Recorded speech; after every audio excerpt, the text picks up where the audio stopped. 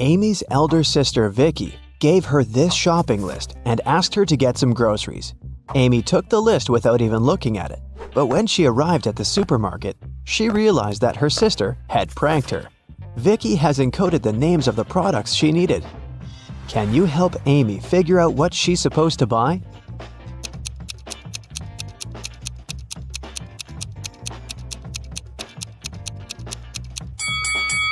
Here's the first product. It's blueberry.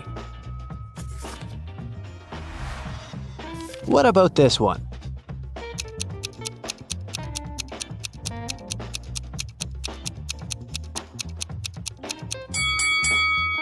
Watermelon.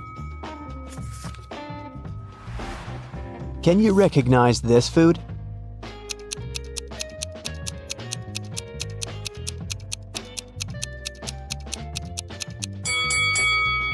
That's right, it's kiwi.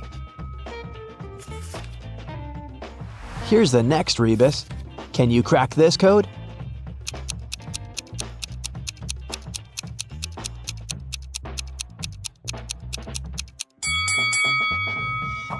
Grape.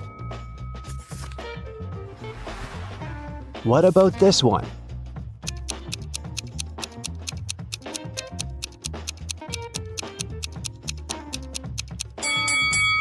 Pineapple. Great job.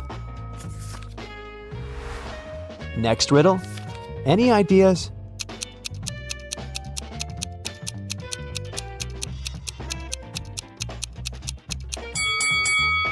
Vicky needs some bananas. And how about this food?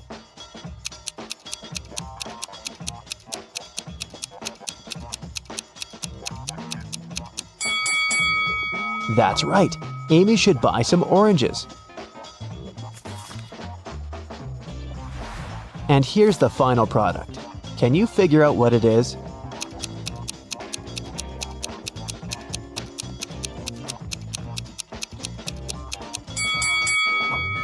Lemon. Amy took everything she needed and headed to the cashier. He said, "I'll give you a 90% discount if you manage to solve my riddle." Amy agreed. Here's the riddle. If you had 3 apples and 4 oranges in one hand, and 4 apples and 3 oranges in the other hand, what would you have? Can you help Amy crack this riddle to save some money? Try to think outside the box.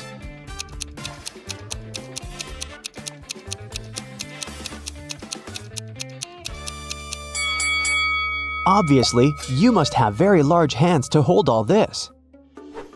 Amy left the supermarket and headed home, but suddenly she realized that she'd left her wallet at the checkout. She ran back to the supermarket, but the wallet was nowhere to be found. Amy questioned 3 people standing nearby. Bob, the cashier, said, "Sorry, I didn't see your wallet. I had the other customers." One of the customers, Kim, said, "I think I saw the cleaner take your wallet from the checkout after you'd left." And the cleaner, Nancy, said, "Who do you think I am? I need this job to support my family." Who stole the wallet?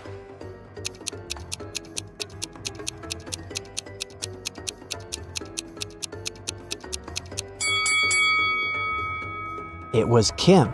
She's holding her own wallet in her hand. But there's also Amy's wallet hidden in her boot. Amy didn't want to waste her time, so she told Kim, "I won't call the police if you give me back my wallet and crack my riddle." Kim agreed. Here's the riddle. Can you name 4 days which start with the letter T? It was Kim's lucky day because she managed to solve this riddle. What was her reply?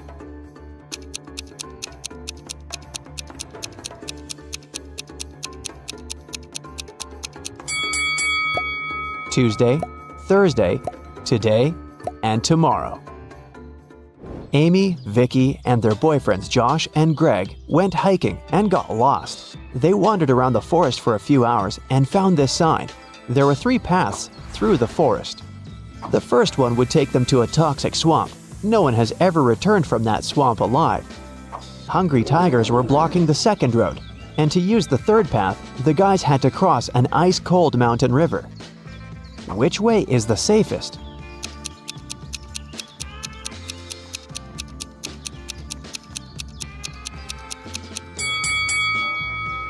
The third one. See this sign? It says the river is only 20 inches deep. They can easily cross it. It got dark very fast. While the friends were still trying to find a way to cross the river, their phones had run out of battery, and they only had one torch. The river is too risky to cross without any lighting. If all 4 people started crossing the river at the same time, the torchlight wouldn't be enough. Plus, each person would be crossing the river at a different speed. Amy would need only 1 minute. Vicky would do it in 2 minutes. Josh would need 7 minutes, and Greg, 10 minutes. What's the shortest time needed for all friends to cross the river?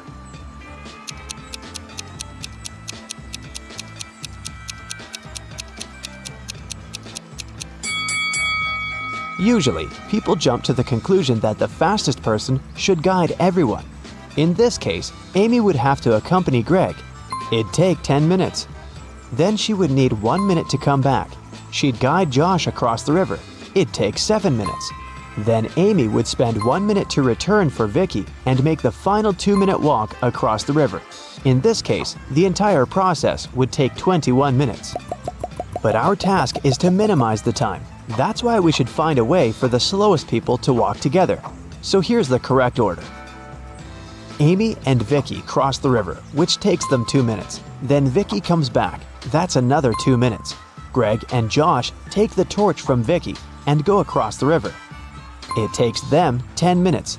Then Amy comes back with the torch, takes Vicky, and they cross the river together.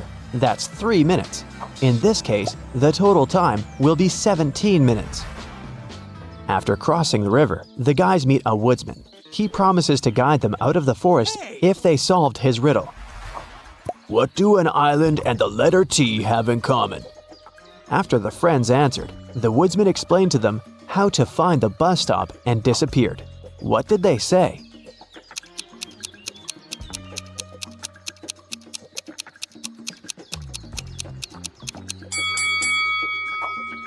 The letter T and the island are both in the middle of the water. It took a while to find the bus station, and the guys got hungry. That's why they decided to buy some food. But only one of these vending machines is safe to use. Can you tell which one?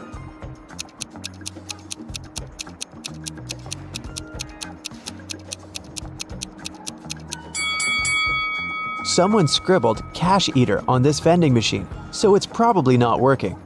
Cockroaches are crawling all over the food inside this machine. The guys should use the second vending machine.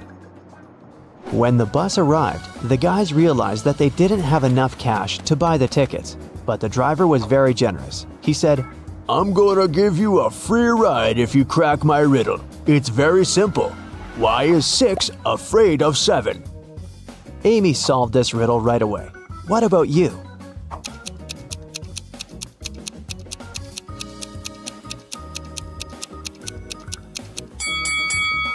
Because when it was hungry, 7 ate 9. The guys took their seats on the bus. Can you find anything weird here?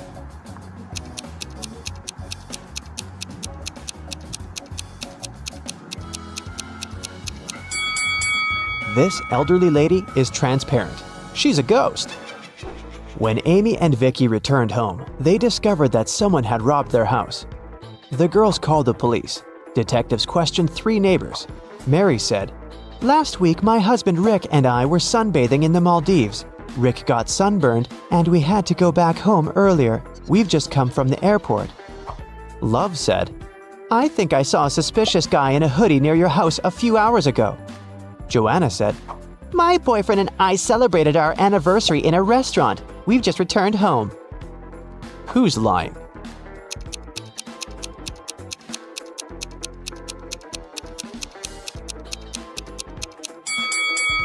Mary. She said that Rick had gotten sunburned, but now he looks perfectly fine, and he doesn't look tanned either. Amy decided to get a new job to save some money for college. She sent her resume to the local bank and received an invitation for a job interview. The HR manager offered her a riddle to challenge her logical thinking. Imagine you have an unlimited number of coins in your wallet. What's the minimum number of coins you'll need to make sure that each of these coins will touch exactly 3 others? Can you help Amy get the job?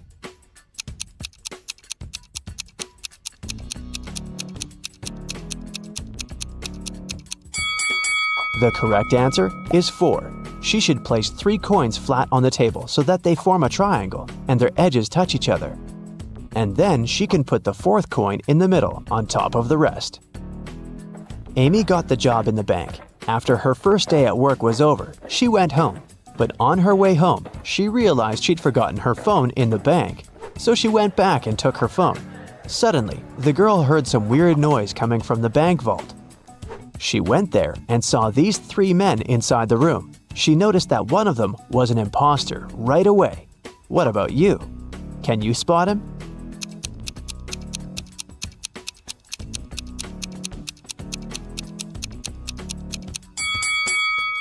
The 3rd guy doesn't belong here. Look, he's wearing a police badge. He must be working undercover. The robbers ran away and locked Amy and the police officers inside the vault. Now they have to solve this riddle to unlock the door. They have to find a way to connect these 9 stars by using just 4 lines, all without lifting their hand even once. Can you help them find the right way?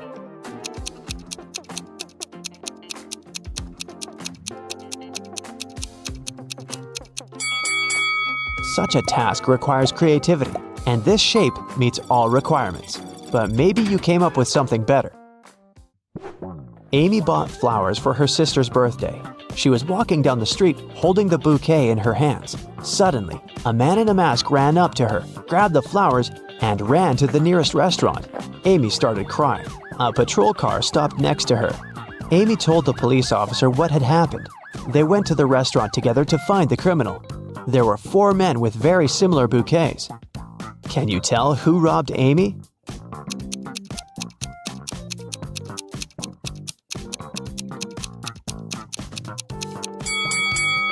This guy. Amy's bouquet was tied with purple ribbon. Vicky organized a birthday party.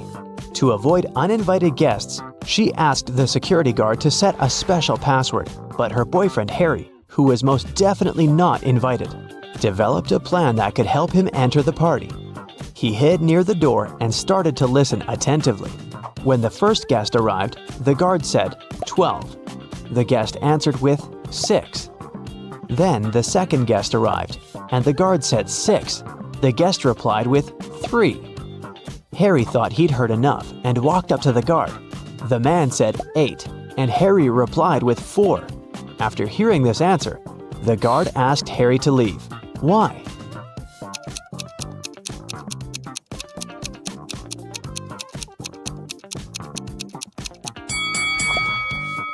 Because the password is not half the number. It's the number of letters in the word. He should have said 5 because the word 8 consists of 5 letters. Can you count the number of squares in this image?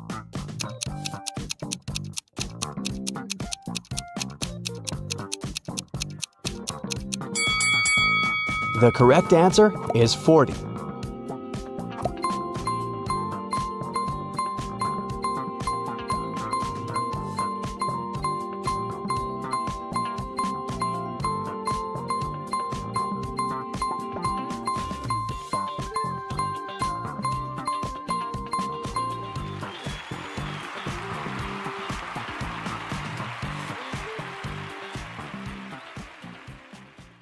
Blue ocean, golden sand, green palm trees, fresh fruit. This place is like a paradise. It's good that Luke finally went on vacation. He's sunbathing, drinking cocktails, and enjoying life. Such a perfect day. Maybe too perfect. Luke's smile disappears. Nothing is real. 2 signs indicate that Luke is dreaming right now. What are these signs?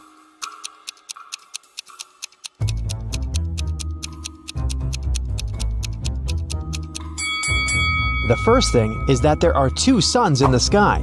The second sign is that the ocean has no waves. Luke gets scared. He realizes he's sleeping. At this moment, a giant kraken comes out of the ocean. It stretches huge tentacles towards Luke and screams out like a siren. How can Luke escape from it? Where should he run?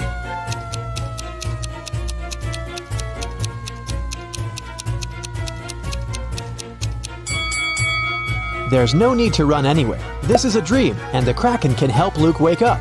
The monster grabs the guy, and he opens his eyes and realizes he's in a laboratory. He was caught a few days ago. A group of people have been conducting strange experiments on him all this time. It wasn't the Kraken he heard, it was a real siren. Flashing red lights illuminate the lab. The room itself is a mess. Lots of stuff on the floor, overturned tables. There are no people, only pictures of some scientists on the wall. There should be a key to the door among all these documents and garbage. Quickly, help Luke find it and escape.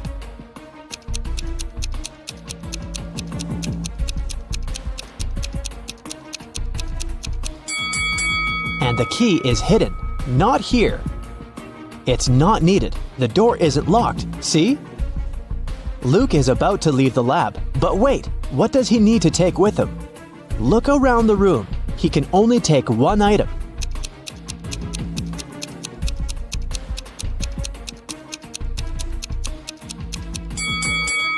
Luke should opt for the shoes. They're going to be useful outside. Luke puts on a pair of boots and gets out of the lab. He's in a long corridor. He sees several guards ahead. They start chasing after him. Luke runs away in the opposite direction. There are 3 ways in front of him. One corridor is filled with toxic gases. The second way is a bottomless dark abyss. The third corridor is so hot that the walls are glowing red. What should Luke choose?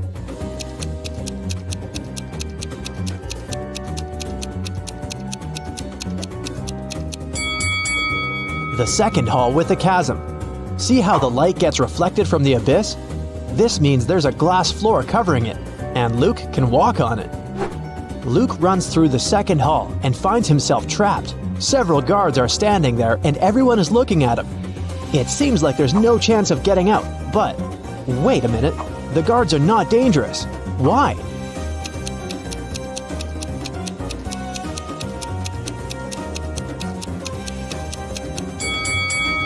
They're motionless because they're either well-done wax figures or real people who can't move for some reason.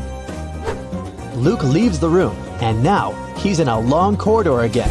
The doors close behind him, guards are rushing towards him from the hall, and doctors are running from the other direction. What should Luke do? Hurry up, help the guy before they notice him.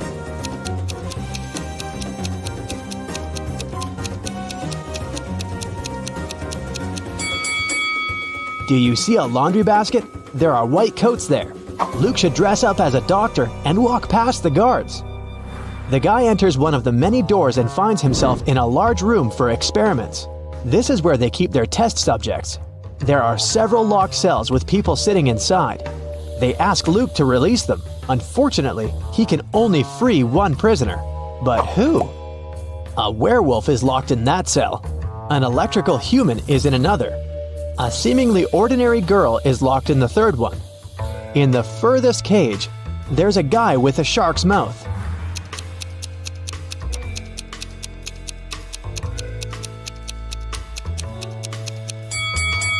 Luke should save the girl. Come on, all the other prisoners are scary monsters. Did you expect a trick?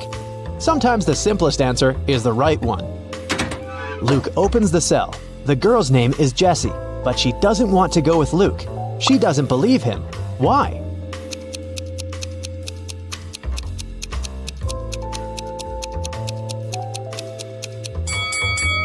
Because Luke is wearing a lab coat. He explains to Jessie that he put on these clothes to remain unnoticed. He's as much of a prisoner here as she is. Jessie finally believes him. Together, they escape from the lab, but the guards and scientists notice them. Our heroes are trapped. There are 3 rooms in front of them. An electrical current is running non-stop through the first one. 3 ferocious lions are in the second room. There's a fire raging in the third one. How should Luke and Jessie escape?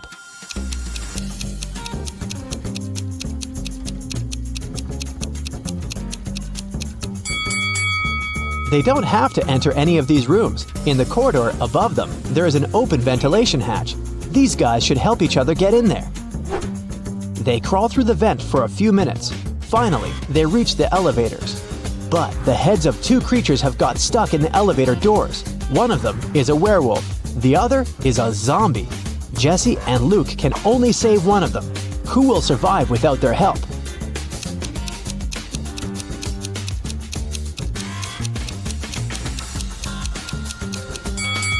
The guys save the werewolf because the zombie is no longer alive anyway. He can survive even without his head. The werewolf runs away while Luke and Jesse get into the elevator. The laboratory is located deep underground, so they go 40 floors up. The doors open, and they find themselves inside an old hut. Our heroes go outside and see a winter forest. Jesse and Luke run forward as fast as they can. They hear dogs barking and people screaming. The scientists are chasing them. The guys come to a crossroads. The first way leads to a lake. At the beginning of the second road, there's a sign, "Beware of wolves." The third road leads to a high cliff. Where should they go?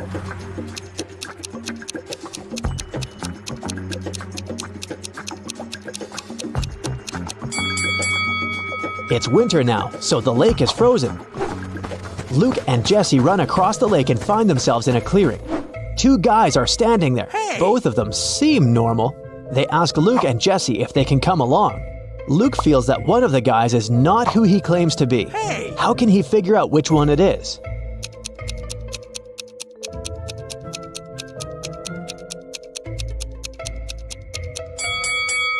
If you pay attention to the footprints in the snow, you'll see how this guy appeared here, but there are no footprints near the second guy. How did he get here? It's suspicious.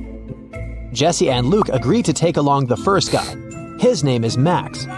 He says he's also escaped from the lab. He knows there's a road somewhere nearby, so they decide to find it. They wander through the forest for several hours. No one seems to be chasing them anymore. But now, they have a new problem.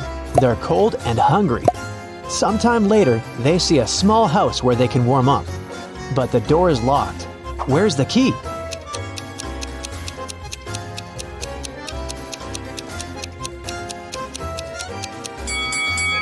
See this scarecrow next to the forest? The key is in its hand. The guys open the door and find food and clothes. They rest, eat, and get warmer. Soon, they're ready to set off. There's an old car in the backyard. There's even some gasoline in its tank. But when Luke is driving it out of the yard, the car runs over a nail. The tire is punctured. Now they have to walk again. It's getting darker and colder. Despite warm clothes, our guys start freezing. How can our heroes keep warm?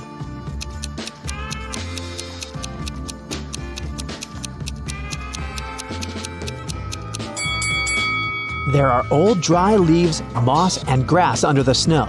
Luke, Jesse, and Max put all this inside their clothes. Yeah, they stain their t-shirts and sweaters, but they also create an additional layer of protection against the cold. Finally, they're near the edge of the forest. Through tree branches, the guys see a road illuminated by moonlight. They're saved. Now they only need to catch a car. Max, Luke, and Jesse walk along the highway and finally see headlights. Luke raises his arm to stop the car. A small pickup truck is slowing down. The driver rolls down the window and asks if the guys need help. Jesse quickly tells him everything that has happened to them. The driver asks them to get in the car, but Luke doesn't want to. He's sure that this man is one of the bad guys. How has Luke figured it out?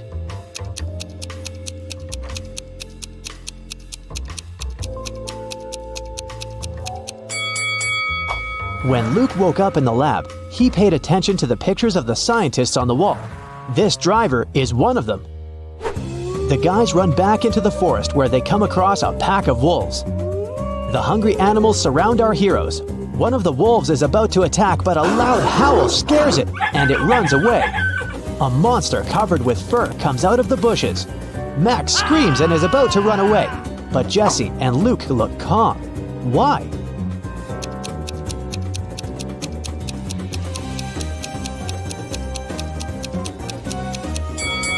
Because this is the werewolf our heroes rescued from the elevator.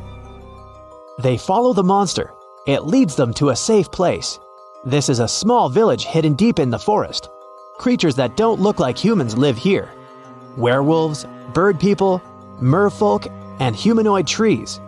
They used to be people, but the scientists changed the structure of their DNA. Now these creatures are going to destroy the laboratory to take revenge. While Luke, Jesse, and Max are resting, you have time to check your score and find out how useful you've been in this adventure. 0 to 3 points. Luke wouldn't have gotten out of the lab if he had listened to you. It's still difficult for you to get out of tricky situations. Maybe you were too nervous. Or perhaps you should work on your ability to focus. 4 to 7 points. You've been helping the guys get out of trouble pretty well, but still, this is not enough to become a team leader. You'll definitely get better after a little more practice. 8 to 11 points. You can find a way out of almost any difficult situation and deal with any problem. Just a bit more, and you will become a perfect leader. 12 to 15 points. You're a real hero. You can successfully overcome any difficulties and lead large groups of people. Don't lose your focus. It'll help Luke and his friends in their next adventures. 16 to 17 points. You're the best of the best. Problems don't scare you. They entertain you. Harry wakes up inside a simulated reality. An AI voice tells him that he needs to complete a series of tasks in order to get back to his normal life. 3 doors are projected in front of him. The first has a huge hammer that smashes anything that passes by it. The second door leads to a corridor filled with electric pipes. And behind the third door, there's broken glass all over the place. He has 2 seconds to choose one of the doors. Which one should he pick?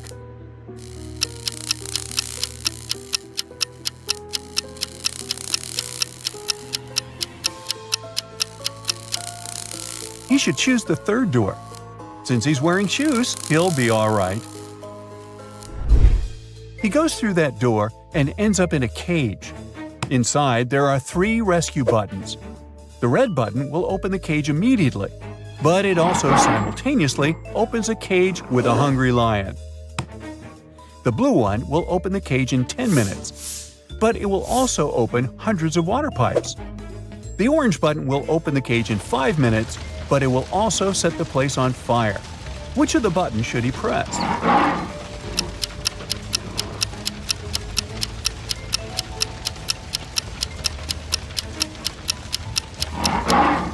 He should press the blue one. I mean, since it's a cage, it won't fill up with water. As soon as his cage opens, he is free to swim away. Then he finds himself at a crossroads. There are 3 different paths, and he needs to figure out which one to take. The first path is filled with smoking coal. The second path has frozen ice all over it. And the third path has pretty sharp nails. Which one should he choose?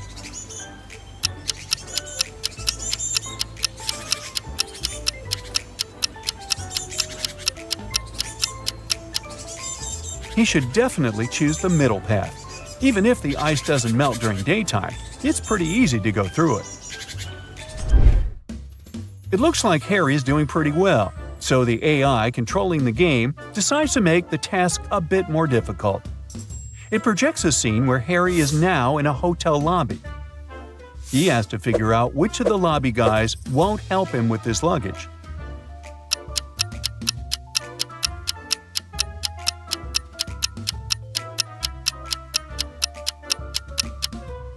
It's definitely the guy in the middle. If you look closely, the guy is transparent, which means he's probably a ghost. He can't touch physical stuff, so he won't be able to help Harry.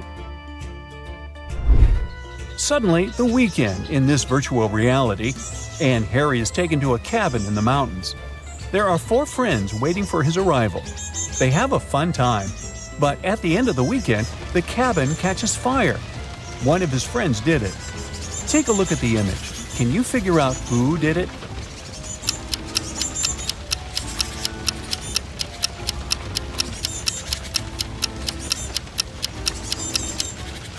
It's the third guy to the right. He has a tiny gasoline bottle hanging from his belt.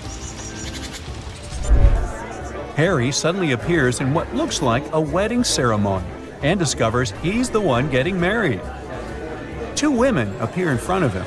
They are dressed the same, but they both have their faces covered with veils. He needs to figure out who his true bride is. Can you help him out here?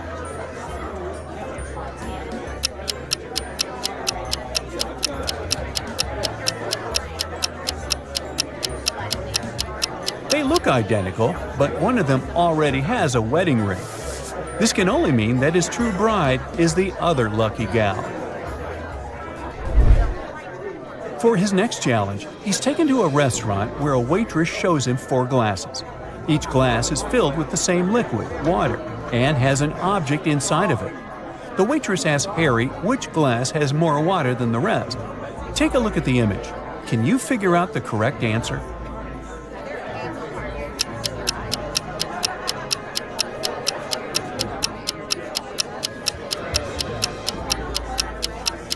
This shouldn't be too hard.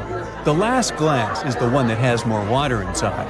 The paperclip weighs almost nothing, while the other objects are way heavier. This means there is less water in all the other glasses. Harry's doing great thanks to you. Now look at this image.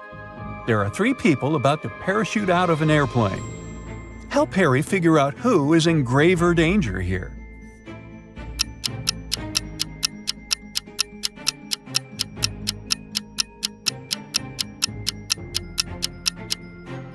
It's the first 2 people. You see, there's a heavy bottle in the last guy's backpack. If it falls down, it can break the other's parachutes. Uh-oh.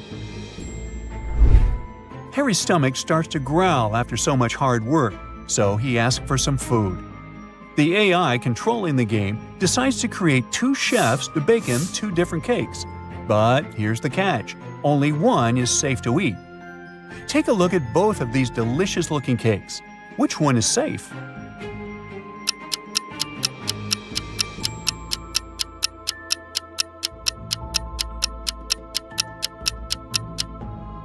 If you have a sharp eye, you'll know that the chef on the left is a fake, so you shouldn't eat his cake.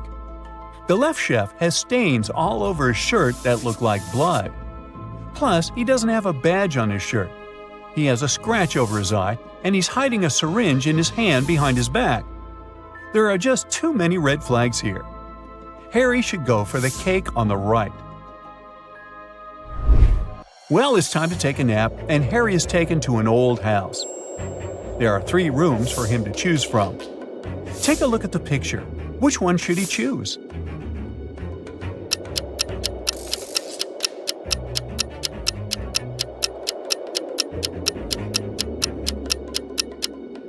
Well, so you see the hidden scenarios behind the curtains in the first room? That's a big no-no.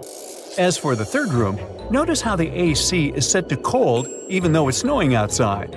No to that, so he should definitely pick the second room. To sweeten things up a bit, Harry was enrolled into a baking competition. He was introduced to 3 judges, and they each told Harry what their favorite cake was. The first judge expressed his love for chocolate pies. Judge number 2 said he loved berry pies more than anything in the world. And Judge 3 said he was fond of pecan pies, also pronounced pecan. Harry immediately knew one of them was lying. Can you tell who?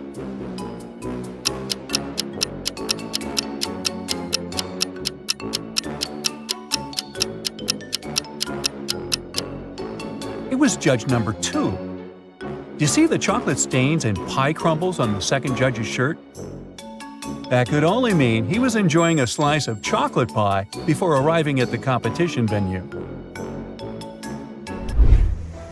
Harry needs to enter a new realm of the game, and for that, he needs to go through what looks like an airport.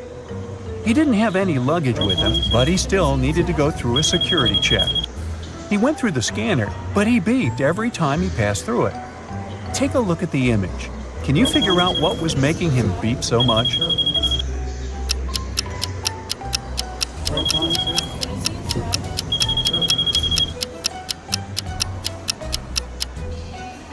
It was the necklace chain dangling from the pocket of his jacket. Good eye if you spotted that. Passing through the different realms, Harry spotted a nice bakery, then decided to stop for some more nourishment. There were 3 options to choose from: a cupcake, a chocolate croissant, and a gingerbread cookie. Can you guess which one he picked?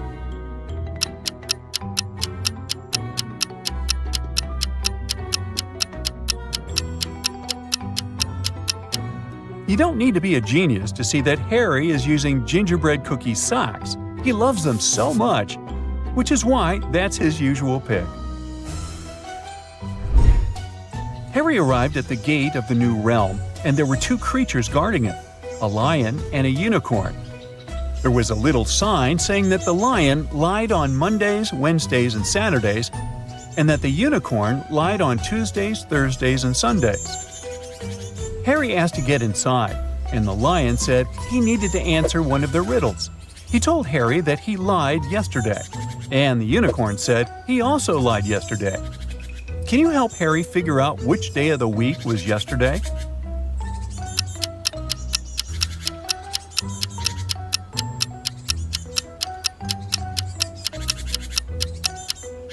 Well, let's see how this works. From what the magical creatures said, they were both lying on the same day. So the only possible answer to this riddle is Saturday.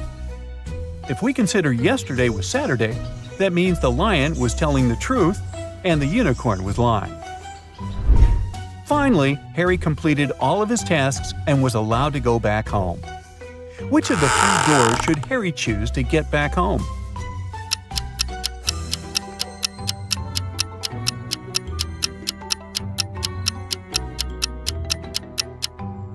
Well, let's see. He should choose the door in the middle. It has a house emoji on it, which will probably take Harry directly back to the comfort of his home. Take a look at these three teachers in the school canteen. One of them is a vampire. Can you guess who it is?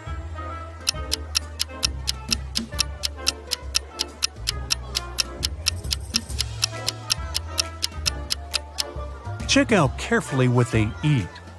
The third lady has some garlic, so she can't be a vampire. The second lady has taken a bite of food from her tray, so it's most likely hers. But the first guy's food is still untouched, so he must be just bringing it to someone else. Vampires don't really need food. They feed on blood, so that salad is of no interest to him. The Smiths family, Ginger, Ross, and their kids, Polly and Bob, had a celebration and exchanged gifts. But somehow, all the cards got lost. And since all the gifts were packed in boxes of the same size, the only thing that differs is color. Can you figure out to whom each gift belongs?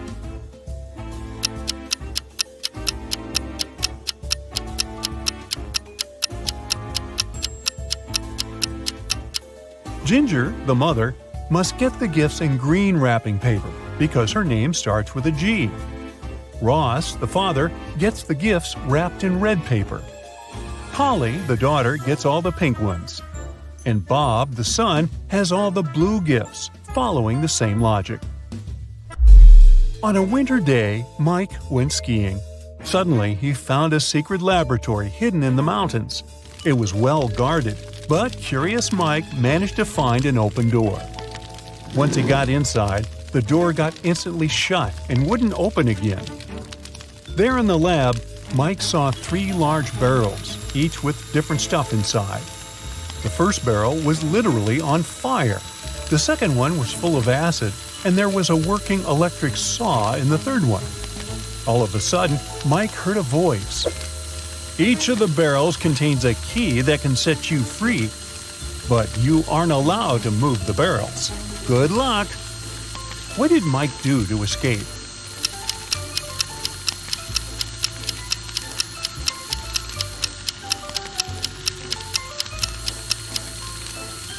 Hey, it seems like this lab wasn't well heated. There were a bunch of icicles on the ceiling, so he grabbed them and threw them into the burning barrel. They melted and extinguished the fire, allowing him to grab the key. Lame Horse is the most popular club in town, and lots of people hope to get inside.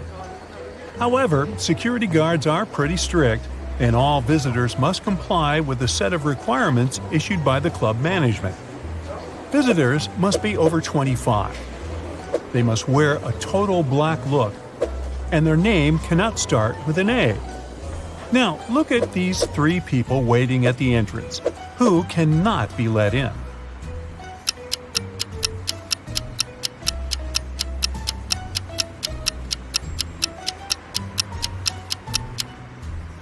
Well, look at their IDs closely. We have Ivory, who's 27. She's also dressed according to the rules. Now here's James. He's 24 and he's wearing a red t-shirt. Out. The last person is Dylan. He's got a total black look and it seems like he's 30, but his ID is surely fake. How can someone be born on February 31st? So only Ivory can enter the club. Josh wanted to surprise his girlfriend and buy her a present of her dreams. But he wanted to make it a surprise, so he couldn't ask her what exactly she wanted. He decided to check out her favorites on a website she always used for online shopping. But her laptop asked for a password. Still, Josh managed to unlock it. How did he do it?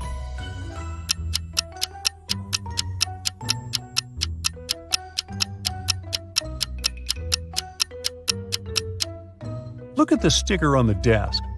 It looks like a bunch of misspelled words. But each typo actually helps figure out the password. O in laundry, extra I in table, extra I in mice, V in the word answer, and extra E in the word cat.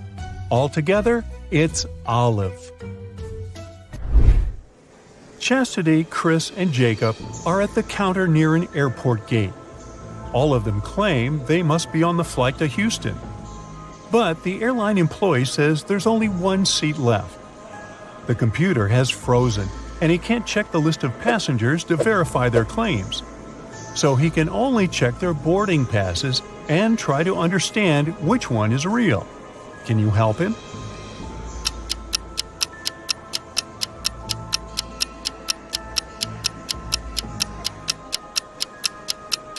The only real boarding pass belongs to Chastity.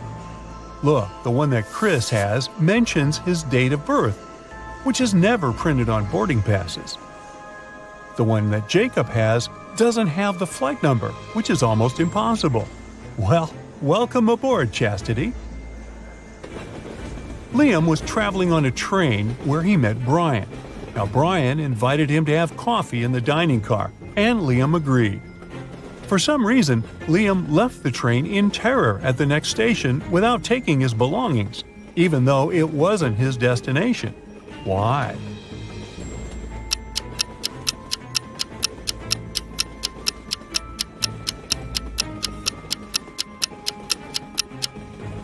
The thing is, on the way to the dining car, Liam spotted something he couldn't see while seated. There was a huge tail visible underneath Brian's coat.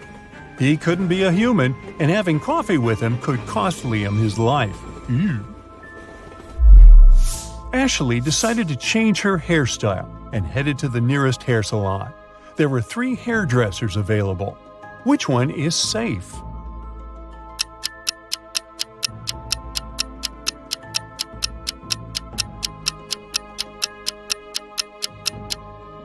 Look, the first hairdresser has just finished working with the previous client, and the client is literally crying. The hairstyle is horrendous. The second hairdresser has knives instead of special scissors. She doesn't seem to be safe either. However, the third hairdresser seems completely fine. So Ashley should pick her. Mary is a beginner gardener. She decided to grow some flowers in her garden, and there are already several sprouts. Yesterday, she watered them as usual, but today she sees that all of her sprouts have perished. Why?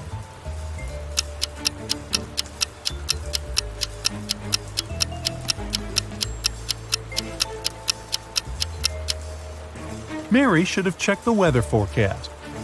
Yesterday, the sky was covered with gray clouds. It was going to rain.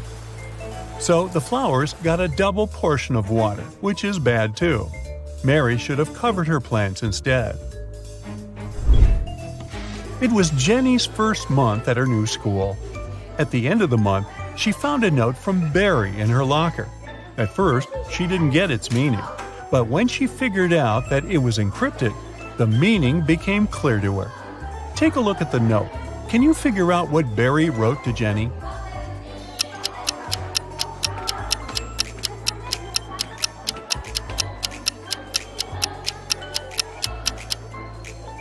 To decipher the note, you need to understand that the numbers correspond to the placement of the letters in the note. The first letter is I, the second is L, and the eighth is K. Now keep doing this until you decipher the whole thing. The note says, "I like you." It looks like Jenny has an admirer. Martha is standing on one side of a river and her cat is on the other. Martha is calling her cat, but those guys aren't into water and swimming in general. However, the cat immediately starts crossing the river without getting wet. There are no boats or bridges. How is it possible?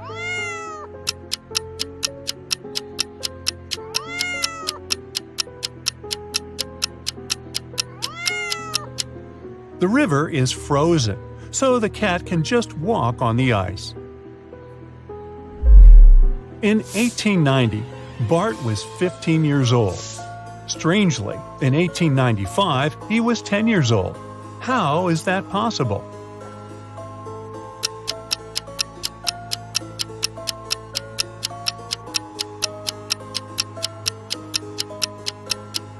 The thing is, Bart was born in 1905 BCE. The calendar worked the other way around back then. Linda and Porter were walking in the woods when they saw an old hut. They walked inside, but the door through which they entered suddenly vanished into thin air. Instead, 3 new doors appeared in front of them. Behind the first one, there were venomous rats. Behind the second door, arrows with poison on their tips were flying across the room at head height. And the third door hid a 30-foot deep pit. Which door leads to freedom?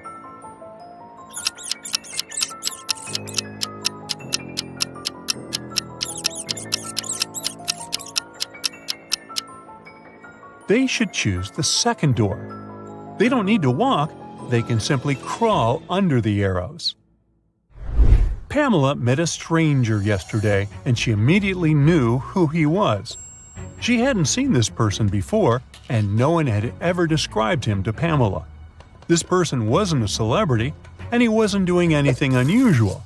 How come she knew who he was?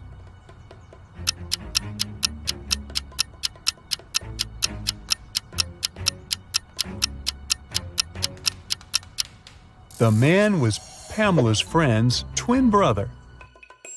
Anna went grocery shopping and bought a lot of products that needed to be stored in the fridge, like meat and cheese. When she returned home, she realized that her fridge was already full, and she had nowhere to store all those products. What should she do?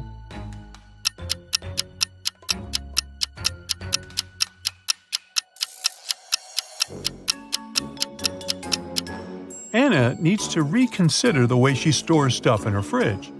For example, rice and cookies don't need to be kept there. Once she takes all the unnecessary stuff out of the fridge, she'll have enough space to store the dairy products and meat. Who is wanted?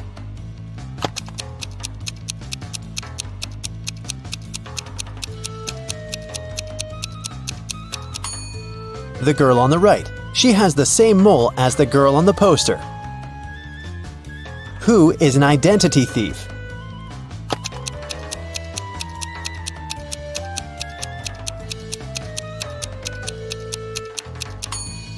It's the man on the right. His real ID is sticking out of his backpack, which means he must be showing a fake ID.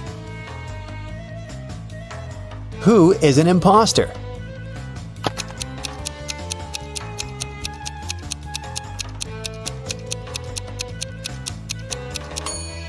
The girl on the left. The script she's reading is turned upside down. It means she only pretends to be an actress. Who is the real thief?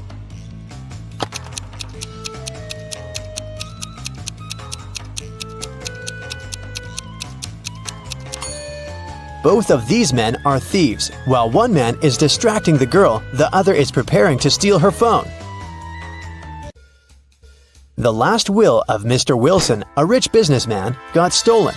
There were 5 people in the house at that moment: Mr. Wilson's wife, their cook, butler, maid, and gardener. They all told the detective what they'd been doing that evening. Mrs. Wilson was sitting by the fireplace embroidering. The cook was making breakfast. The butler was supervising several workers in the living room. The maid was sweeping the floors in the hallway. The gardener was watering the plants in the greenhouse. Right after this conversation, the detective arrested the thief. Who is the culprit? And how'd the detective figure it out?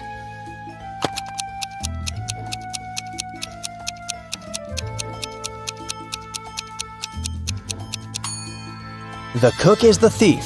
He said he'd been preparing breakfast, but the crime happened in the evening.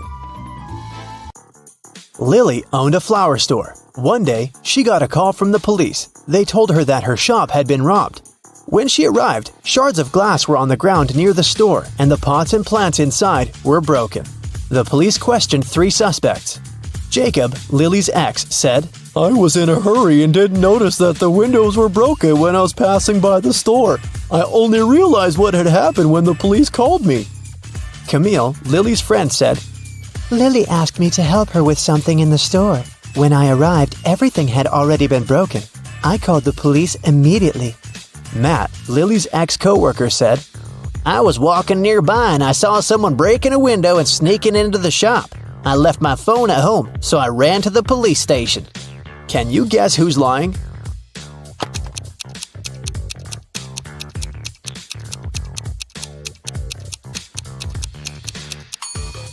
Matt is lying. Shards of glass were laying on the ground, which meant that the criminal had to break the window from the inside. Let's take a little break. Now, you need to think fast. Mary's mom has 4 daughters. One daughter is called April, the second is named May, and the third daughter is June. What's the 4th daughter's name?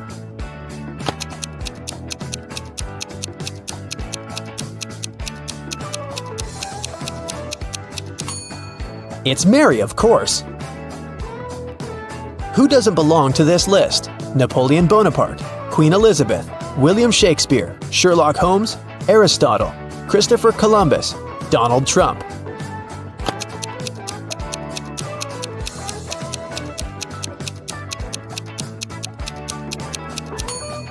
Sherlock Holmes. He's the only fictional character on the list. 8 girls are in the house and each of them is busy with something. The first one is cooking dinner. The second one is lighting the fireplace. The third girl is playing chess. The fourth one is reading a book. The fifth girl is drawing a picture. The sixth is cleaning up the house. The seventh girl is watering the plants. What is the eighth girl doing?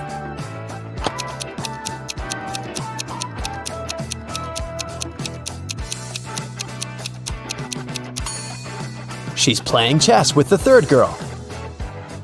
One woman turned 40 in 1850, but in 1860 she was 30 years old. How could this happen?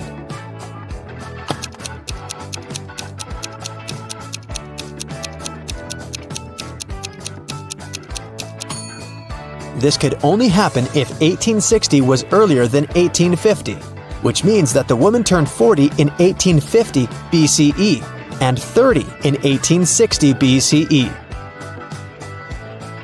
An artist was walking in the park when it suddenly started raining. He had neither a hat nor an umbrella to cover his head. He also couldn't hide under a tree because the downpour was too heavy, and still, not a single hair on his head got wet. How can that happen?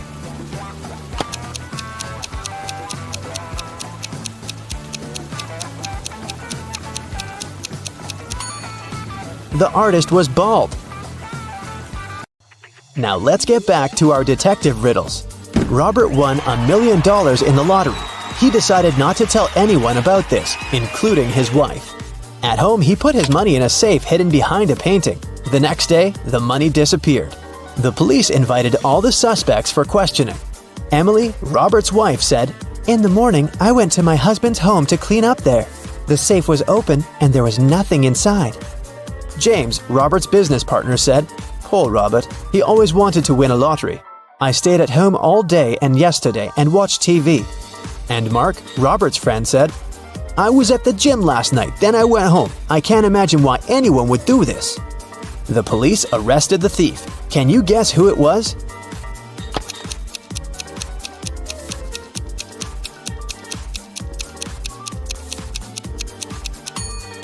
Robert's business partner did this. Robert didn't tell anyone that he'd won the lottery. His wife noticed an empty safe when she entered the office, but she didn't know what was inside. Marina was participating in a figure skating championship. She was a very strong competitor, and many people believed she could win. When the time for a warm-up ran out, all the participants started preparing for the performance. Marina was the first. She was amazing, but suddenly she tripped, fell down, and broke her leg, which made her unable to continue. The investigation revealed that someone had ruined her skates. The police interviewed 3 suspects. Anna said, "I didn't do anything, but I saw Jacqueline and Kate walking into the locker room before Marina's performance. They're the ones who ruined her skates." Jacqueline said, "Yes, I indeed went into the locker room to take my things, but I didn't see Kate there." And Kate said, "Yeah, that's because I've been practicing in the gym until it was my turn. Besides, Anna is lying. I saw her in the locker room." Can you guess who's lying?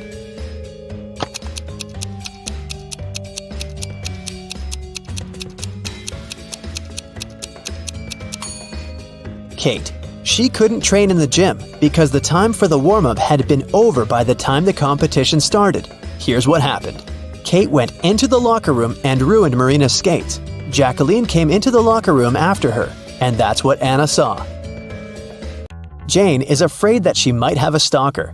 She brought some photos of herself and her friends to the police. The police immediately found the culprit. Who is Jane's stalker?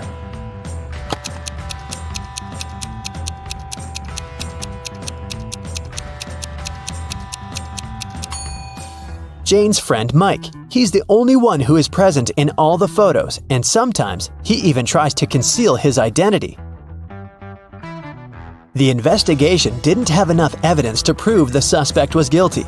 Detective Reed decided to investigate their house, hoping to find some clues, and he actually did find something. He discovered a secret room. However, it had a combination lock and the word "idea" written above it.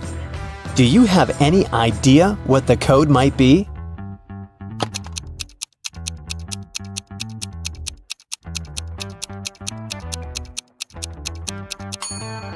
"9451.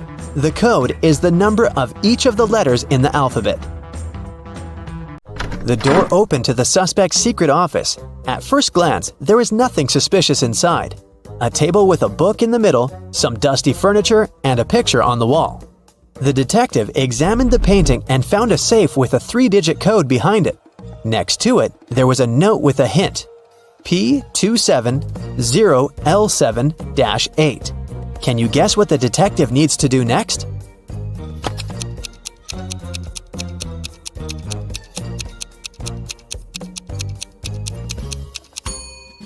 The detective realized that the note meant page 270, lines 7 to 8. He should check out the book on the table. The detective found the necessary lines on page 270. They read, "After wandering through the desert for 4 days and 3 nights, I came across a couple of travelers. They fed me and gave me one of their camels." This is a clue that can help crack the code to the safe. What is it?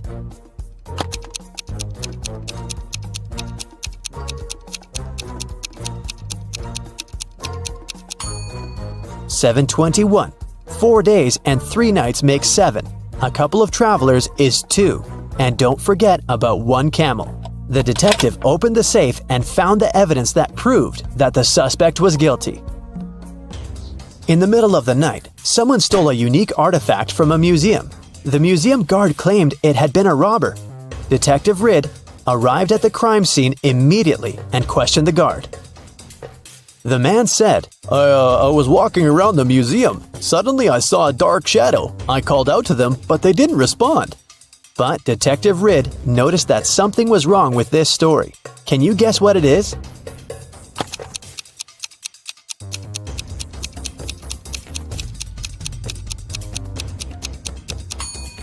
There are only one person's footprints on the floor. If there was the guard and the criminal in the museum, shouldn't there be 2 sets of footprints? Detective Reed asked the guard what he did next. The man said, "I ran after the thief and saw them break the glass door and steal the artifact. The alarm didn't go off, as they had probably turned it off." Is the guard telling the truth?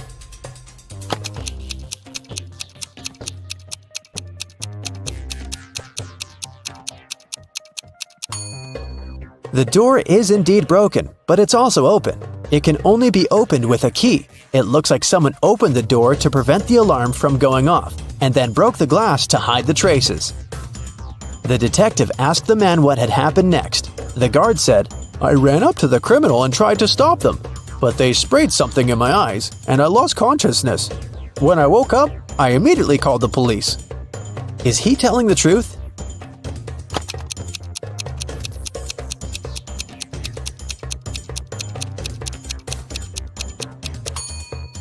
His eyes look totally fine.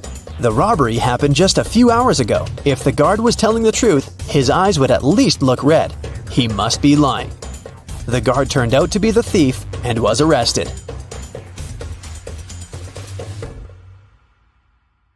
Psst, you. Yeah, you. I really need your detective help with these riddles. Maria came to a beauty salon. She had 2 appointments, a manicure and a haircut. Suddenly, she realized that one of the professionals working there was dangerous. Who was it? The hairdresser with huge stained scissors and brushes in the pocket of her apron? Or the nail tech with a nail file and suspicious red stains on her uniform?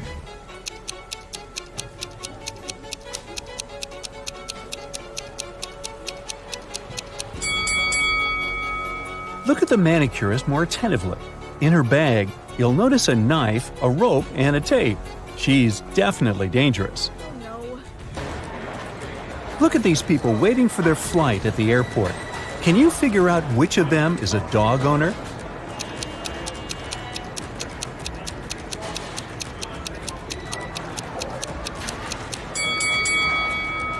It's the man on the left, sitting on a bench and reading a book. Have you been attentive enough to notice he's got a bone in his bag? It must be a gift for his pooch. Now look at these guys. One of them is a zombie. Can you figure out which one it is?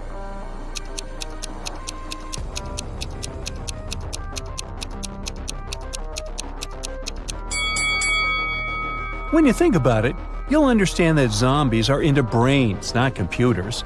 Plus, the guy on the right has a weirdly shaped palm, and he's looking at the other guy's head too intently. The gamer should watch out. Now, this might look like a lovely family portrait, but not all people depicted here are actually human. Can you figure out which family member is a ghost?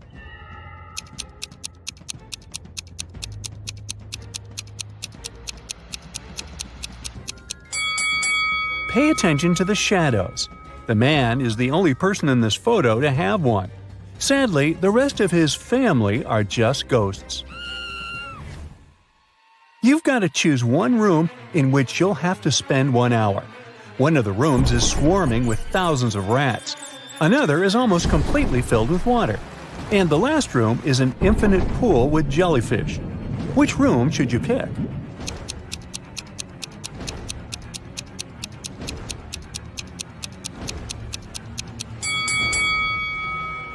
The second room is the safest option. If you manage to stay close to the surface, you'll be able to breathe since there's a bit of space between the ceiling and the water. Oh, yes. Look at these hybrid animals. You're about to fight one of them. Think twice before picking your opponent. The wrong choice may cost you your life.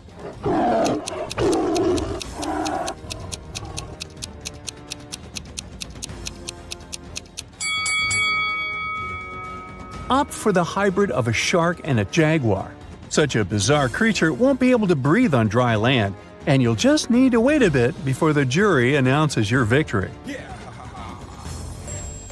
So you've just moved to a new town. It's so small that there are just 2 barbershops there. The barber working in the first one has an impeccable haircut. The hair of the barber in the second establishment looks quite messy, and still, you choose to go to the second professional. Why?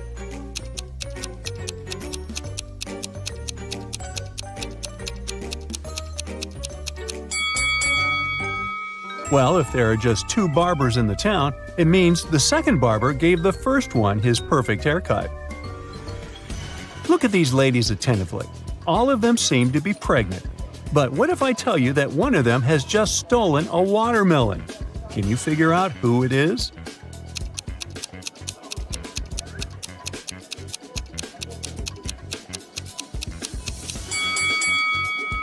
The first lady has a visible belly button. The second one doesn't hold her belly at the moment, so it must be real.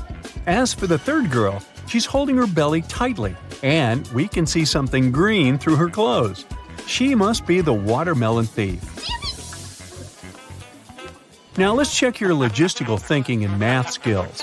You have 3 empty cups and 10 sugar cubes. You need to distribute these sugar cubes between the cups in such a way that each cup contains an odd number of cubes.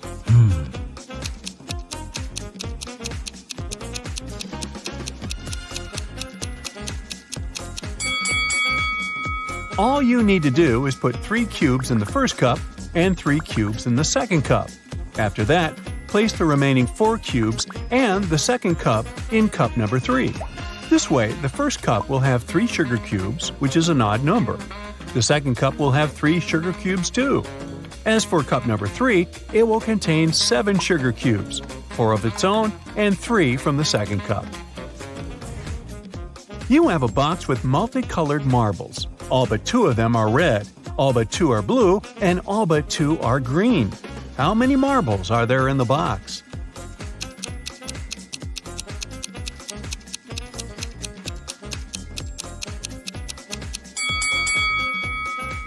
There are just 3 marbles in the box, blue, green, and red. A young lady has the same number of brothers and sisters, but each of her brothers has twice fewer brothers and sisters. How many sisters and brothers are there in the family?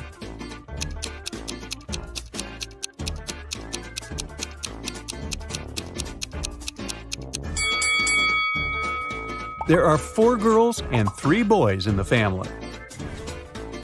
Once, a man decided to go on a fishing trip with his friends. He asked his wife to pack some things for him: a fishing rod, a fishing box, some clothes that would be enough for a week, and his favorite pajamas. The wife did so. After the man returned, he entertained his wife with funny stories about what had happened during the trip. Suddenly, he asked why his wife hadn't packed his pajamas. The wife immediately understood that her husband was lying to her. He hadn't been on a fishing trip. How did she understand that?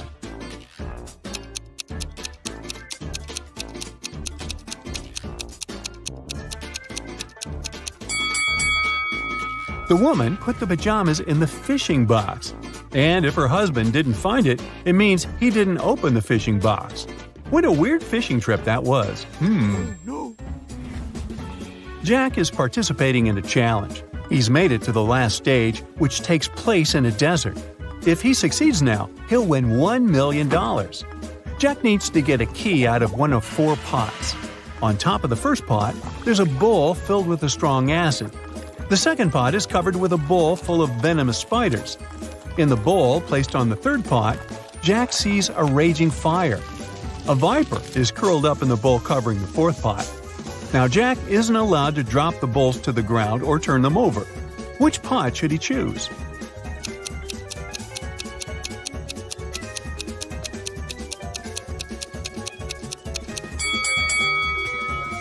The guy should choose the third bowl. He can put out the fire with sand and get the key. Camilla was afraid of dogs. One day, while jogging in the park, she noticed a large dog sitting near the bench. It looked unfriendly. The leash attached to the dog's collar was 3 feet long. Camilla decided it would be safe to pass by if there were at least 7 feet of space between her and the animal. But even on a leash, the dog still managed to bite her. How come?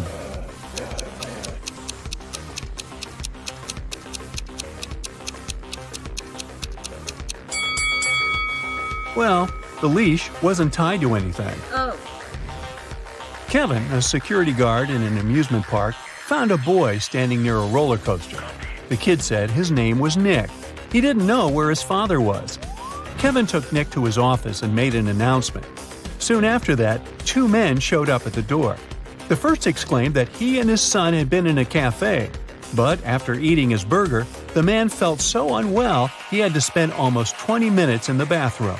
When he got out, his son wasn't around. The other man interrupted him, saying that he had ridden a roller coaster with his son. Then he left the boy to wait there and went to get some hot dogs. Which man was Nick's father?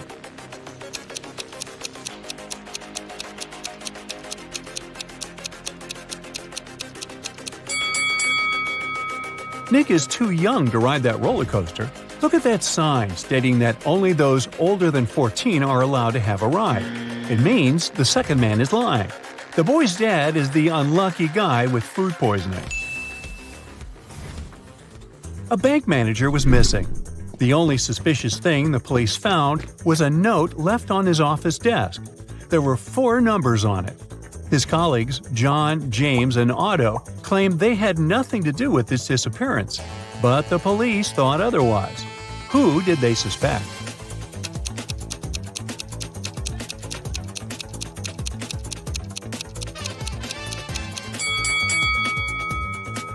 When you write the word 1, it starts with the letter O. 2 starts with T, and so does 3. Then we have 1 again. That's the letter O. Together, we have the name Otto. And finally, a funny riddle might help you relax. Why should you never trust gravity?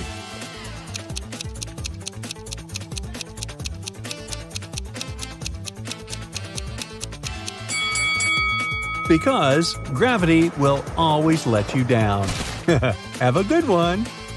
At first, you'll be a Sherlock trainee. Look carefully at the pictures and pay attention to the smallest details to solve the riddles. Which one of these students has 3 mothers?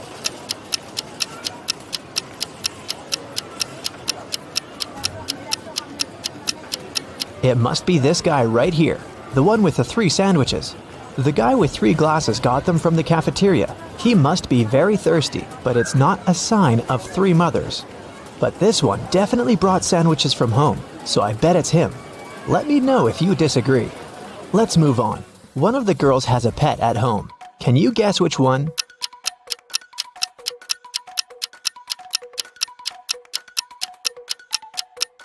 It's the girl in the middle. Look, her hands and arms are scratched. She must be living with a cat. Okay, look at these 3 people. Who is a vampire?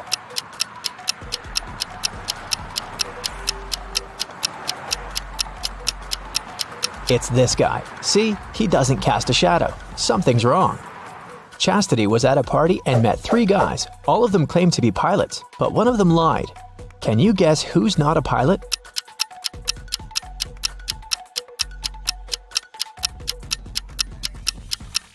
Pilots must have perfect eyesight. This guy is wearing glasses, so he's not a real pilot. Look at these 3 students. One of them is left-handed. Can you figure out who exactly?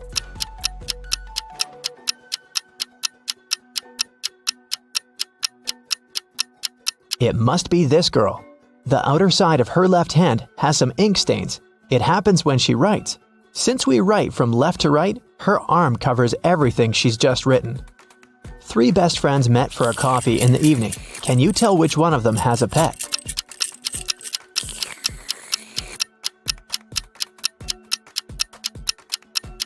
Look at this girl's bag. There's dog food in there, so she probably has a dog at home waiting for her. This one is super easy. 3 sisters came to visit their parents. One of them got engaged while she was away. Can you tell which one?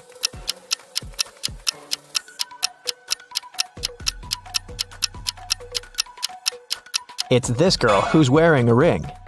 3 men came to a job interview. The company didn't want to hire fathers because they needed full commitment for the first year. All men said they were single and had no families, but one of them lied and actually had a daughter. Which one?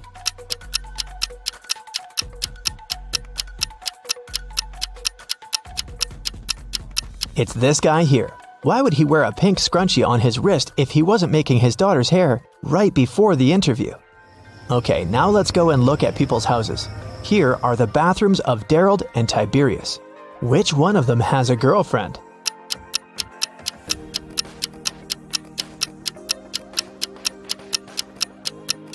It must be Tiberius. Look, there are 2 toothbrushes in his bathroom.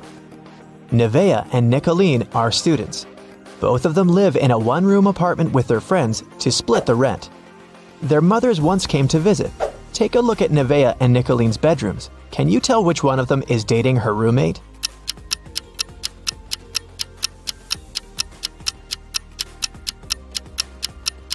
It must be Nevaeh. In Nicolene's bedroom, there are 2 single beds. and in Nevaeh's bedroom, there's just one big bed. Look at these three friends. One of them isn't really a human, but which one?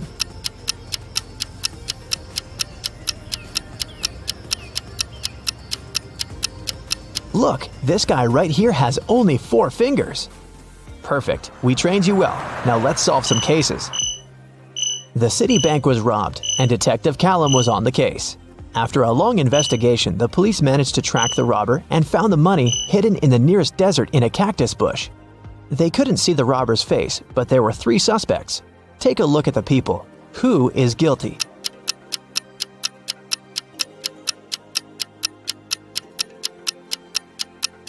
It's this man. Look, he has many scars on his arms and hands. He must have gotten them when he was digging the money in the cactus bush. A group of friends asked Billiam if he wanted to join them on a hike that weekend. He said that he couldn't because he had broken his arm. The next day in school, Billiam, indeed, appeared with a broken arm. So he stayed at home and his friends went hiking. On Monday, the friends met in school again. Billiam said that he had just stayed home watching TV. His friends told him about the hike and asked why he had lied about the broken arm. Why did they decide that his arm wasn't really broken?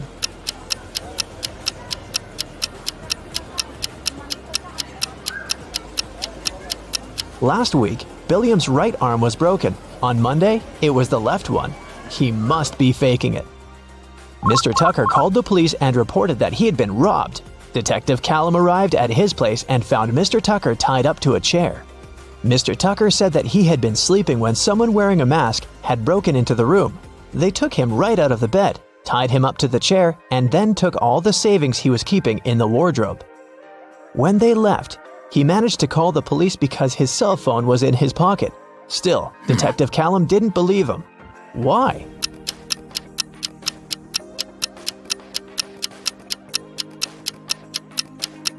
Mr. Tucker said that he had been taken right out of bed, but the bed was perfectly made. I doubt that a robber would care enough to make Mr. Tucker's bed on their way out. Detective Callum was spending the winter holidays at a ski resort with his friends. In the morning, they were going to go skiing on the fresh snow that had fallen at night when a local police officer called him and asked him to come to a hotel nearby to solve a case. So, Detective Callum had to go. Someone robbed the cashier's desk and there were 3 suspects. Questley said that she was in her room all night sleeping. Egbert said that he was out partying in a different hotel and had just come back around an hour ago. Fenton said that he had been binge-watching a show all night but hadn't stolen anything. Who is guilty?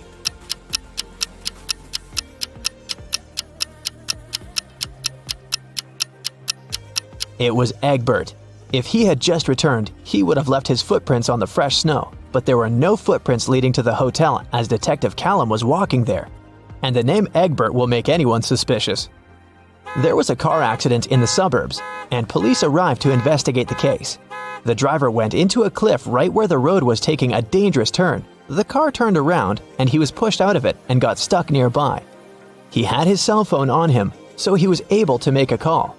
A police officer helped the driver out and asked him to show what was in the trunk. The driver gladly opened it with his keys. In the trunk, there was his suitcase, some instruments, and a spare tire. The police officer said that the accident had been staged. Why?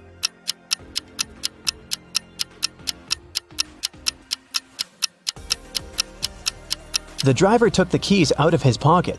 If it had been a real accident, the keys would have remained in the car. Mr. Grayson called the police and said that she had been robbed. Detective Callum arrived for the investigation. Here's what she said.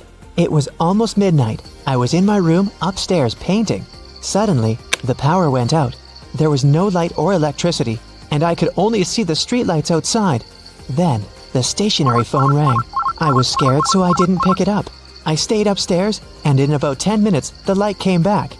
I just went to sleep, and now, in the morning, I found out that someone stole my grandma's diamond ring. Detective Callum didn't believe her. Why?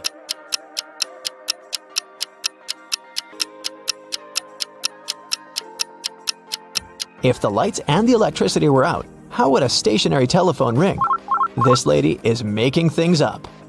Gavin drove to get some groceries and parked his car in front of the store. Of course, he forgot where he had parked and couldn't find his car. Luckily, he had taken a picture of his parked car and he opened it to look up the number of the parking lot. The problem is that his parking lot number is covered and the number of the lots nearby doesn't make any sense. Can you figure out what's Gavin's parking lot number and where he should search for his car?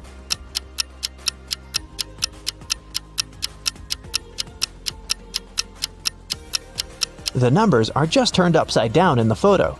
The numbers are 86 through 91, and his car is parked in 87. Now I have a short logo quiz for you. I'll show you a logo and you have to tell the company. Here's the first one. Do you recognize it?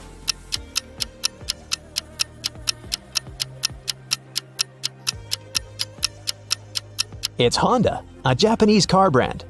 This one is super easy. What is it?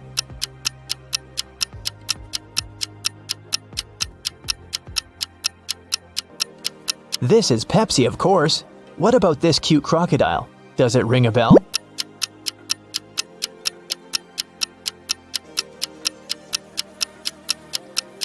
This is Lacoste, a French clothing brand. Another easy one. I bet you have it on your phone.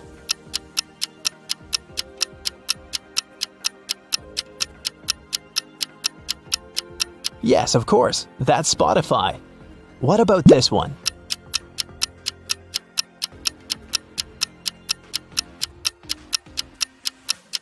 Yes, it's Nike.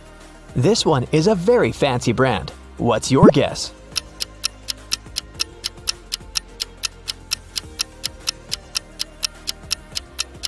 That's Louis Vuitton. Okay, another one for you. It's harder, but you've got this.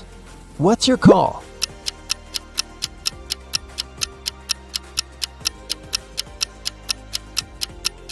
This is Reebok, an American footwear company.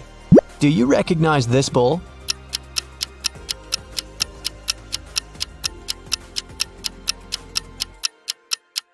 Is a Lamborghini logo. This is a painfully familiar yellow rectangle. Where is it from?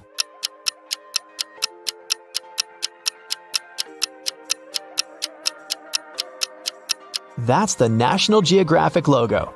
Porsche and Vinette live in a country where postal services are super unreliable. Everything sent by post is stolen from the package. How can Porsche send his wife, Vinette, a diamond ring if both of them can buy locks, but don't have keys from each other's locks?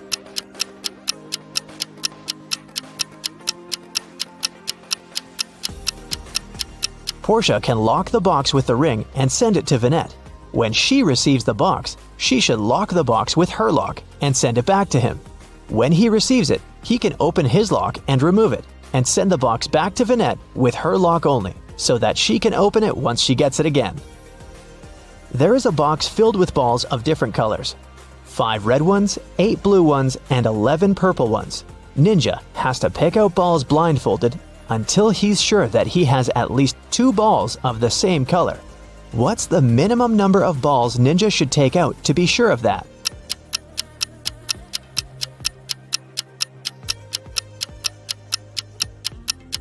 Worst case scenario, he'll be picking out the balls of a different color every time. There are 3 colors, so if he picks out 3, they might all be different. But if he picks out 4, then the additional one for sure will match one of the existing colors. So, Ninja should pick 4. Now, Harriet here was a witch's apprentice. To complete her training and become an independent witch, she needed to pass the final spell exam. Her professor told her that all the information she needed to succeed was inside a haunted book at the library. So Harriet headed there to find it. Take a look around. Can you spot it?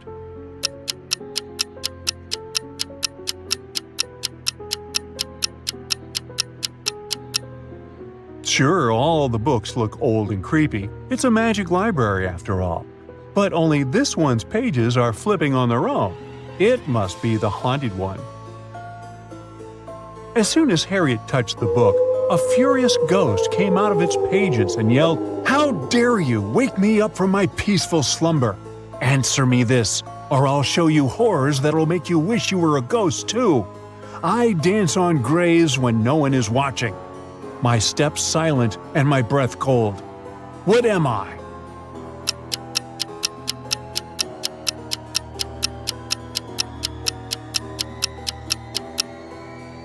It's the fog.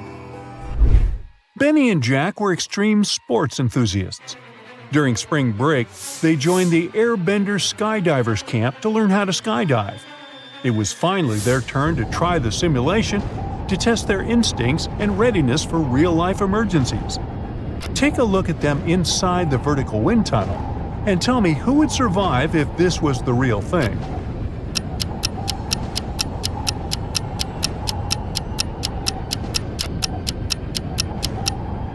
Even though Benny is blindfolded, it would be he who would survive, because Jack here forgot to wear his parachute. Now Nathan was trying to break a record by sailing around the world in just a week. However, he got caught in a terrible storm. His boat couldn't fight the waves, and he found himself cast away on an unfamiliar island. When he opened his eyes, he was surrounded by the angry locals. They couldn't decide how to punish him for disturbing their peace, so they gave him 3 options. They could send him to a cave infested with tarantulas, throw him in a pit filled with venomous snakes, or feed him to the hungry tigers. Which should he choose?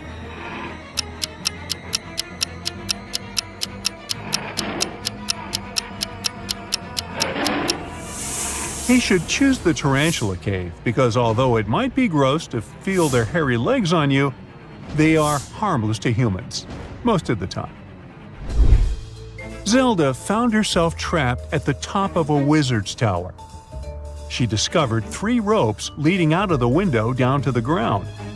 Which rope should she choose to escape?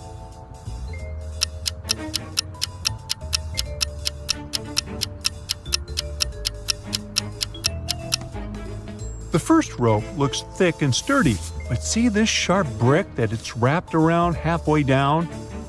That will likely cut it under Zelda's weight. On the other hand, if you take a closer look, you'll see that the second rope is no rope at all. It's a long snake. So that leaves her with the first rope. Just as Zelda was about to climb down the rope from the wizard's tower, a prince back on the ground yelled and told her to be quick, or else she would be caught by the wizard. How did he know?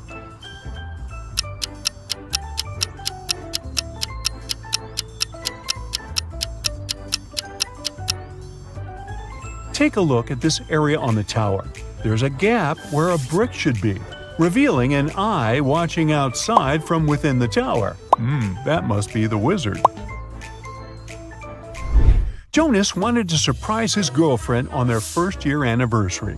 So he booked a table at the new mystery-themed restaurant in town, known for its unique concept where guests weren't supposed to order but were served surprise dishes instead. After they were seated, 3 waiters approached their table. Each had a covered dish on their food cart, and Jonas and his girlfriend had to choose one. But Jonas thought one of the waiters looked suspicious. Who is it?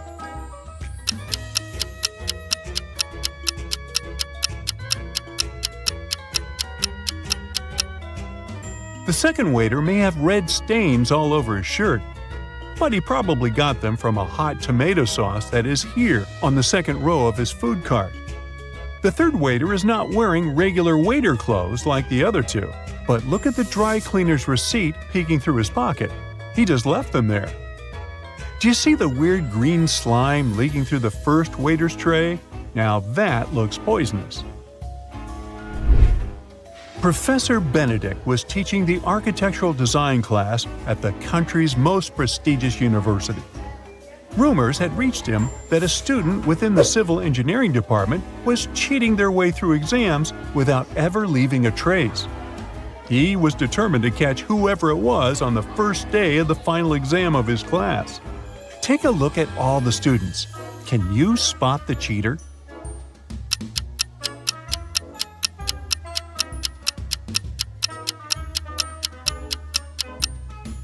You think it's this girl with the ponytail because she has a calculator on her desk, right? Wrong. See the note on the blackboard? It says calculators and rulers are allowed. But check out the ruler the Ronald Weasley-looking guy in the back is holding. It's not a regular one. It has the answers on it. Audrey and Henry were driving across the country for their friend's wedding. As night fell, they began to feel tired and decided to find a place to rest. When Audrey searched for hotels on her phone, she found that there was only one option with available rooms on their route. As they checked in, the hotel clerk informed them that there were 3 rooms available. Take a look at their options. Which room should they choose?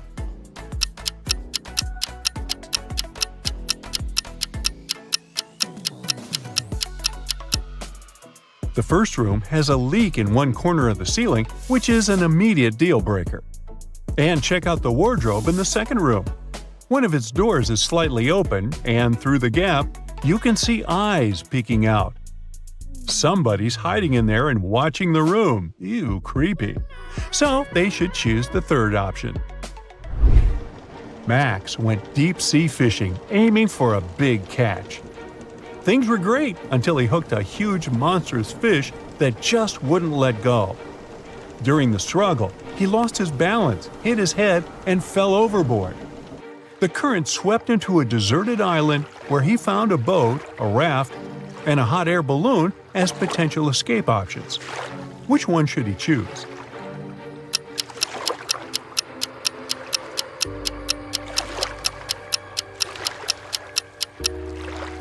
The boat has a hole in this side, so it's definitely not seaworthy.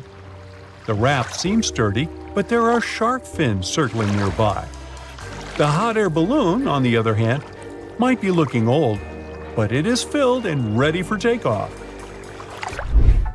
Cassandra and her friends went to the woods to have a picnic. However, after their meal, Cassandra fell asleep under the sun.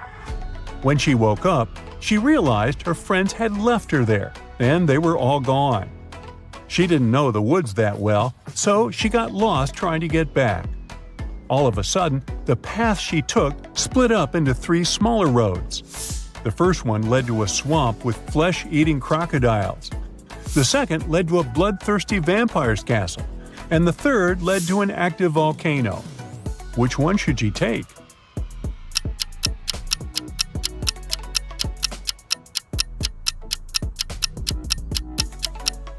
She should pick the second path. Because take a look at the sky. The sun is still up and shining bright. So the vampire can't hurt her. After leaving the vampire's castle safely behind, Cassandra found herself in the dampest, darkest part of the woods. Suddenly, she spotted something strange. Can you see what that is?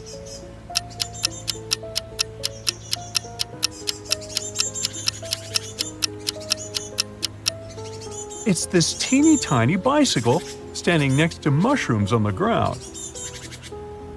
As Cassandra took a closer look at it, she noticed that the mushrooms had even tinier doors and windows. When she yelled, "Hello!" a fairy greeted her and said, "I see you're a lost traveler. I'll magically teleport you if you answer my riddle. What has roots that nobody sees, is taller than trees, up it goes, yet it never grows?"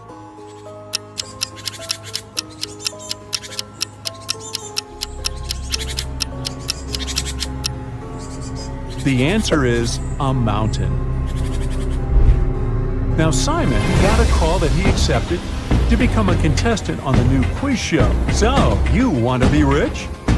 When it was his turn to compete, he made it to the final question, which was, how is it possible that a person's birthday is in January, but they celebrate it in the summer? Can you help him win the grand prize?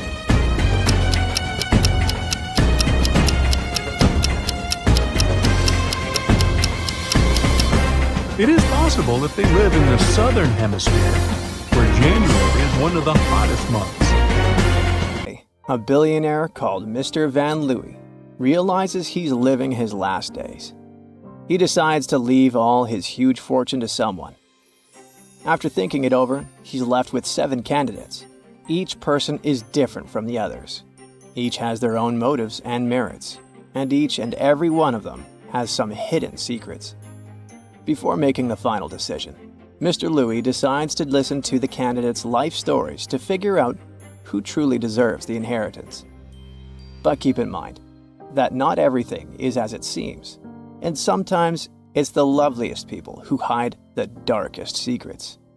But before we eavesdrop on the conversations the billionaire is having with his nearest and dearest, let's sneak a peek at the characters and life stories of these people. The first on the list is 40-year-old Alex, Van's eldest son. At first sight, he's a successful businessman, just like his father. Since childhood, he's always been trying to please Mr. Louis, and now he's sick and tired of his image of a good son.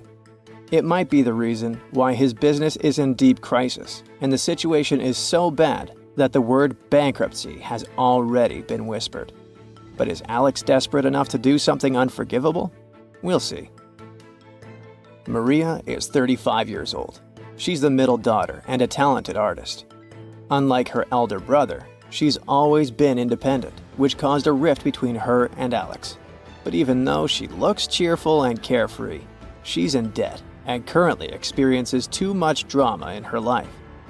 She hopes that the inheritance can help her fix her career and recover from a financial setback. John, Mr. Louis' 33-year-old youngest son, is disabled. But despite the limitations of his own body, he's a doctor, and a good one at that. He is devoted to his profession and spends most of his time in hospital helping people. Van has known his best friend, Helen, since they were kids. Helen is 65 years old, and she's been with him through many ups and downs. At the moment, she's working as a volunteer, helping those in need. She hopes she'll get the inheritance. She's always speaking of opening her own shelter for homeless animals. Peter, who is 50 years old, is Van's trusted business partner and confidant, who has always helped Mr. Louis in all his endeavors. Peter seems to be dedicated to his work, and it might even be true. But his true intention is to take over Van's company after the man passes away. Is Peter eager enough to speed up this process? We'll see, I guess. Anna is 28 years old, and she's Mr. Louis' housemaid. She's been working for him since she was 20 and has earned a reputation of a modest and hard-working young woman. Anna has got a small son, and she dreams that he will study in the best college in the country. That inheritance could come in handy. And finally, we've got Max, Mr. Louis' bodyguard, who is 37 years old. Even though he's extremely charming, Max seems to be the black sheep, since he spent 7 years in jail when he was younger. No one but Mr. Louis knows the real depth of his crimes. Max seems to regret his past and does everything to make amends. Now, let's sneak into the billionaire's bedroom, where he speaks to all these people in turn. When Alex enters, his father doesn't waste a second. I know about the problems with business you're experiencing. I don't think leaving you all my money will save the day. Alex objects.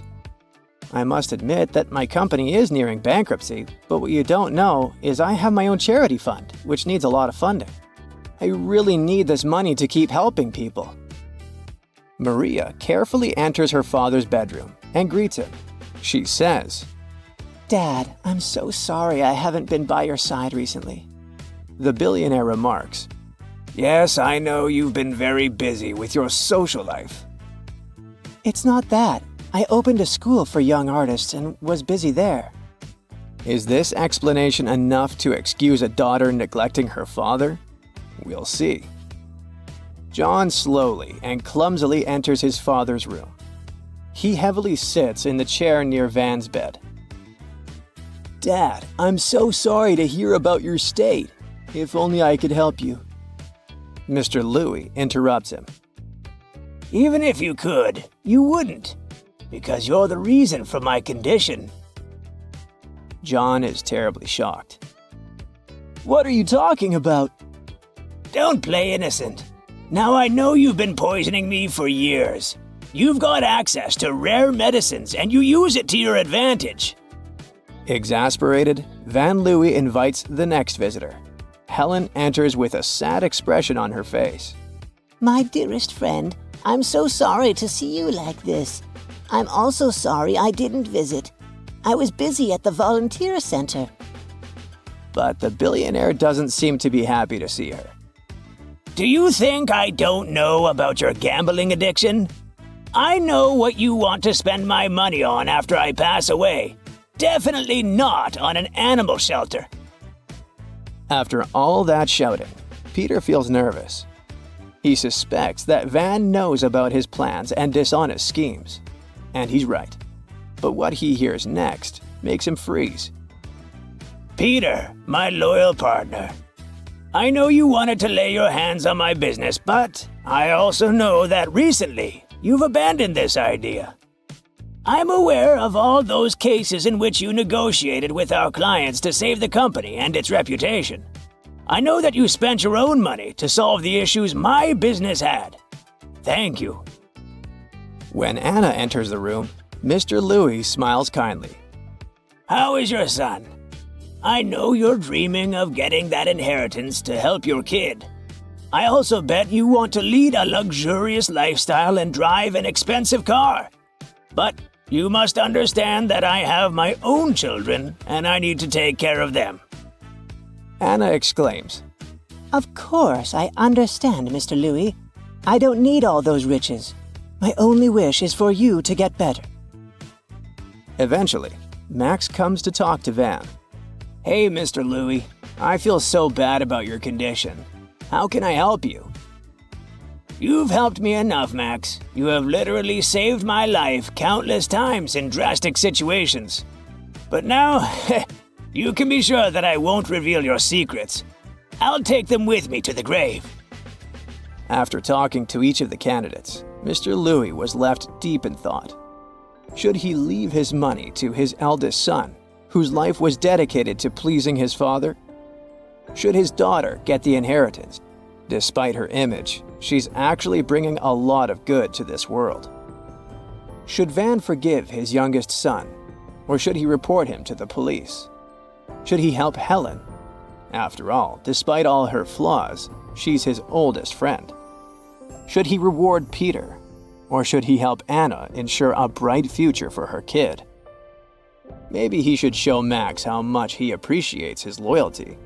The billionaire is at a loss. He drinks his medicinal tea and finally comes to a conclusion. He slowly and with great difficulty gets up from his bed and shuffles to the door. He opens it and sees 7 people. All of them are waiting for his verdict. So, what do you think? Who will Mr. Louis leave all his money to? Think twice, or maybe even thrice, since there are many worthy candidates. And now, get ready for the great reveal. Van Louis decides to leave all his inheritance to Anna. All because the billionaire is actually the father of Anna's son. Now the little guy and his mom don't need to worry. The kid will get the best education. A bright future awaits him. What Mr. Van Louis doesn't know, though, is that the boy's father is actually Max, the charming ex-criminal who stole Anna's heart many years ago. Mr. and Mrs. Luce have 7 daughters. Each daughter has 1 brother. Can you tell how many people there are in the family?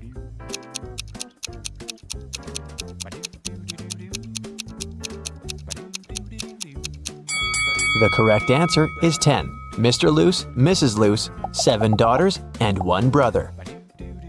Dr. Luce is a world-famous chemist. Wow. He has just arrived in London to attend an international science seminar. The next morning, the lab cleaner found Dr. Luce unconscious on the floor. One of the 6 lab assistants poisoned the chemist. The names of the 6 assistants are Austin, William, Oscar, Leo, DJ, and Robert. To solve this case, lab managers called the local detective, Mr. Smith. Dr. Luce left this mysterious note on the table. Here's what he wrote: 76, 20, 44, 79, 16, 22, 7. After reading the note, Mr. Smith asked the police to arrest 2 criminals. Who are the criminals?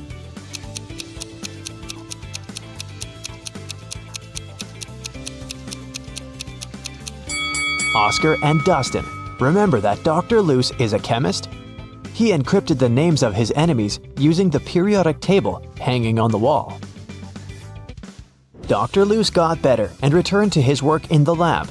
He invited a young scientist, Oscar, for a job interview. His resume was too good to be true, so Dr. Loose decided to check Oscar's logical thinking. He offered Oscar to solve this number puzzle.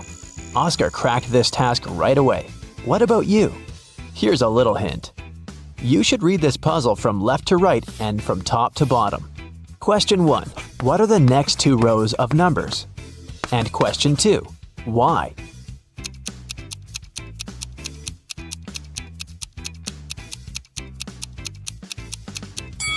Here's the correct answer. Line 3 represents 2 1s. Line 4 then becomes 1 2 and 1 1. Line 5, therefore, is 1 1, 1 2, and 2 1s. Using the same logic, we can now decode line 6, 3 1s, 2 2s, and 1 1. Line 7 is 1 3, 1 1, 2 2s, and 2 1s. Dr. Loose hired Oscar and took him to the basement of the lab, but someone has changed the password on the door. Can you help the guys guess the code?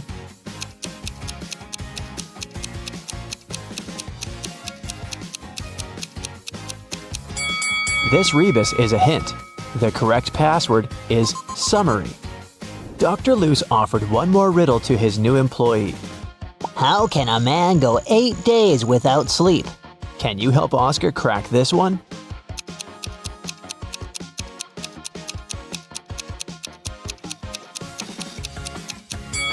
The correct answer is easily, because people sleep at night. In the basement, Dr. Loose found out that someone had stolen his latest innovation, a superhero costume. Oh no! He had questioned 3 suspects. Jack, the cleaner, said, I've been cleaning the floor in the hallway all morning. I haven't entered your office yet. Peter, the lab assistant, said, I was working on my own project, and besides, I don't have a key to your private office. And Dr. Loose's wife, Helen, said, You never tell me anything about your work. How would I know what to steal? Dr. Loose took fingerprints from the closet where the costume was. But he found only his own fingerprints. Who stole the costume?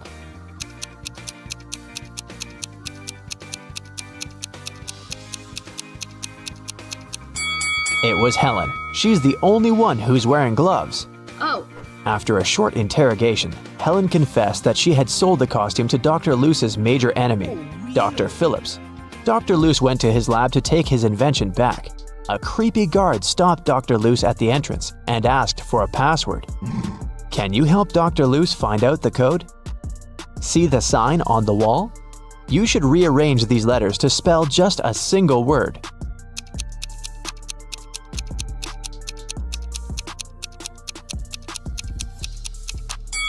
So, the correct password is a single word. Dr. Loose entered the building and found himself in a strange place guarded by 2 people. One of the guards always says the truth, while the other one always lies. Dr. Loose doesn't know who is who. He can only ask one question to escape. What should he ask?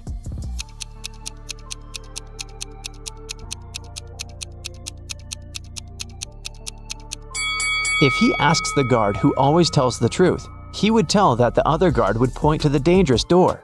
And if he asks the guard who always lies, he would tell the opposite door of the truth-telling guard and point to the dangerous door.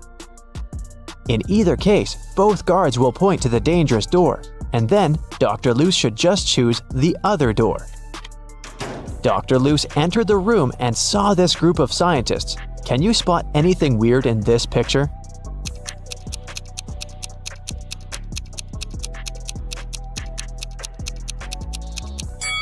The scientists are holding 4 slices of pizza in their hands, but only 3 pieces are missing from the pizza box.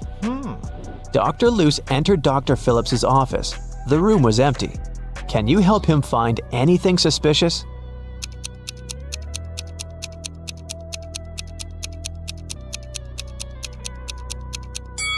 Someone is hiding in the ceiling vent. Suddenly, Dr. Loose saw Dr. Phillips flying around in the superhero costume. He grabbed Dr. Loose. took him to the top of a mountain and left him there alone. Dr. Loose wandered around and found 3 tunnels. There's an angry, hungry lion in the first tunnel. There's a huge fire in the second tunnel. And the third tunnel leads through a dinosaur lair. Which way should Dr. Loose choose?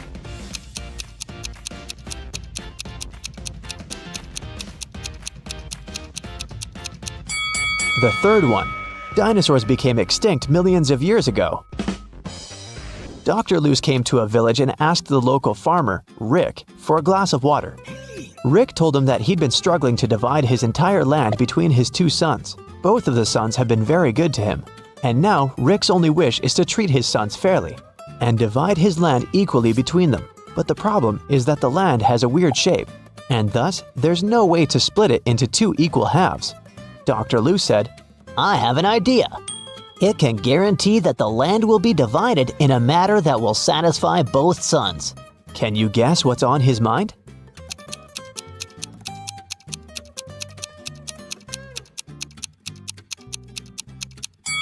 All Rick needs to do is ask one of his sons to divide the land into 2 parts and tell him that the other son will have the choice of selecting one of those 2 halves. In this manner, both of them will avoid any tricks and divide the land equally. Dr. Loose was sitting at the local restaurant. He was sad because he'd lost his wallet during his adventures. He noticed a man next to him pulling a wad of $100 notes out of his pocket. Dr. Loose turned to the rich guy and said, Hey, I have an amazing talent. I know almost every song that has ever existed. The rich guy laughed. Dr. Loose then said, I'm willing to bet you all the money you have in your wallet that I can sing a genuine song with a lady's name of your choice in it. The rich man laughed again and said, Okay, how about my wife's name? Helga, Fiona, Mary, Rose, Holmes. This evening the rich man went home poor, and Dr. Loose went home rich. What song did he sing?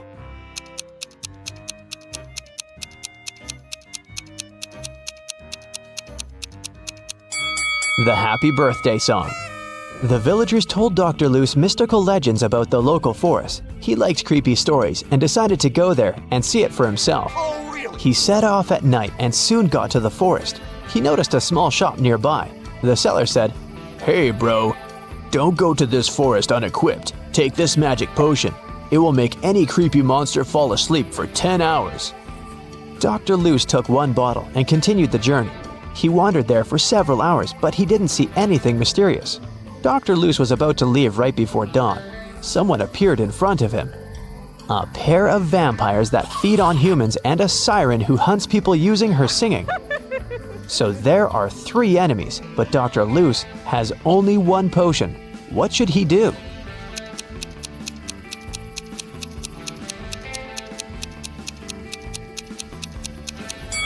The sun will rise in a few seconds and vampires will run away. That's why he should pour the potion at the siren.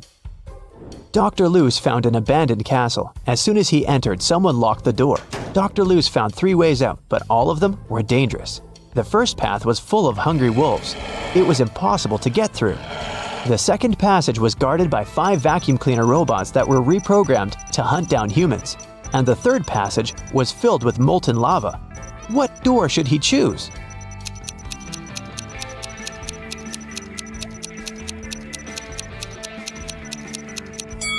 The second one. The vacuum cleaners might go after him, but they're pretty harmless. Finally, Dr. Loose returned to his hometown. He's also a college teacher. Unfortunately, he didn't have enough time to prepare for the upcoming class. Therefore, he offered the students this tricky lesson. There was no homework, assignments, or tests, but there was a final test that would have only 1 question on it. When everyone received the test, it was a blank sheet of paper with a question on it. What is risk? Most students managed to give their answers, but only 1 student deserved the highest grade. Yes! That's weird because he only wrote down 1 word. What did he write?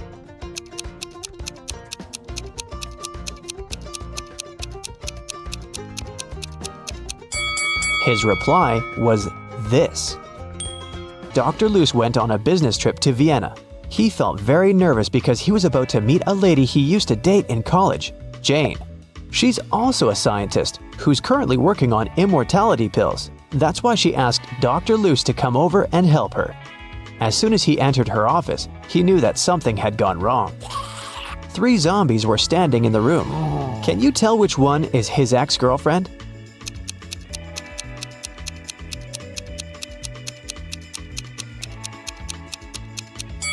Take a look at Dr. Luce's hand. He has a tattoo, T plus J. So his girlfriend is the second zombie because she has a tag on her foot that says Jane.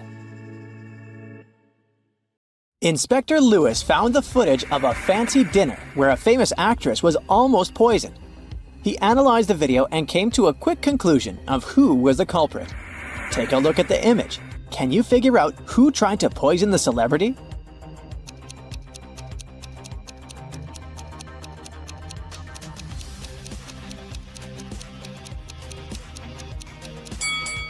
The picture clearly shows that the second lady was the culprit. You see, the lady decided to wear gloves so she wouldn't get poison on her hands and poison herself. Besides, if you were to poison someone, you would have to make the food look presentable.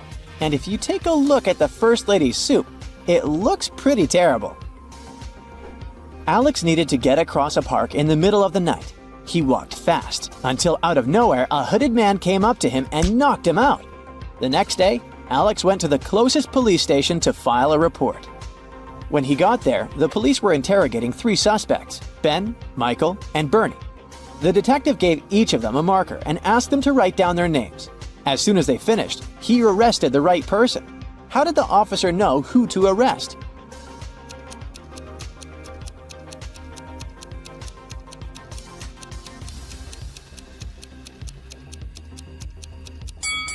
The test wasn't all that random after all.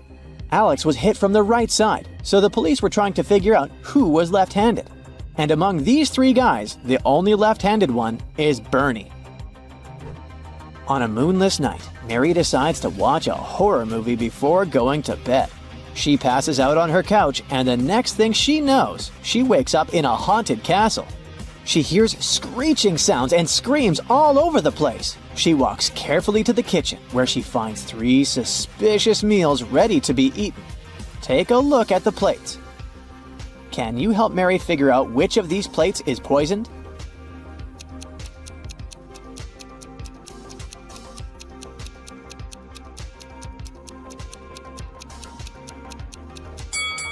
So, the French fries look relatively okay. The cake has a spider climbing on top of it. But hey, it's protein, right? But the meat, oh, the meat has a strange liquid coming out of it. That's the one that's probably poisoned. The airport police are having a lot of trouble these days. Many convicts escape prison and are trying to leave the country as fast as they can. Take a look at this image. You gotta figure out ASAP who the fugitive is.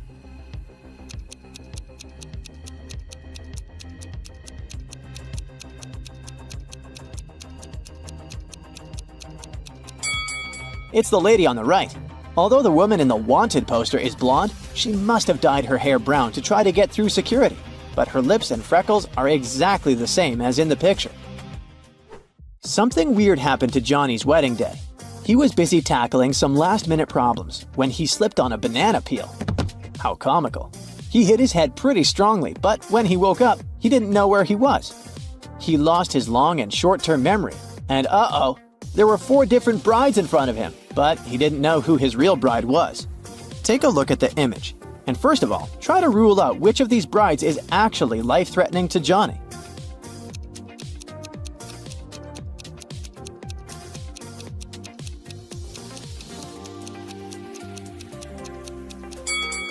Did you see the hidden poison jar on that bride? The bride on the left is probably pretty dangerous. He should rule her out first. Jane and Brendan really didn't like each other. They were sharing a flat because they were short on money. What Brendan didn't know is that Jane had some evil plans. She planned on poisoning one of his meals, since she was the one that always prepared the food. One day, she cooked the same piece of meat for both of them. She cut it in half, ate her share, and gave him the other part. After he ate it, he started to feel really bad and was taken to the hospital. The question is, how did Jane manage to survive while Brendan got sick?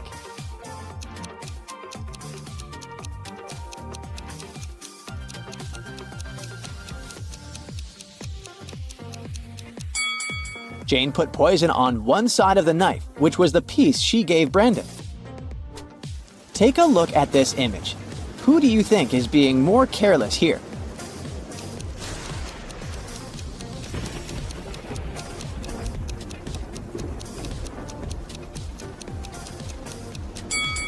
It's the girl on the right. She's almost falling out of the boat. She should move to the middle and help balance the weight. And what about in this image? Who do you think is being irresponsible here?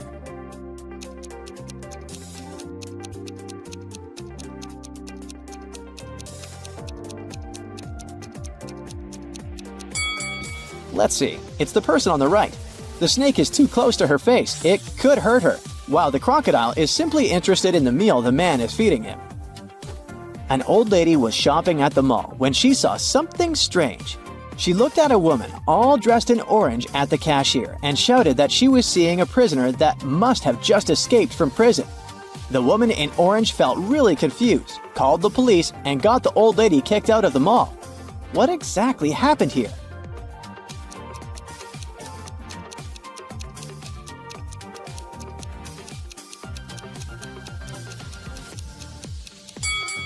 The woman was dressed in orange overalls. It was just a fashion trend, but the old lady mistook it for prison clothing. In a parallel reality where humans, witches, and all types of beings coexist, Jenny and Lawrence were playing hide and seek. They were inside a huge old mansion. Jenny spent hours looking for her friend until she stepped inside the study. There were footprints up until the middle of the room, and then they disappeared. The only window of the room was open. Take a look at the picture. Can you figure out what happened here?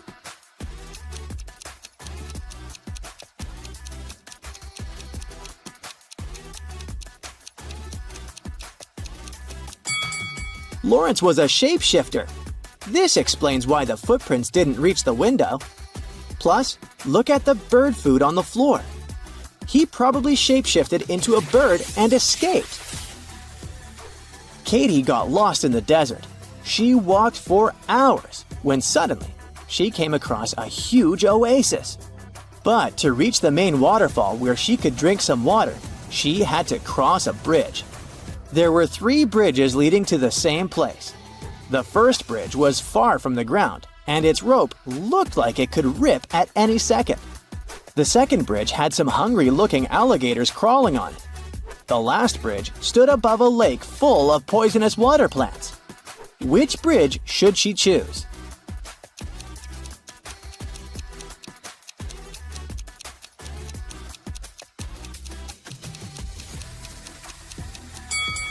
The last one.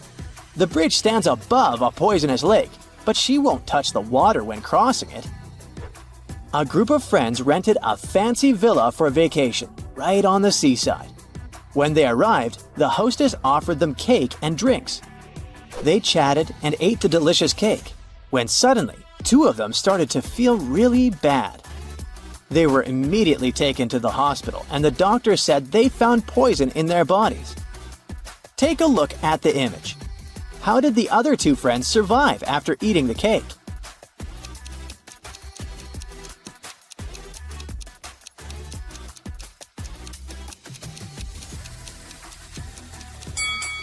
That's easy. The poison wasn't in the cake. The poison was on the drinks the hostess served them. If you look closely, the friends that felt sick drank what the hostess offered them, and the others didn't. Oh my! Mark, Bray, and Livia are doing terribly financially. So they walked into a local supermarket looking for the cheapest thing to buy. One of them was planning on stealing something. But hey, can you figure out who just stole something?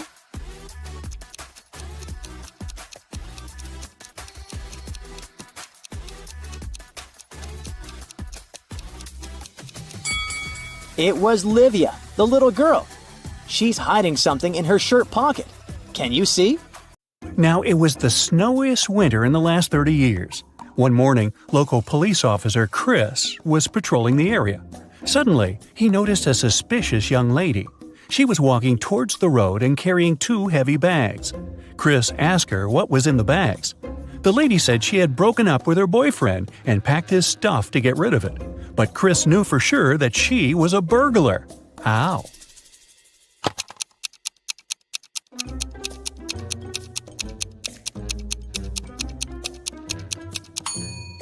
She got out of the house through the window. People don't do that when leaving their own homes. Noah was an alien on a mission to investigate human behavior on vacation. He landed near a popular sand beach in Malibu. Noah put on a special human-like costume and hid in the crowd. Special Agent Sam was sent to the beach to deal with this issue. Sam arrived and questioned people at the seaside. He warned them that aliens might look like humans, but no one seems to have noticed anything suspicious. Take a look at these vacationers. Which one of them is the alien?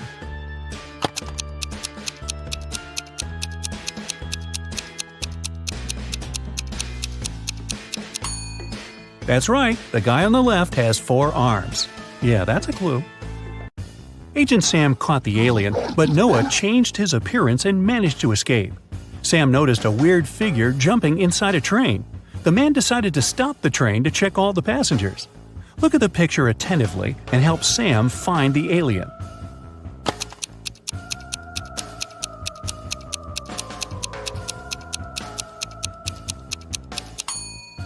The old man in the right corner is the alien.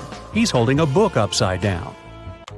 Vicky was working on her laptop in a coffee shop. At one point, Vicky needed to go to the bathroom. She decided it'd be safe enough to leave her stuff unattended and headed to the bathroom. But when the girl returned, she found out that her backpack and her laptop were missing. Oh, no. Vicky ran outside and saw 3 elderly ladies with picnic baskets sitting in the park. The girl asked them if they had seen the thief, but all 3 of them assured her they hadn't noticed anyone. Ms. Green said she had just joined her friends. Ms. Smith was eating her sandwich and reading a newspaper, and Ms. Jackson was taking pictures of birds. Vicky called the police because she knew for sure who the thief was. How did she figure it out?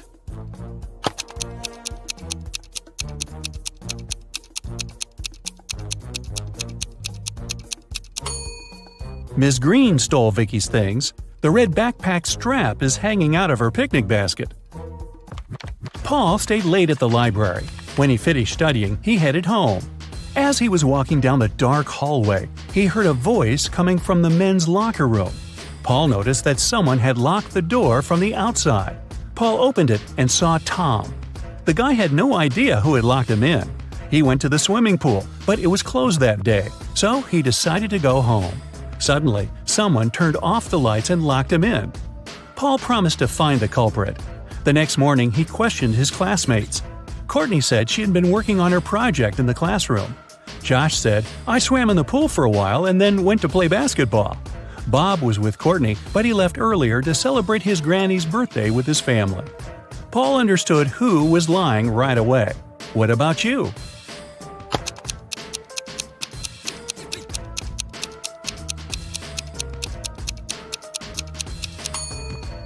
It was Josh. The day before, the swimming pool was closed. Andrew is a photographer. He was walking alone in the wilderness and met a puma. The guy was very lucky and managed to escape, but he found out that his filter water bottle opened when he was running away from the animal. Now he didn't have any water left. Some time passed and Andrew got very thirsty. He had 3 options. The first one was to drink from a salty lake, the second to drink cactus juice, and the third option was to get water from a muddy stream. Help Andrew make the right choice.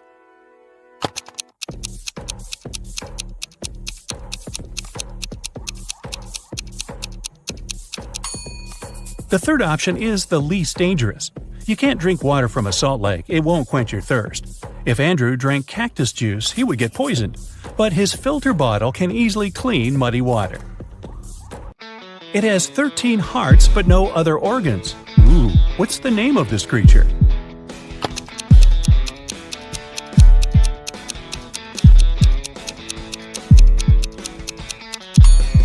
It's a deck of cards. What can you catch but never throw?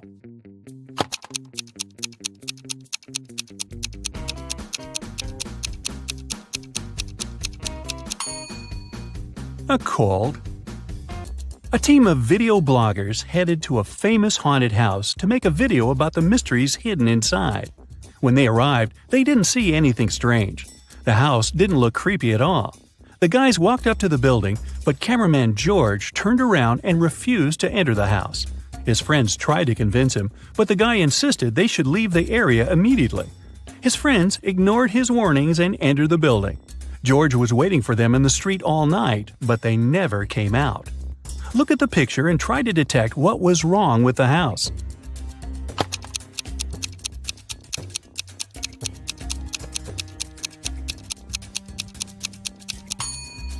Look at the ground. All footprints lead to the house, but there are no footprints leading away from the building. Ooh. I always run, but I never walk. I have a mouth, but I never talk. I have a head, but I never weep. What am I?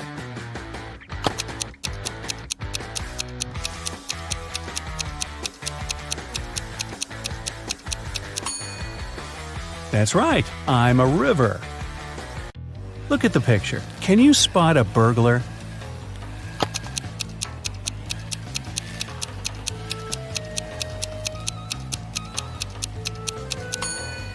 That's right, the thief is inside the house on the left, standing next to the window.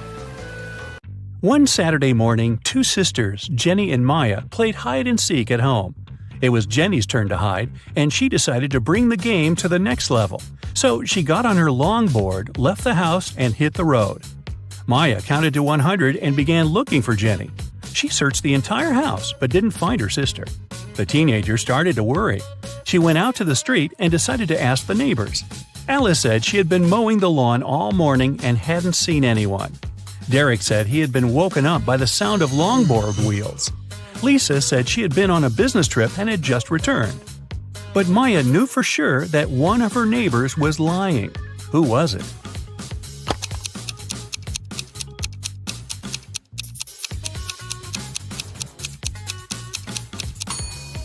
Alice lied. Take a closer look. Her lawn isn't mowed. What letter of the alphabet is also an organ in the human body?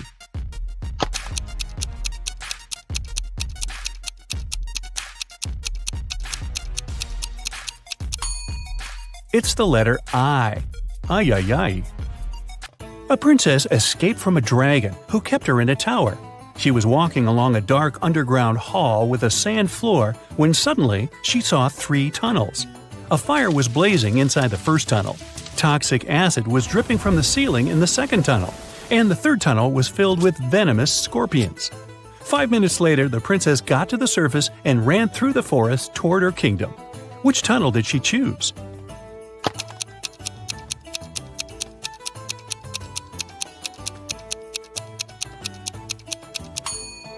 The first tunnel. She put out the flames with sand. Smart princess. I can be touched, but I can't be seen. What am I?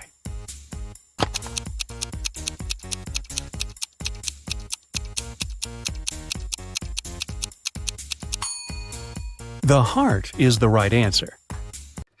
Look at the picture. What's wrong here?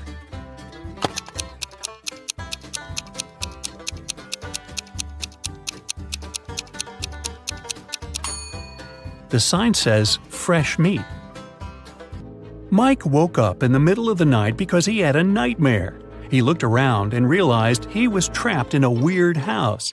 Mike searched the place and found 4 doors to freedom. But the first door led to space. Behind the second door, there was a giant magnifying glass. Anyone who stepped inside would be burned by the sun in no time. The third door was hiding a pride of hungry lions. And behind the fourth door, there was an ocean swarming with sharks. Help Mike choose the right door.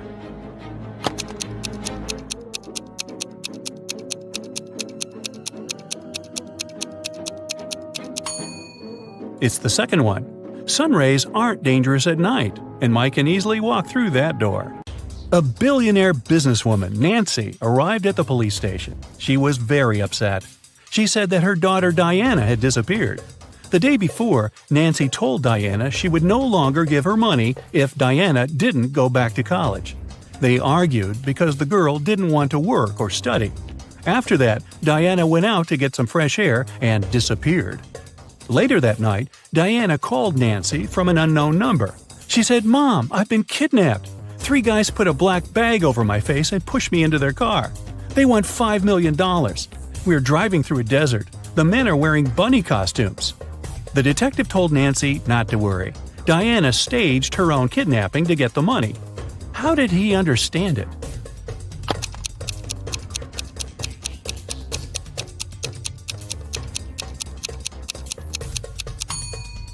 If Diana had had a black bag over her head, she wouldn't have seen the men's costumes or the desert.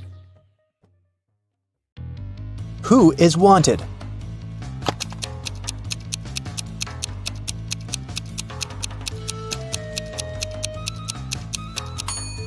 The girl on the right. She has the same mole as the girl on the poster.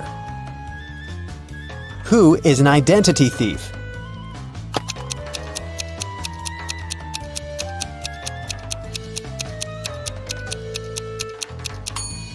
It's the man on the right. His real ID is sticking out of his backpack, which means he must be showing a fake ID. Who is an imposter?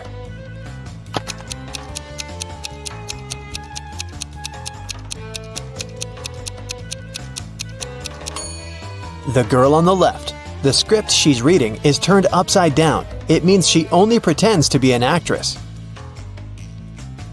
Who is the real thief?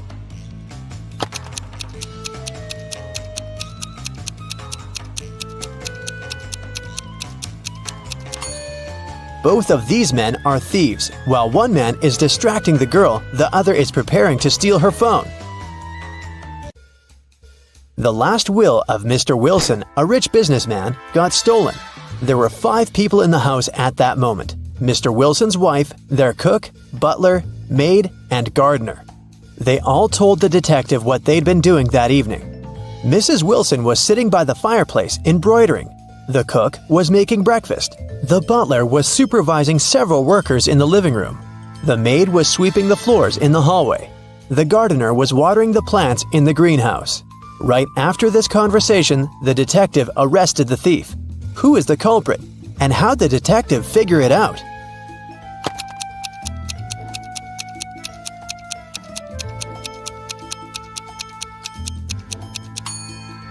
The cook is the thief. He said he'd been preparing breakfast, but the crime happened in the evening. Lily owned a flower store. One day, she got a call from the police. They told her that her shop had been robbed. When she arrived, shards of glass were on the ground near the store, and the pots and plants inside were broken. The police questioned 3 suspects. Jacob, Lily's ex, said, "I was in a hurry and didn't notice that the windows were broken when I was passing by the store. I only realized what had happened when the police called me." Camille, Lily's friend, said, Lily asked me to help her with something in the store. When I arrived, everything had already been broken. I called the police immediately. Matt, Lily's ex-coworker, said, I was walking nearby and I saw someone breaking a window and sneaking into the shop. I left my phone at home, so I ran to the police station. Can you guess who's lying?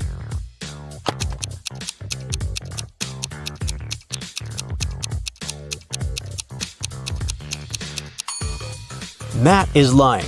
Shards of glass were laying on the ground, which meant that the criminal had to break the window from the inside. Let's take a little break. Now, you need to think fast. Mary's mom has 4 daughters. One daughter is called April, the second is named May, and the third daughter is June. What's the 4th daughter's name?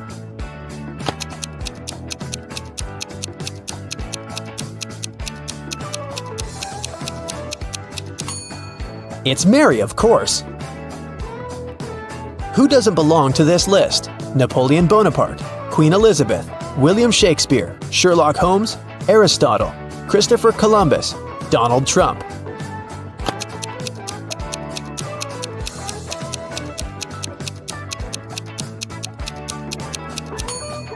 Sherlock Holmes. He's the only fictional character on the list. 8 girls are in the house, and each of them is busy with something. The first one is cooking dinner. The second one is lighting the fireplace. The third girl is playing chess. The fourth one is reading a book. The fifth girl is drawing a picture. The sixth is cleaning up the house. The seventh girl is watering the plants. What is the eighth girl doing?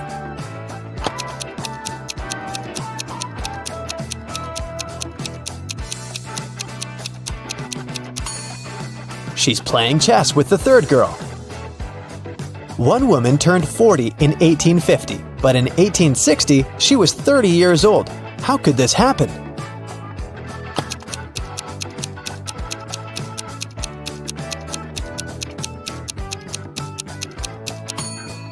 This could only happen if 1860 was earlier than 1850, which means that the woman turned 40 in 1850 BCE and 30 in 1860 BCE. An artist was walking in the park when it suddenly started raining. He had neither a hat nor an umbrella to cover his head. He also couldn't hide under a tree because the downpour was too heavy, and still, not a single hair on his head got wet. How can that happen?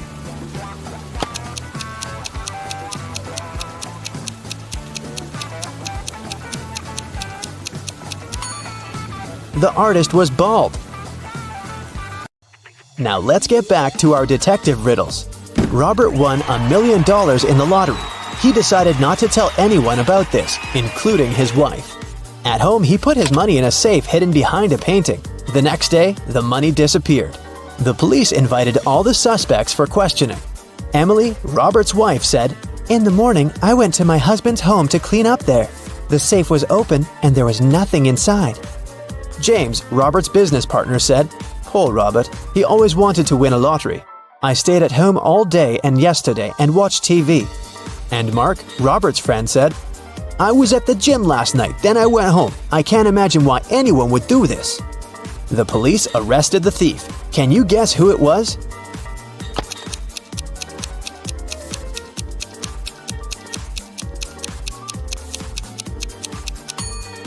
Robert's business partner did this. Robert didn't tell anyone that he'd won the lottery.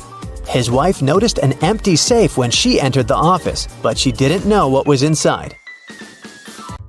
Marina was participating in a figure skating championship. She was a very strong competitor, and many people believed she could win. When the time for a warm-up ran out, all the participants started preparing for the performance. Marina was the first. She was amazing, but suddenly she tripped, fell down, and broke her leg, which made her unable to continue. The investigation revealed that someone had ruined her skates. The police interviewed 3 suspects.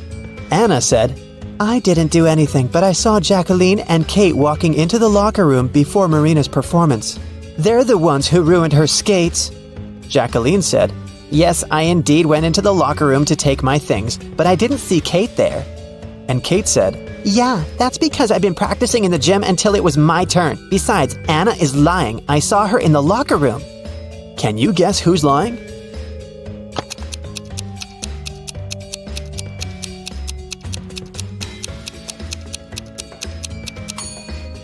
Kate. She couldn't train in the gym because the time for the warm-up had been over by the time the competition started. Here's what happened. Kate went into the locker room and ruined Marina's skates. Jacqueline came into the locker room after her, and that's what Anna saw. Jane is afraid that she might have a stalker. She brought some photos of herself and her friends to the police. The police immediately found the culprit. Who is Jane's stalker?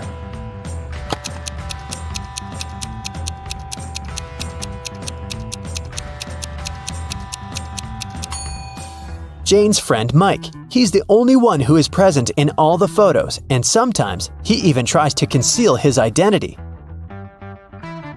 The investigation didn't have enough evidence to prove the suspect was guilty. Detective Reed decided to investigate their house, hoping to find some clues, and he actually did find something. He discovered a secret room. However, it had a combination lock and the word "idea" written above it. Do you have any idea what the code might be?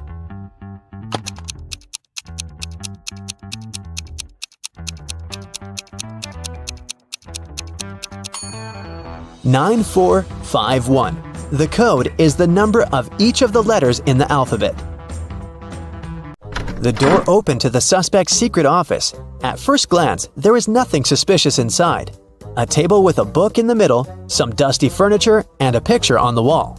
The detective examined the painting and found a safe with a 3-digit code behind it. Next to it, there was a note with a hint: P270L7-8. Can you guess what the detective needs to do next?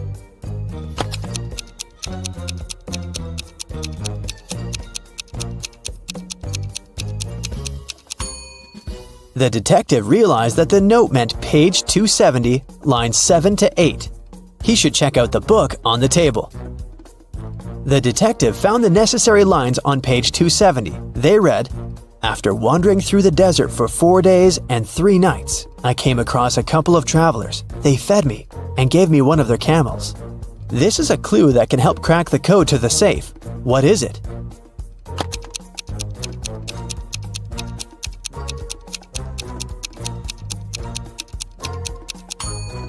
"721. 4 days and 3 nights makes 7. A couple of travelers is 2. And don't forget about 1 camel." The detective opened the safe and found the evidence that proved that the suspect was guilty. In the middle of the night, someone stole a unique artifact from a museum. The museum guard claimed it had been a robber. Detective Ridd arrived at the crime scene immediately and questioned the guard. The man said, I was walking around the museum. Suddenly I saw a dark shadow. I called out to them, but they didn't respond." But Detective Ridd noticed that something was wrong with this story. Can you guess what it is?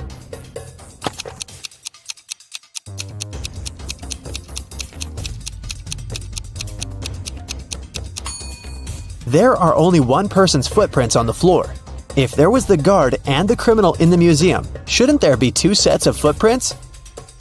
Detective Ridd asked the guard what he did next. The man said, "I ran after the thief and saw them break the glass door and steal the artifact.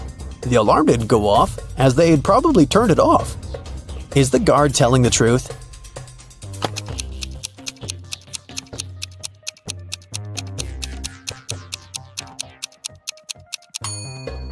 The door is indeed broken, but it's also open. It can only be opened with a key. It looks like someone opened the door to prevent the alarm from going off, and then broke the glass to hide the traces. The detective asked the man what had happened next. The guard said, "I ran up to the criminal and tried to stop them, but they sprayed something in my eyes, and I lost consciousness. When I woke up, I immediately called the police." Is he telling the truth?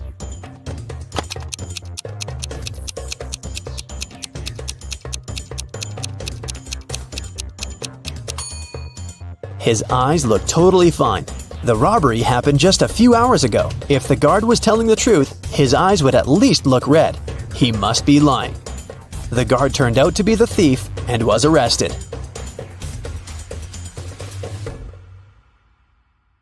During the math class, Mrs. Stevens had a task for the students. They had to say, what was 3 plus 3 times 3? 2 people raised their hands and she asked both.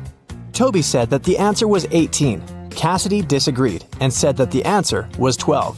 Who is right?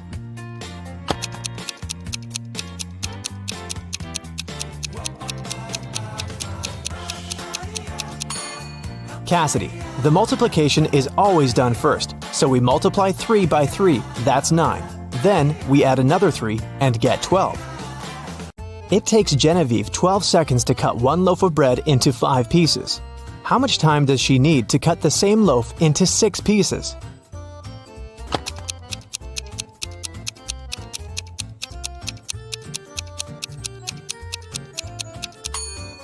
"15 seconds to cut the bread into 5 pieces. She must make 4 cuts. If it takes her 12 seconds to make 4 cuts, it means she makes 1 cut in 3 seconds. If she now wants to cut the bread into 6 pieces, she needs to make 5 cuts. And since 5 cuts takes 3 seconds each, the combined time will be 15 seconds. How many years in the 21st century have had 365 days?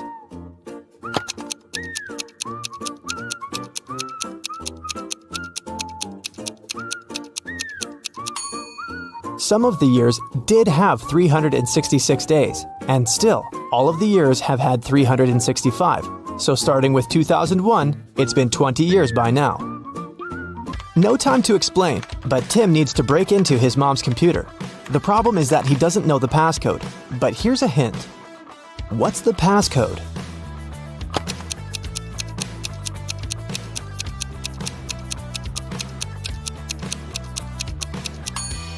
Each consonant in the word equals 200 points, and each vowel takes away 100 points.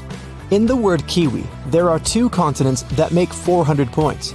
2 vowels take away 200 points, so the passcode is 200. Lucas and Liam went for a walk. They found a cool tree and decided to climb up to the top of it. Who is less smart?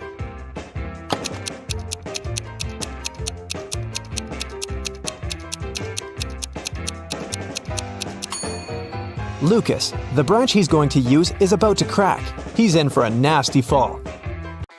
Michael and Logan are bloggers. To boost their popularity, they decided to take selfies in dangerous places. Michael is taking a selfie while surfing a huge wave, and Logan is taking one standing on the edge of a bridge.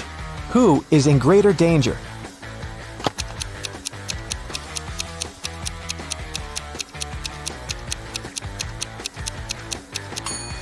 Michael. Logan at least has some people around. They'll notice if something happens and call the emergency services. Michael is alone. Thomas and Abigail were going on a date. Thomas arrived half an hour earlier and decided to go and buy some flowers. Abigail had just returned from London and was driving to meet the guy. Who is doing something wrong?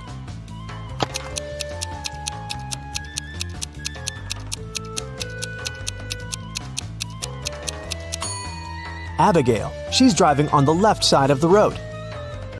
Elizabeth and Melanie are getting ready for a barbecue party in the garden. Elizabeth is cooking and Melanie is decorating the garden. Who is not smart?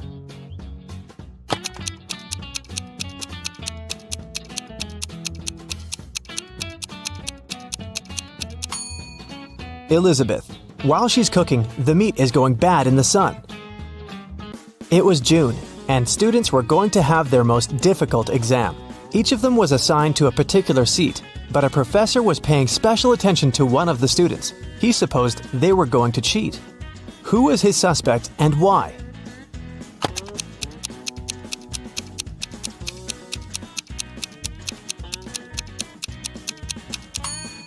It's this blonde girl. In June, the weather is great and all students are lightly dressed. And still, this girl is wearing high boots and a sweater with long sleeves. Ella got a new motorbike. She locked it in her garage and left for work. When she came back home and opened the garage, the motorbike was missing. The woman called the police. The officer interrogated 3 of her neighbors. Ryan said that he'd been away the whole day and hadn't seen anything. Colin said, "When I was walking the dog, the motorbike was still there." Jane said that she had come to Ella's house to ask her for some garden tools, but Ella hadn't been there, so she'd left. Who stole the motorbike?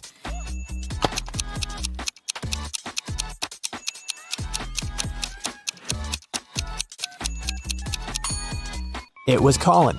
He said he'd seen the motorbike in the garage, but the door was closed, so he couldn't possibly spot the bike. Look at the sequence of letters. What should be the next one?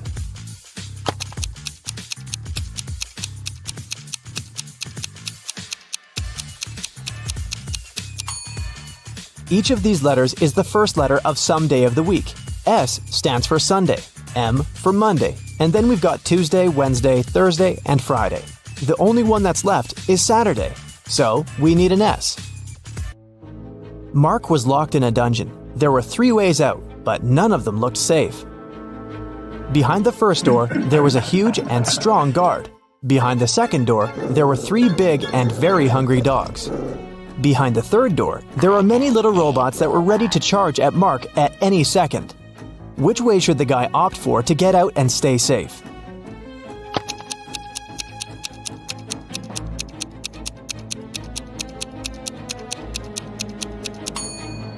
I'd say the third one. Although there are angry little robots, they're still super small and probably can't cause much harm. Emily woke up in a weird place she'd never been before. She looked around and saw 3 ways out. But there was a catch. Behind the first door, there was an iron block with a motion sensor that would crush everyone who entered the room. Behind the second door, there was an electric shock device that never missed. Behind the third door, there was broken glass all over the floor. Which way should Emily choose?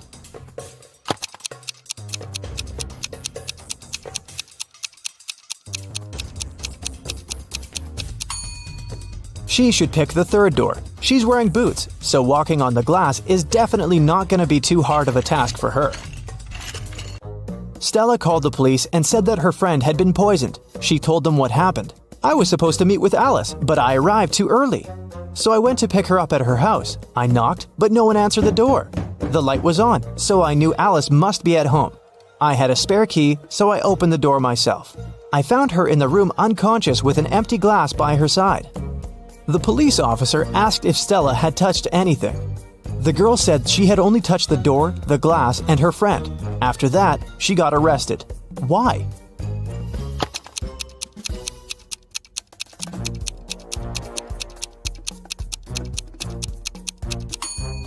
She said the lights had been on, but she didn't say anything about touching the light switch. But when the police entered the house, the lights were off. Mrs. Donnell reported that she'd been robbed. She said, "I was in the restaurant's bathroom fixing my makeup when someone approached me from behind and hit me on the head. I didn't see what this person looked like." The police sent the woman home and refused to fill the report. Why?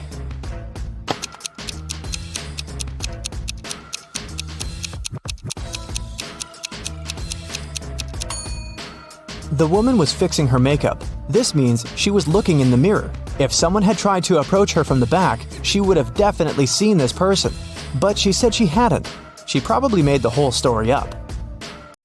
A cleaning man was washing the windows in an office building and fell from the third floor. Everyone agreed it must have been an accident. Luckily, Detective Callum was nearby. Once he came closer and saw what had happened, he concluded that it couldn't have been an accident. Someone pushed the man out of the window. How did he understand it?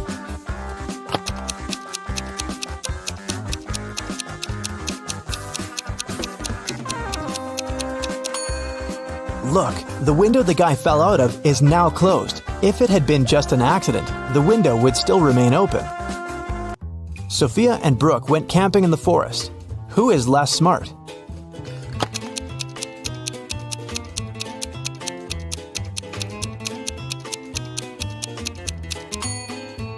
Brooke. Look, she's wearing heels. Nicole and Kate are late for work. They're both driving fast, breaking the speed limit. Which of them is in greater danger?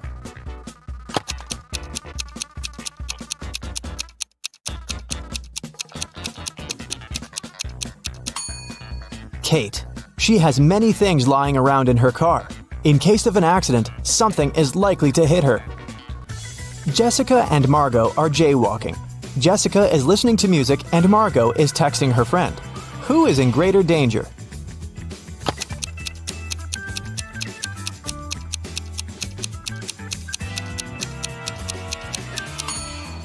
Jessica. Although they're both breaking the rules, Margot is doing it in a place where she can be easily noticed by drivers. And Jessica is jaywalking right where the road takes a turn. Drivers might not have enough time to react and stop. Allison and Maddie are doing housework. Allison is hanging the laundry outside, and Maddie is vacuum cleaning the basement. Who is less smart?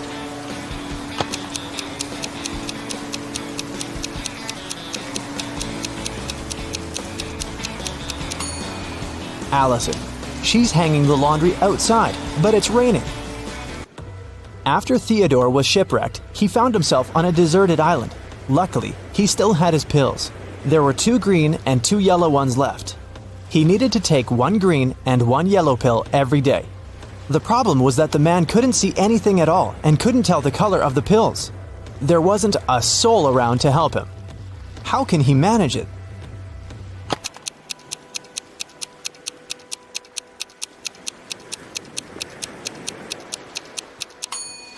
Theodore should break each of the 4 pills into half and eat half of each of the 4. This way, he'll eat exactly 1 green and 1 yellow pill. Camilla and Vivian are sisters. For her birthday, Vivian got a beautiful bracelet.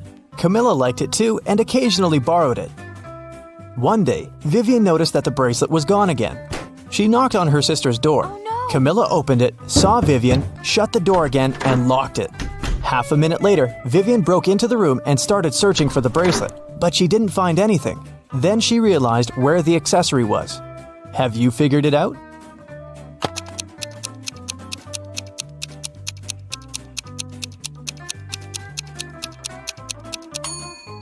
Vivian remembered that when Camilla first opened the door, she had her hair down, but now she has her hair up.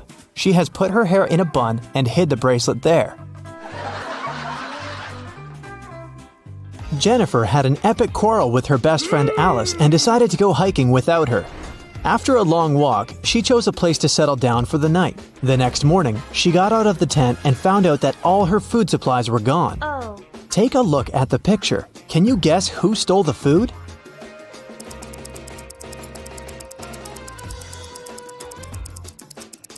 Although there are hair footprints all over the ground, these animals are too small to untie and carry away such a large bag of food. Alice followed Jennifer to prank her, but she forgot her hairband at the crime scene. Can you find a 4-leaf clover in this pattern?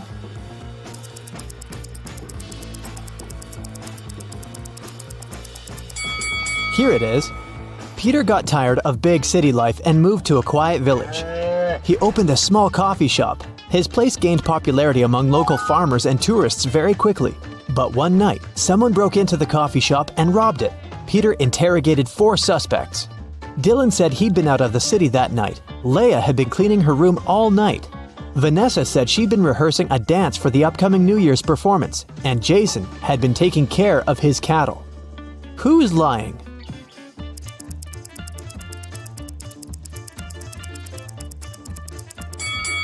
Vanessa, look at these blooming flowers in the field. It's summertime. It's too early for New Year's rehearsals. Vicky got on a bus, but suddenly she ran out screaming, "There's a zombie in there!" Who is a zombie?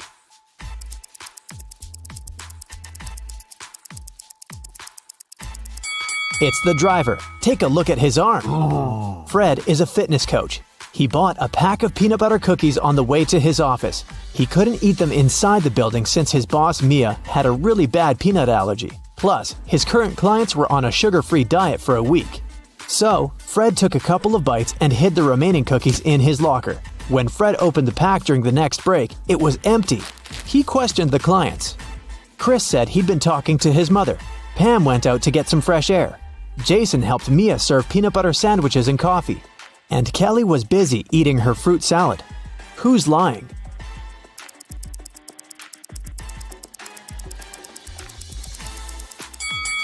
Jason. Mia has a peanut allergy. She wouldn't have come close to peanut butter sandwiches. Can you guess the word by these emojis?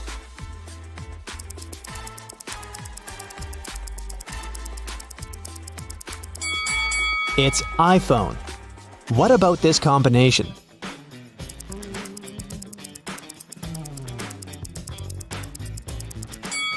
It's airline. And what about these emojis?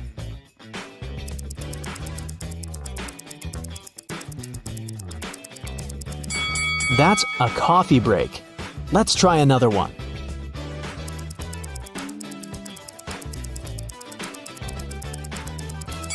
It's bad luck.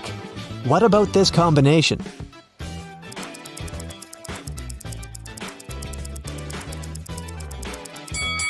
A starfish. What about these emojis?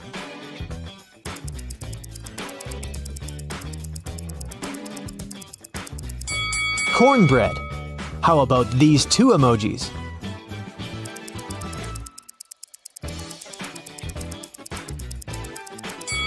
Right, that's sunlight. Let's try another one.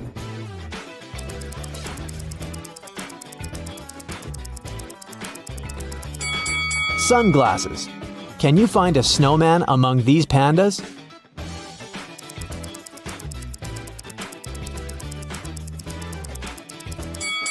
Here it is. Can you find a rabbit among all these cats?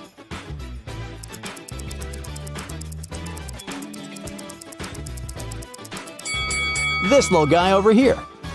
Someone robbed a bank last night. Its manager doesn't want the clients to know about it, so he hasn't told any details to the press yet. The police have found 3 suspects. All of them have been previously accused of similar robberies. The police officer asked, What were you doing when the robbery happened? Stacy claimed she'd gone to bed at 11 p.m. Dan said, I was bowling with my friends between 1 and 2 a.m. Ryan said he had spent the whole night in a hospital with his granny. Who robbed the bank?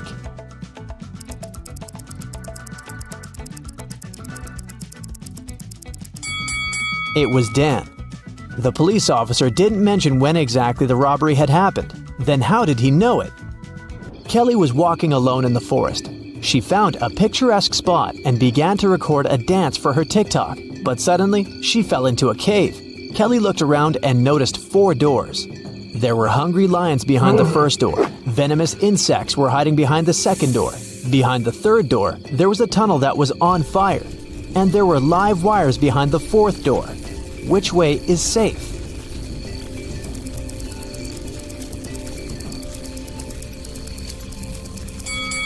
The fourth door is the safest. There's enough space for Kelly to crawl under the wires. Can you find a panda among these people?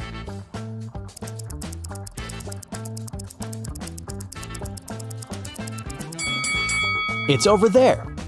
Miss Green recently got the job of a college teacher. She decided to start her first class with a small test. The woman watched her students during the test very attentively and noticed that 3 of them were cheating. Who?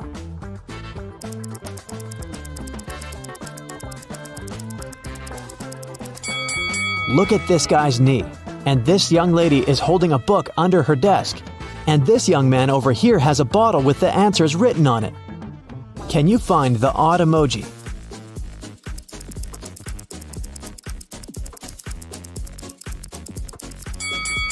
Something is wrong with this guy's teeth. Harry woke up in a creepy abandoned hospital. He searched the area and only found an old cart. He went further and saw 4 doors, but there were dangers lurking behind each of these doors. Angry werewolves were waiting behind the first one. The floor behind the second door was all covered with toxic acid. There was a wicked witch behind the third door, and there was a fire blazing behind the fourth door. What should Harry do?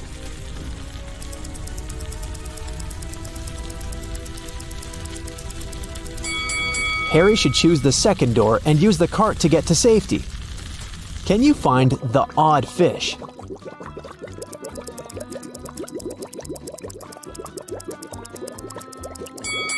Here it is. Gemma decided to follow her dreams and move to a cute house in a small village. She found several boxes in the basement and organized a garage sale to sell that stuff. Gemma put up an ad, everything for $1. Leah bought an old chess set, Peter purchased a mirror, and Daniel bought an old jewelry box. When they left, Gemma's neighbor came over and told her that she'd made a mistake. She had just sold a very expensive thing for a song. What item did she mean?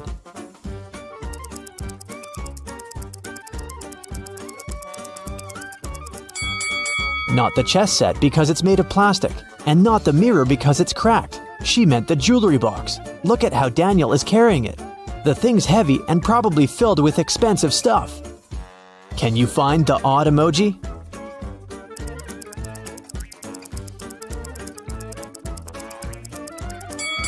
Here it is. Peter and Wendy had a picnic in a beautiful park. Suddenly, it started raining and they hid in their car. That's when Wendy noticed she had left her phone outside. Peter returned to the picnic spot but found no phone. Luckily, the thief couldn't get far. So, Peter entered the nearest cafe to check the customers. He saw 3 people inside. The guy immediately figured out who had taken the phone. Can you guess who the thief is?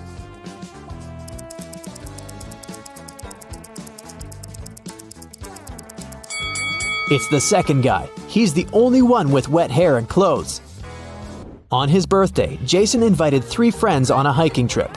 They found a beautiful wild beach and decided to stay there for the night. In an hour, one of Jason's friends disappeared. They separated to search for him, and the other 2 friends also vanished. Can you guess what happened?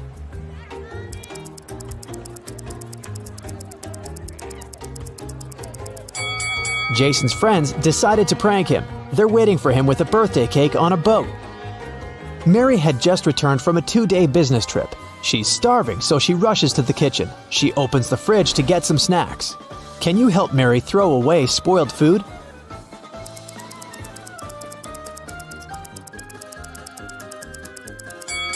This apple has gone bad." Some weird loud sounds woke Emily in the middle of the night. She ran to her roommates' bedrooms to check on them. Both Mia and Sam were sound asleep. In the morning, Emily found out that their house had been robbed. Mia said that she'd been sleeping and hadn't heard anything suspicious. Sam said that he had returned from a party very late and had fallen asleep immediately. Can you guess what happened?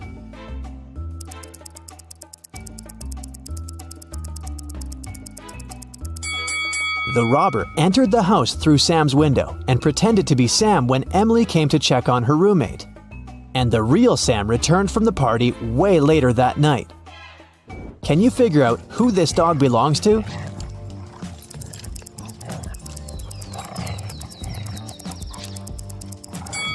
The dog's owner is the woman in the middle. She's the only one who's not trying to pet the dog.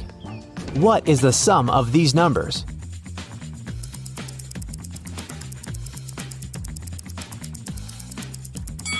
Four plus 17 plus 13 equals 34. George was returning home after a long day at work. He was walking through the park when somebody pushed him. He woke up in a well. The walls were too slippery to climb out of it, and he couldn't reach the bucket. Luckily, the guy found the solution. Can you guess how George escaped?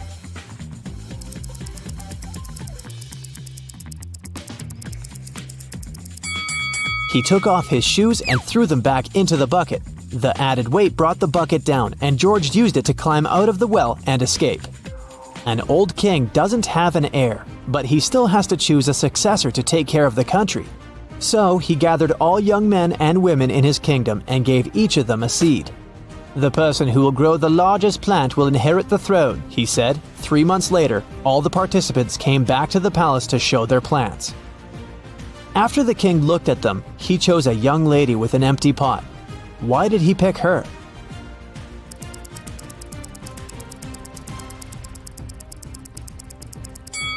The king gave the participants fake seeds. The woman was the only honest person who didn't try to cheat.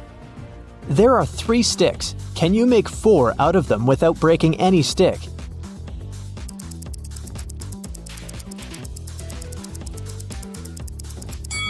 Here you go. A man was doing some repairs and accidentally fell from the roof of a 12-story building. He was not wearing a parachute, but he still survived the fall. How?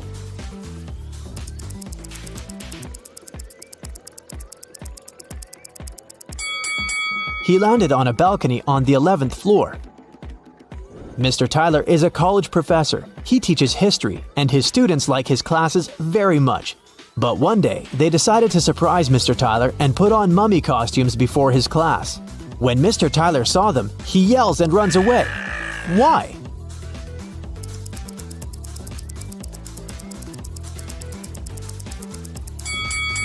This guy over there is a real mummy. He's levitating and there's flies around him.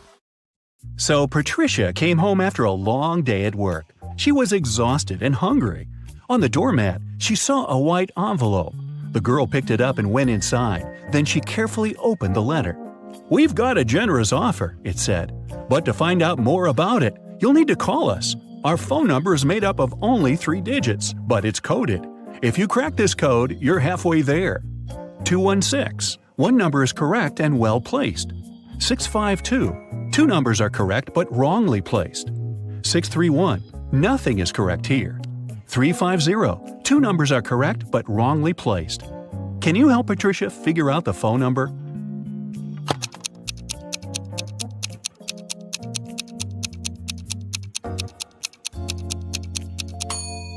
Patricia managed to crack the code. The number was 205. She was a bit nervous, but still dialed it. A strange synthetic voice answered her. "We invite you to take part in a game. If you win, you'll get $100 million. If you lose, no one will hear from you again.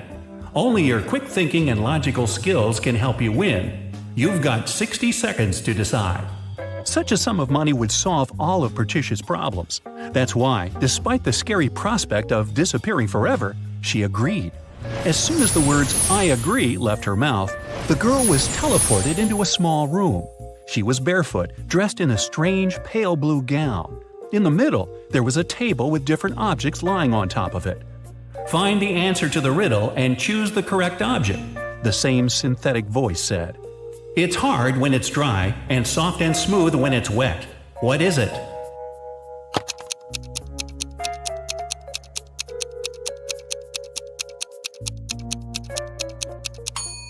Patricia guessed pretty fast that the object she needed was a sponge. She picked it up and put it into her pocket. Now, Patricia needed to get out of there. She noticed a door in the left corner of the room. It was locked, but there was a panel with several buttons on the wall next to it. On each button, there was a picture. Suddenly, the voice said, "I'm very large, but I look very small. Once night falls, I'm admired by many. What am I?"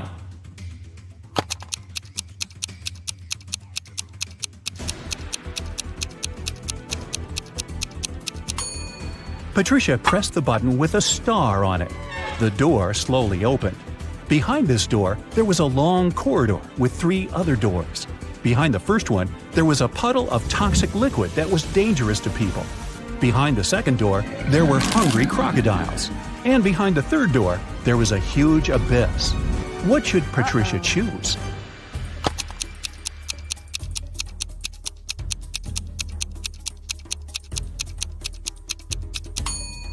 The first door. The girl should throw the sponge on the floor. It will absorb the liquid, and Patricia will be able to get inside. Once she is in the room, the voice said, I can howl, I can whistle, I can whisper, I can scream, but I don't speak. What am I?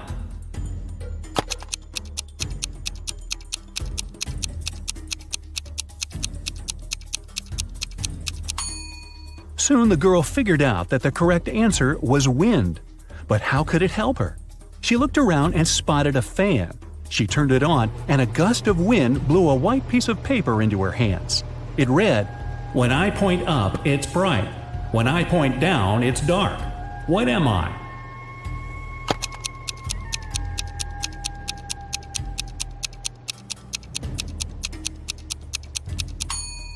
The answer is a light switch. Patricia looked around the room and indeed spotted a little light switch hidden in the corner. As soon as she pressed it, a large screen appeared on the wall. Patricia saw 4 people. They were in a grocery store. Who stole a watermelon? The voice asked.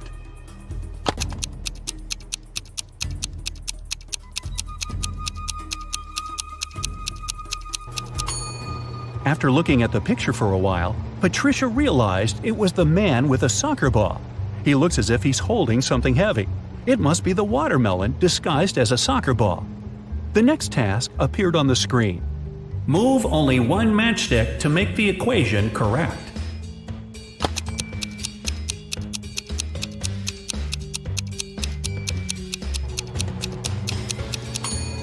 Patricia managed to figure out the answer quite fast.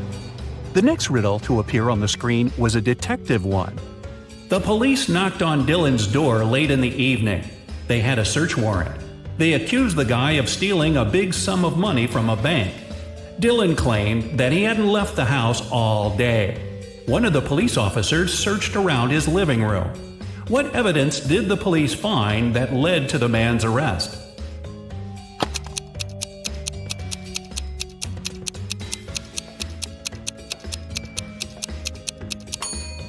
The date on the receipt lying on the table. It is the same as the date on the calendar, which means the guy did lie about not leaving his house that day. It was the correct answer, and Patricia was allowed to get into the next room. She saw a bottle with a coin inside. The bottle was plugged with a cork.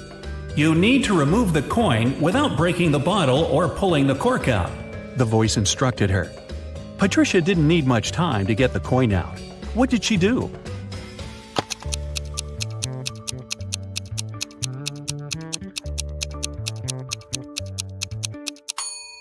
She pushed the cork into the bottle and shook the coin out. The task solved, Patricia moved to the next room. The only thing she saw inside was a glass of orange juice on the floor. It seemed to be half full, but the girl had to figure out if it was really so. She wasn't allowed to pour the juice out of the glass or use any measuring tools. Then how could she do it?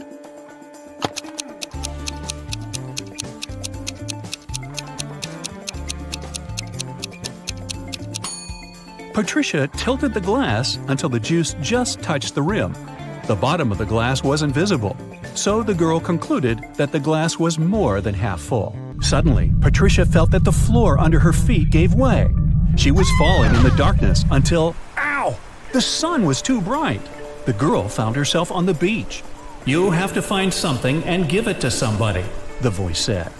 Patricia started looking around and spotted a watch in the sand. Besides her, there were only 3 other people on the beach. Who did the watch belong to?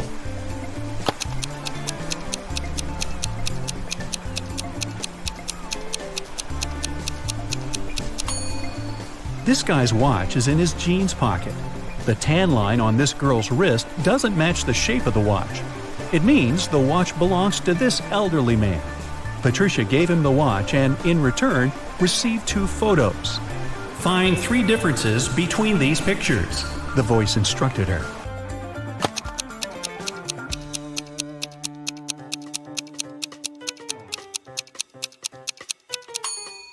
Aha! The cloud on the right is different in the second picture. There are only 2 windows in the basement of the house on the left. And the car's wheels look different too. Patricia walked along the beach. Her next task was to find a thief. They had just stolen a bag from that lady. The girl had 3 suspects. John said it wasn't him because he had been busy jumping on a trampoline. Laura told Patricia she had been drinking her fresh juice at the bar. And Patrick said he'd been selling ice cream. Help Patricia understand who the thief is.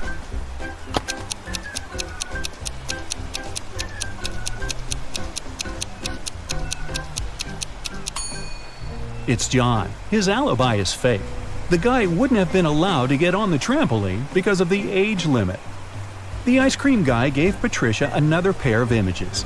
She had to find 3 differences again.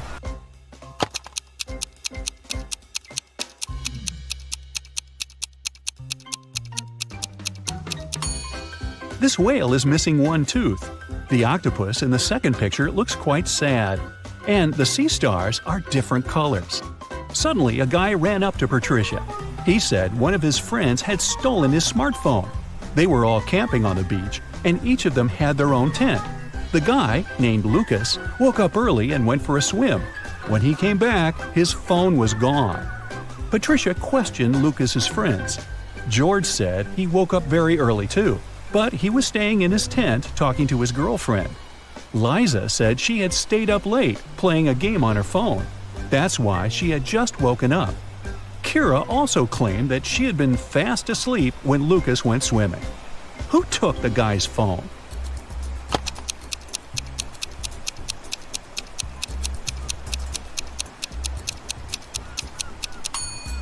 It was Kira.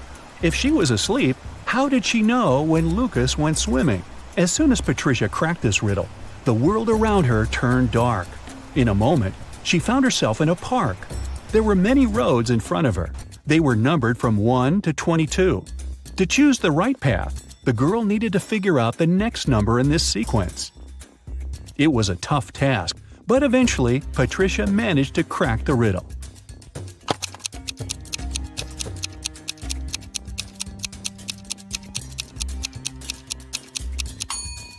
These numbers are the only ones that don't have any other vowels but E.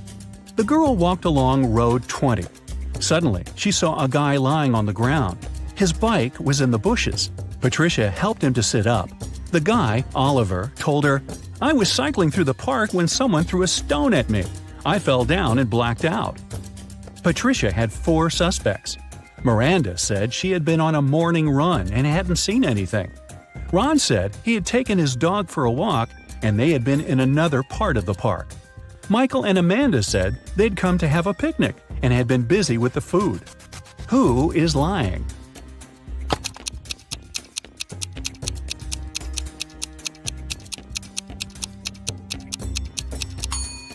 Miranda. It's evening. How could she have her morning run? Oliver thanked Patricia and handed her a new riddle. She needed to figure out the correct answer.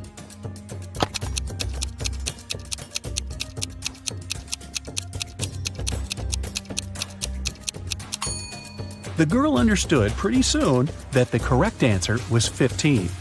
She kept walking and soon found herself at a busy crossroads. Several cars had met at an intersection, creating a huge traffic jam. If one car was removed, the rest of them would be free to move their way. Which car would you get rid of to solve the problem? The voice asked. However hard she thought, Patricia just couldn't figure out this riddle.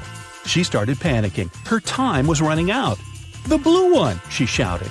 And it was the wrong answer. She felt she was falling, and then nothing.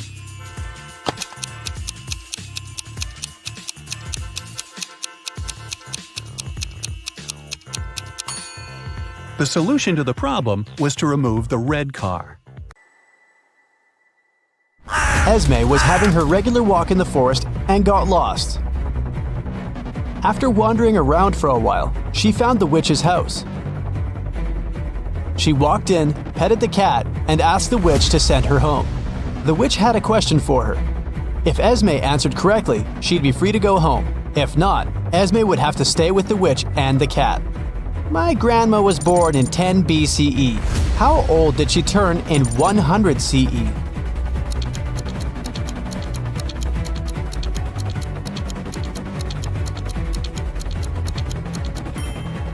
She turned 109 because there was no year zero. There was 1 BCE and then 1 CE.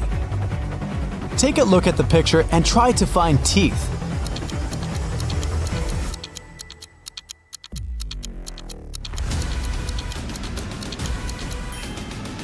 Here they are. Can you find the odd emoji?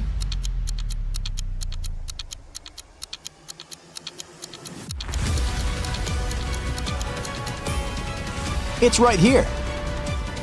Okay, here's another one for you. Which emoji is different?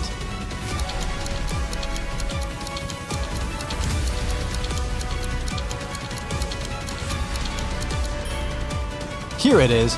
Hope you've got it. Can you find the odd one this time?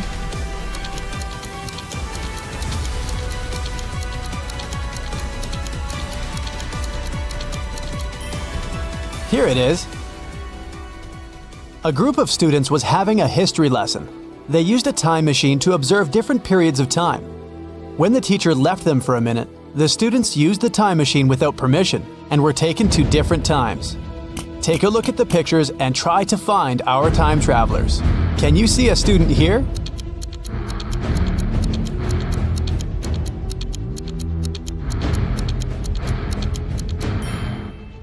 Look, this guy is taking a selfie. Okay, the next one. What can you say?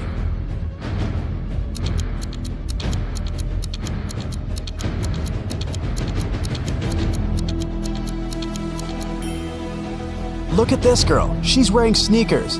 They didn't exist in ancient Egypt. What about this picture? Can you find a student here?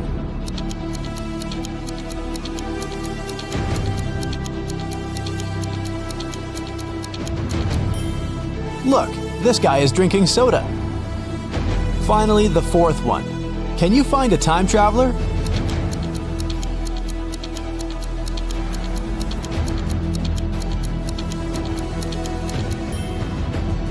This girl has pink hair. Now, take a look at the picture and try to understand what's wrong with it.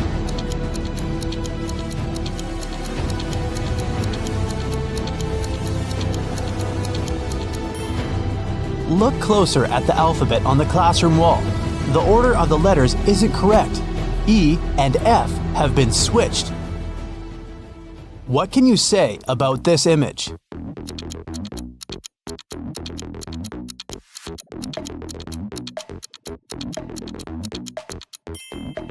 Yeah, the skyscrapers definitely don't belong here. Mrs. Mitchell fell from the 3rd floor of her mansion. Atlas was walking by and saw it happen, so she called the police and ambulance immediately and stayed with the woman to make sure she was all right. The girl said she had seen Mrs. Mitchell washing the windows, so it probably was an accident, but Detective Callum didn't believe it and said that someone had pushed her out. Why?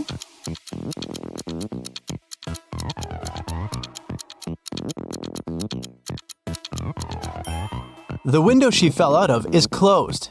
If it had been an accident, the window would have remained open, but someone closed it.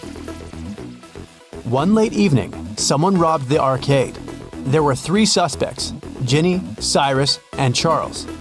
Ginny said she had indeed been to the arcade that day, but she was innocent. Cyrus said she had a date that day.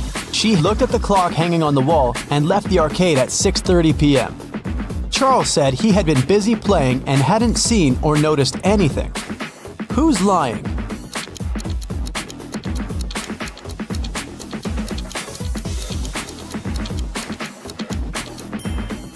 Cyrus.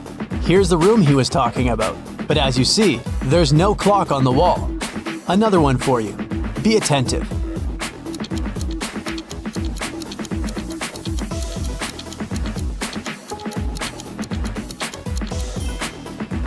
Look, the girl isn't reflected in the mirror. Weird. What's wrong here?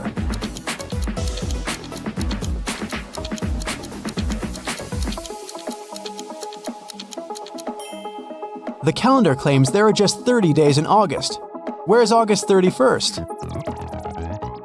What do you have to say about this one?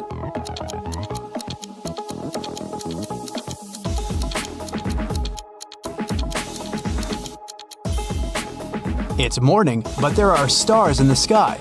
But they aren't visible during the day. Everly got into a car accident and lost memory. 2 guys, Toby and Dustin, came to take her home from the hospital. Each of them said he was her boyfriend. Can you tell who Everly's real boyfriend is?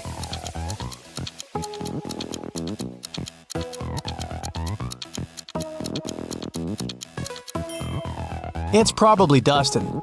He has Everly's name tattooed on his arm. Lyra woke up in a dungeon and couldn't remember what happened. The girl saw a door, but once she walked towards it, the wall started to move. Lyra could get out, but she needed to type in the 6 remaining digits of the passcode. Can you tell what the passcode is?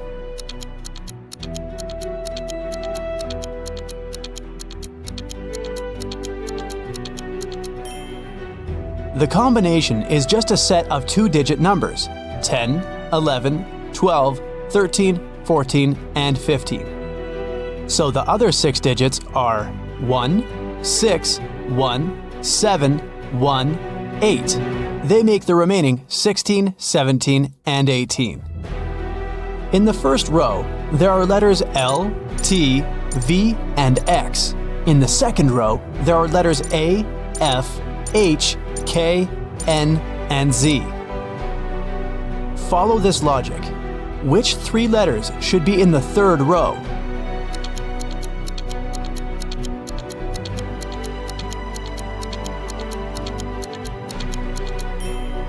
The letters in the first row all require 2 straight lines to be written, and they're in alphabetical order.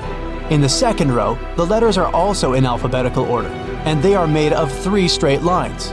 So, in the third row, there should be letters that require 4 lines, and they should be in alphabetical order too, which means these 3 letters are E, M, and W. Antarctica, Australia, Africa, Asia, and Europe. Can you tell what's similar about the names of these continents?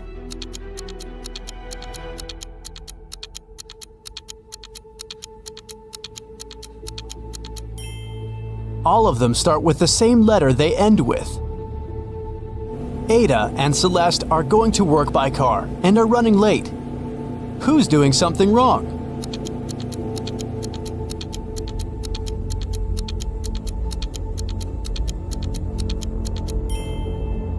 Ada. She isn't wearing a seatbelt. Leo and Liberty are going on a date after Liberty has spent a month in London. The woman is driving to the restaurant, and Leo has already arrived and is waiting for her. Who is doing something wrong?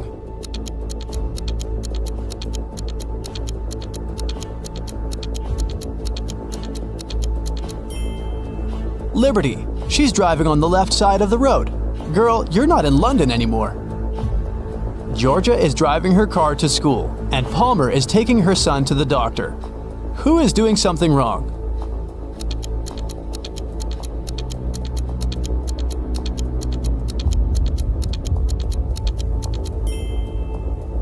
Georgia, there's a cat wandering around in her car. The animal can get spooked, and then it may scratch the driver or hide under the pedals.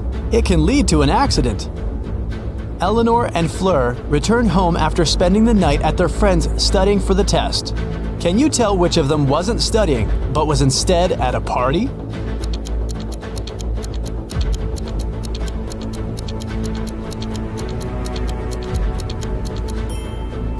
I'd say it's Fleur. She's wearing a dress, high heels, and evening makeup. A college soccer team played 6 matches in the season. They won 2, drew 2, and lost 2. In total, they conceded 2 goals and scored 3. What are the results of all 6 matches?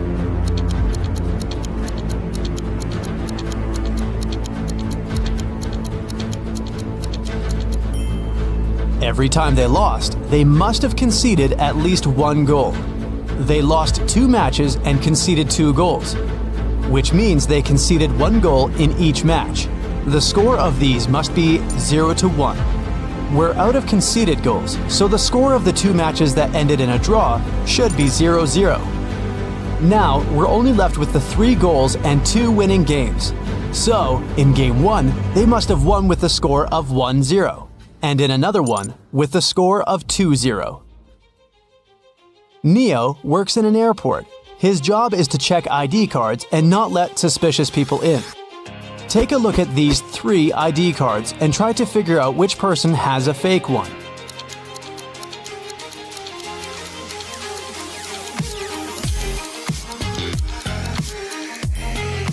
The second ID looks suspicious.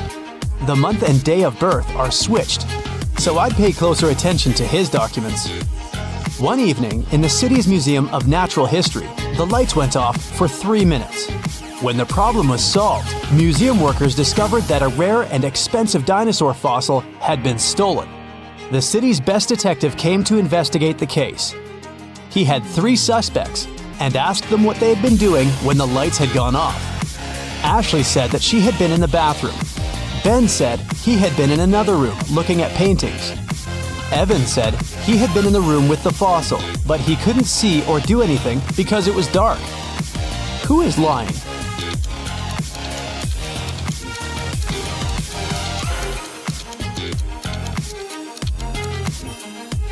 Ben, it's the Natural History Museum. There are no paintings. In a little town, someone stole a bucket of chicken wings from a local store. There were 3 suspects. All of them were customers who had been to the store that morning.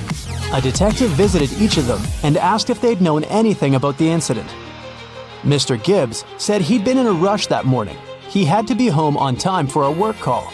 Mrs. Connor said her family was vegetarian, so she wouldn't be interested in chicken. Haley, a college student, said she had got her orange juice and sandwich and left. Can you tell who's lying?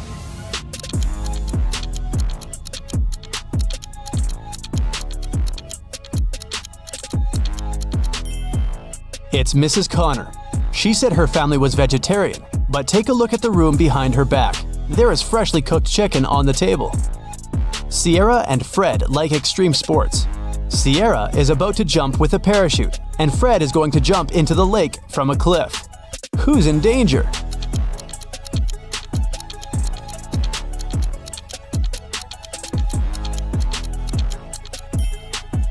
Fred, there are rocks under the cliff he's about to jump from. Ava has 3 sisters, and all of them are mothers. Ava has 1 daughter. Eliza has 2 nephews and 3 nieces. Chloe has 1 nephew and 3 nieces. Ava has 1 nephew and 5 nieces. How many nephews and nieces does Ava have?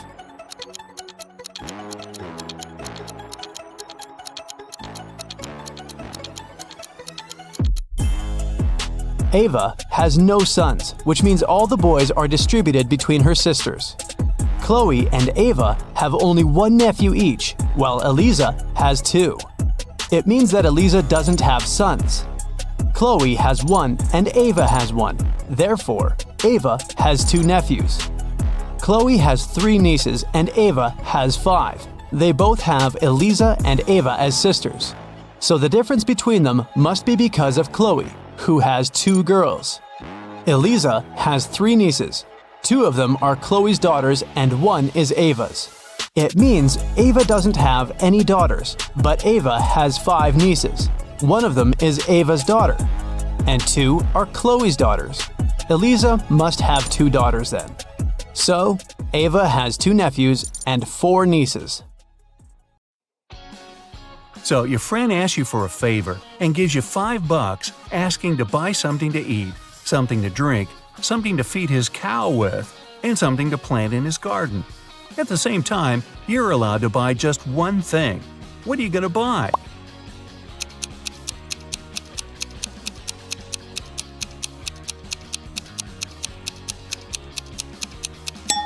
You can go and buy a watermelon. You can eat it, you can drink it, you can feed the cow with the rinds, and as for the watermelon seeds, you can easily plant them in the garden. An egg has to fall 100 feet, but you can't let it break. You can't slow down its fall or cushion its landing. How can you do it?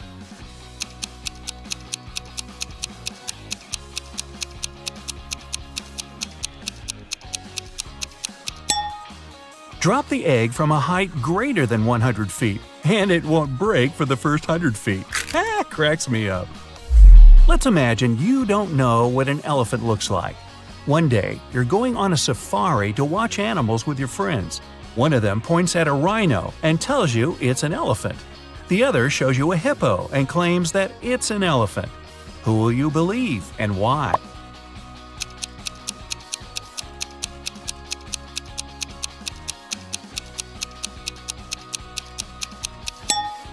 The task was to imagine that you didn't know what an elephant looked like, not that you didn't know what a hippo and a rhino are. It means you won't believe either of your friends. It's fitness day at school, and all the children ran the same distance. Each kid was ranked according to his or her own unique result. Billy turned out to be both the 50th fastest and the 50th slowest runner. How many kids are there at Billy's school?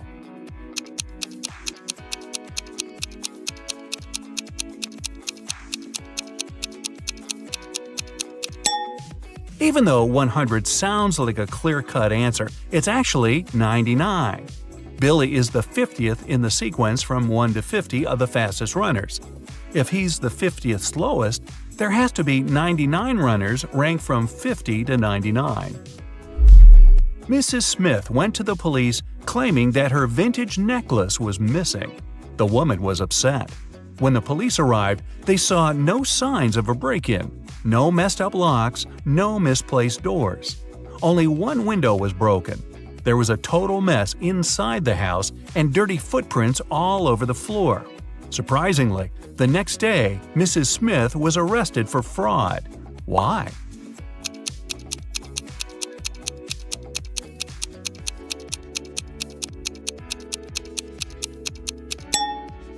The police were sure that Mrs. Smith lied to them because the window was broken from the inside. If it had been broken from the outside, little pieces of glass would have been on the room's floor. You've been captured and kept in jail for several months. One day, you managed to open your cell and get out into the hall. There are 3 exits. A huge, vicious-looking man guards one of them. The second has angry dogs. And in front of the 3rd exit, there's a timer ticking down to an explosion in 5 minutes. Which exit will you choose?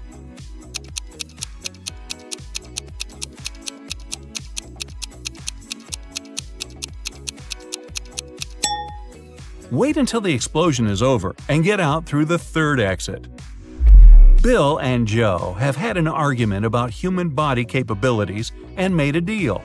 Bill would go to Antarctica and Joe would travel to the Sahara Desert, where they'll both try to survive for 3 days without any shelter and clothes, but with plenty of food and water. Who has the better chances of survival?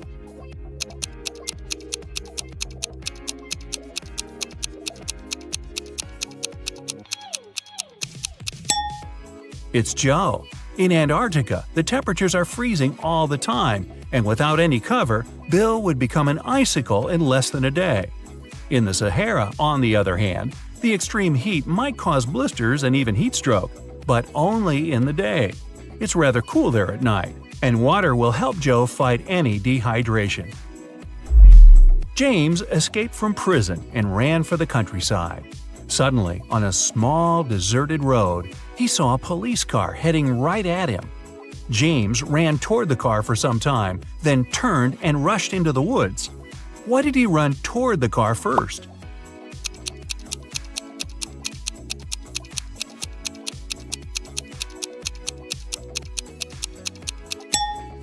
James was in the middle of a bridge when he saw the car. He had to run toward the vehicle to get off the bridge. Newlyweds left for their honeymoon and asked their neighbor to look after their house. When they returned, the woman found out that she'd lost all her expensive jewelry because of a power outage. The woman had hidden her jewelry in a supposedly safe place. The house wasn't robbed. The neighbor was an honest person. The jewelry got lost on accident. What happened?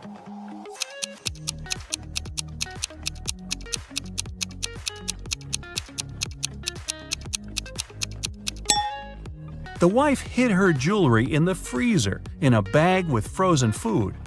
After the power failure, all the food spoiled. The kind-hearted neighbor decided to help and threw away all the bad food together with the jewelry. On a sunny, windless day, a ship was in the harbor. There were many people on the shore looking at the vessel. Suddenly, the ship started to sink fast. There was nothing wrong with it, there was no storm, and the skies were blue. And yet, the ship went down in front of the spectators. What happened?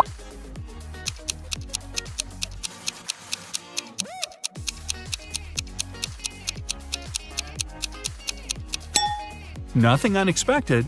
The submarine's captain just ordered the crew to dive. You're playing ping pong when your last ball falls into a 1-foot-deep narrow metal pipe embedded in the concrete floor. How can you get the ball out of the pipe if all you have is your paddle, a bottle of water, and your shoelaces?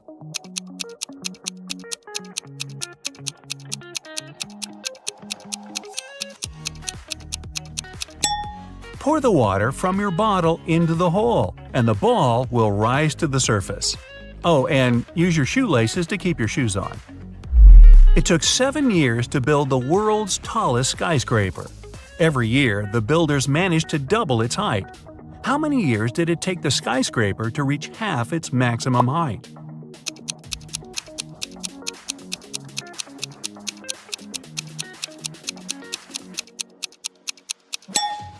Six years.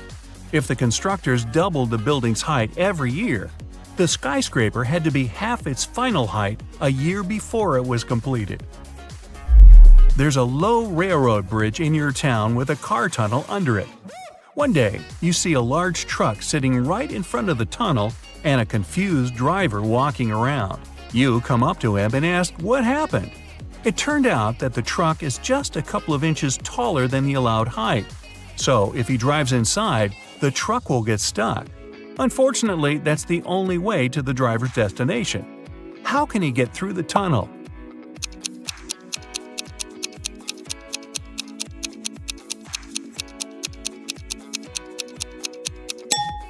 He has to let the air out of the tires. It'll make the truck lower.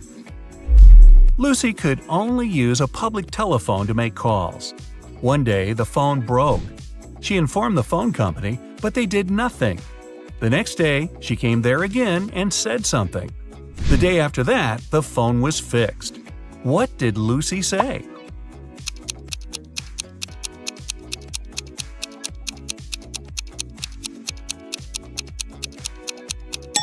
She said that people were making calls without paying. A family lived in a round hut. There were 5 people, a mother, a father, and their 3 sons. When the father came home one day, he discovered that his computer was broken. The mother was away. Mark, the oldest kid, said he was doing his homework. Jack, the middle kid, swore he was drawing. And Tom, the youngest, told father that mom had punished him and so he was standing in a corner. Who broke the computer?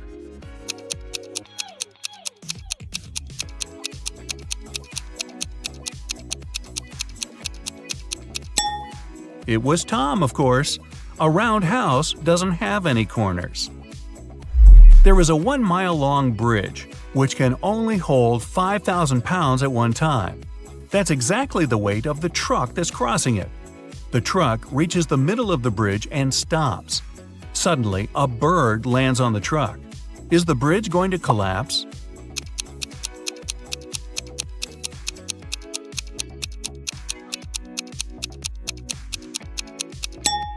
The bridge isn't going to break down because the truck has already used some gas to get to the middle and therefore weighs less than 5,000 pounds. You agreed to take part in a reality show, but it turned out to be a trap from a crazed lunatic. He tells you to dive into one of 4 tanks.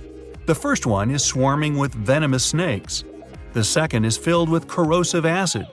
Electric eels are swimming in the third one.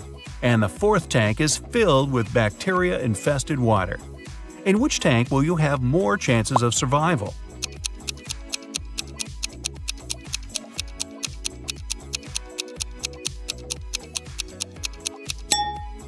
Choose the tank with the bacteria. First of all, not all bacteria are harmful, and secondly, not all of them are contagious. Good luck with that. Mark got himself a new book to read. The plot was so exciting that he couldn't stop and kept reading the story until late at night. He didn't turn on the lights when it was pitch dark and there was no one to do it for him. But he still managed to read the book till the end that night. How is that possible?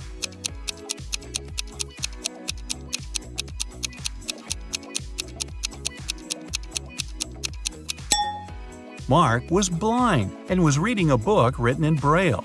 Or he could have just had an e-book. Hey, why not? I have a math workout for you today, but first, let's have a little warm-up. How many ducks do you see in this picture?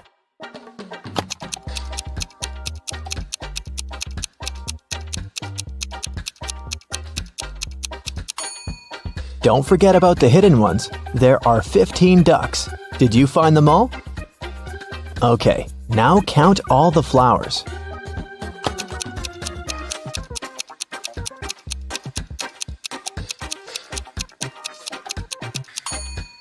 Right, there are 17 of them. Can you spot 3 differences between these photos?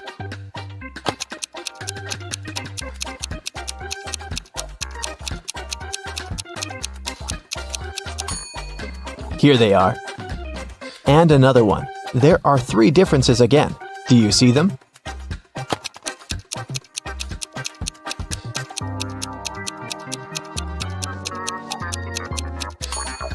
Okay, here they are. Good job. Okay, now a bit of math for you. Look at this picture.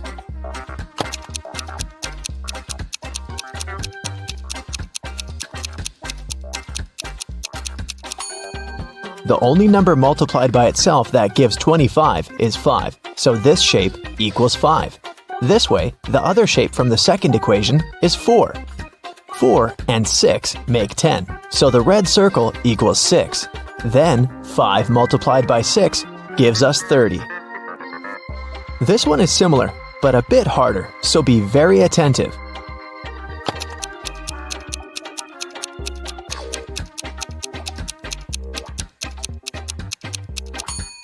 Okay, 3 pairs of sneakers make 30. Then 1 pair equals 10. Then 1 cat with a whistle must be 5.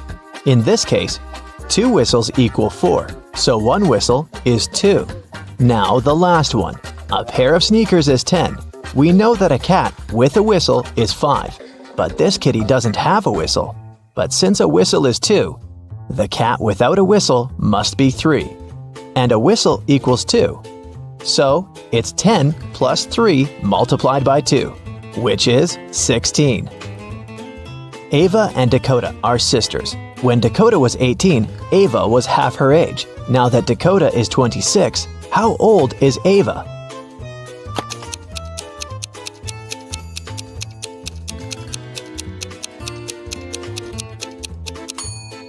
When Dakota was 18, Ava was 9, so the age difference between the sisters is 9 years. If Dakota is 26 now, then Ava is 17. When Polaris was 16 years old, her mother was 39. If Polaris's mom is twice her daughter's age, how old is Polaris?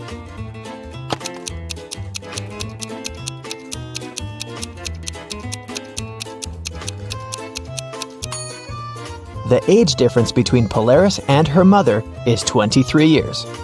That means now, Polaris is 23 and her mom is 46.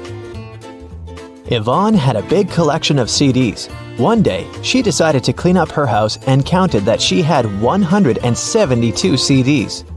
She sold them all except for 7 CDs of her favorite singer and 5 CDs of her favorite band. How many CDs does Yvonne have now?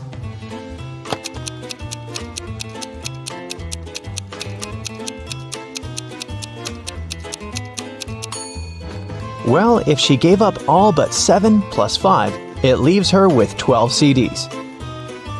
In PE class, all students were standing in a circle. If the 5th student was exactly opposite the 12th student, how many students were in the circle?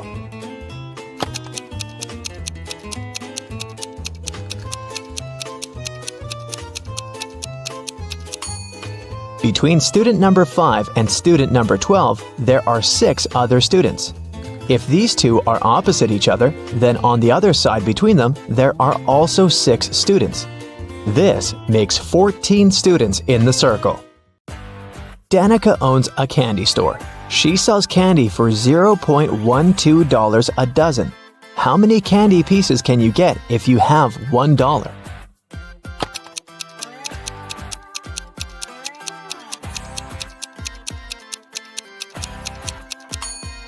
$0.12 for a dozen mean that one candy costs 1 cent. So if you have $1, you can get 100 candies.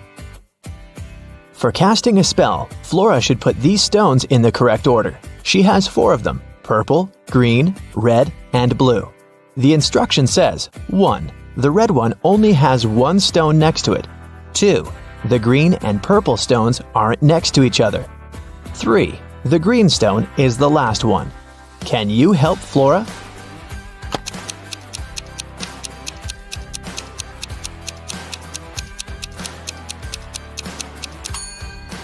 If the red stone only has 1 other stone next to it, then it's either the first one or the last one. But since green is the last one, then red is the first one. If the green and purple stones aren't next to each other, then there's the blue stone between them. So, the correct order is red, purple, blue, and green. It was midday. Kaylin was exploring a big local forest. She found an abandoned mansion and entered it. The door closed behind her back and wouldn't open. Oh no! Kaylin got trapped inside. There were 3 other doors leading to freedom, but there was a catch. Behind the first door, there was a huge pit that would take her miles underground. Behind the second door, there was a magnifying glass that concentrated sunlight and burned everybody and everything that entered. Behind the third door, there was a hungry and dangerous lion that would eat anybody and anything that entered. Uh-oh. How can Kaylin escape?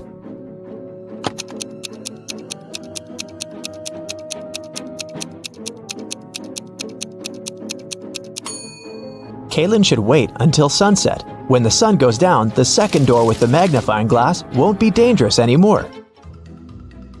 Amelia, Belle, Chloe, and Della are identical quadruplets who always prank people. One day, one of the girls' teachers had to let Amelia leave the class early. She had a doctor's appointment, but the woman wasn't sure which girl was Amelia. The quadruplets had decided to help her. Here is what they said. Amelia is one of the girls standing in the middle. No, Amelia is one of the girls standing on the sides. I'm Amelia. I'm not Amelia. 3 girls lied and 1 told the truth. Who is Amelia?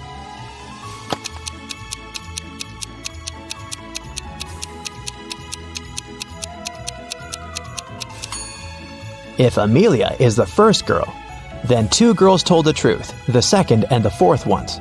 If Amelia is the second girl, then the first and the fourth girls told the truth. If Amelia is the third girl, then the first and the third ones told the truth. But if Amelia is the fourth girl, then only the second girl told the truth. So, Amelia must be the fourth girl. Esme was having a walk in the forest and got lost. She found a witch's house, petted her black cat, and asked the witch to send her home. The witch wanted to play a game. If Esme won, she'd send her home, but if Esme lost, she'd have to stay with the witch forever. We'll be saying numbers between 1 and 10. The next player will have to choose a number that's between 1 to 10 greater than the previous one. The first person to say 50 wins. You can start. How can Esme win?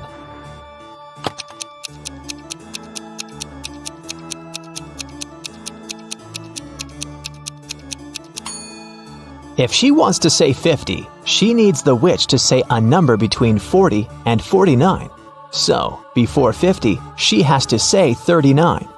If she wants to say 39, the witch has to say a number between 29 and 38. So, Esme has to say 28, and before that, 17, and before that, 6. So Esme must start with 6 and then say 17, 28, 39, and 50. Cassidy woke up in a dungeon and couldn't remember what happened to her. She needed to get out, but the door was locked and required a password. Can you guess what the password is?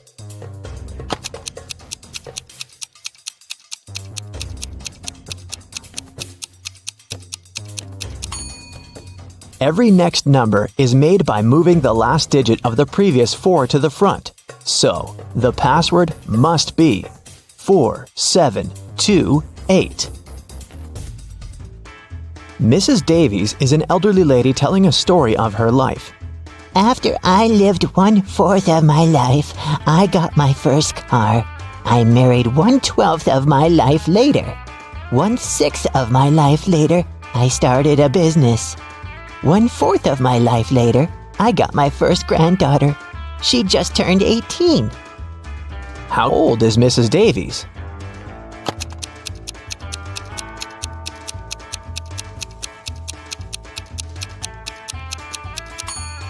Let's say Mrs. Davies is X years old.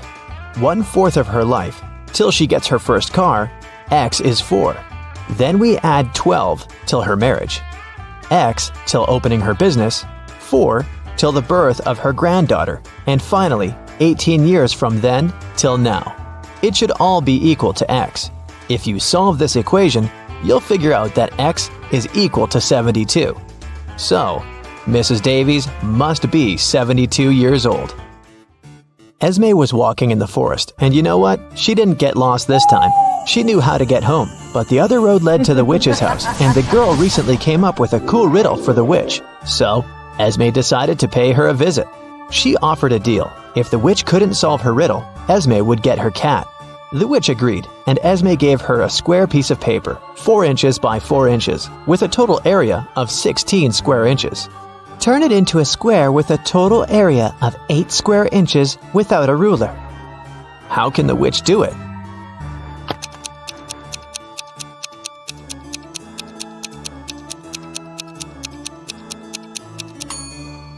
The witch should fold the 4 corners of the square towards the middle. This way, she'll get a square that is exactly twice as small as the original one. Apparently, the witch gets to keep her cat this time. There's a box filled with balls of different colors, 5 red ones, 8 blue ones, and 11 purple ones. Allison has a tricky task. Blindfolded, she has to keep picking up balls until she's sure that she has balls of at least 2 different colors. What's the minimum number of balls she should pull out of the box?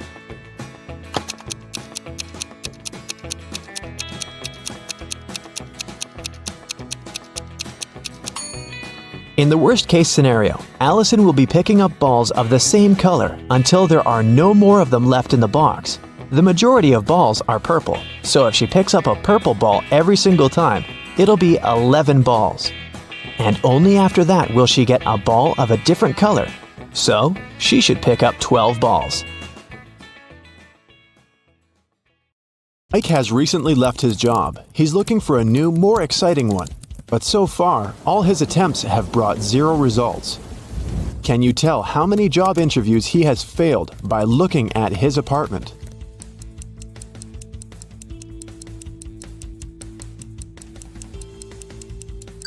take a look at this schedule on the wall. In the previous month, Mike marked all working days with green color, and the weekends were red. At that time, he most likely still had his job. And the current month has 6 stickers with the letter I. Ike has most likely attended 6 interviews. Mike was losing hope when he found a weird letter in his mailbox. An elegant little note said, "If you manage to figure out our phone number, call us. We'll offer you a dream job." Can you help Mike see the number?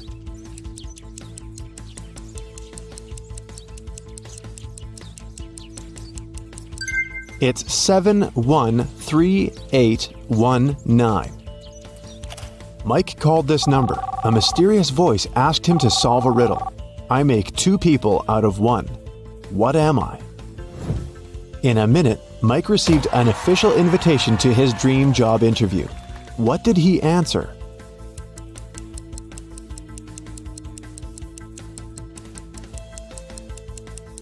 A mirror. When Mike arrived at the meeting location, he found a large, gloomy building in the middle of nowhere. The door slammed shut behind the guy's back as soon as he got inside. Mike found himself in a hallway with 3 doors. He noticed a boat, an insect spray, and an astronaut suit on the floor. The same mysterious voice said, "You can choose only 1 tool and 1 door. Good luck." There are venomous spiders behind the first door. A hungry lion is waiting behind the second door. And finally, there's a swamp emitting toxic fumes behind the third door. What should Mike choose to pass this test and stay alive?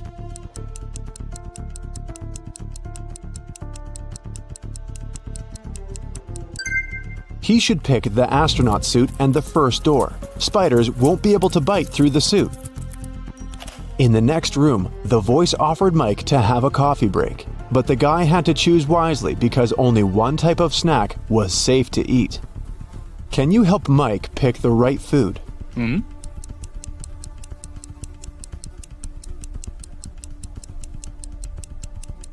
There are human nails in the cupcakes and cockroaches in these chips.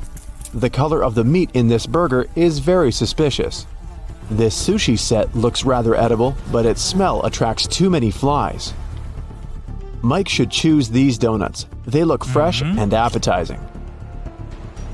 The cafeteria was filled with people. The voice told Mike to find a thief among them. Can you help Mike get some bonuses for his attentiveness?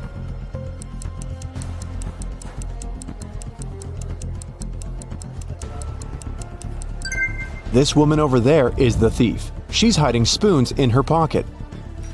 After lunch, Mike headed for the next room, but before the guy got inside, he had to solve a riddle to open the door. Some will use me, others will not. Some remember me, others forget. I can't be picked up off the ground or tossed into the sea. You can only gain me with time. What am I?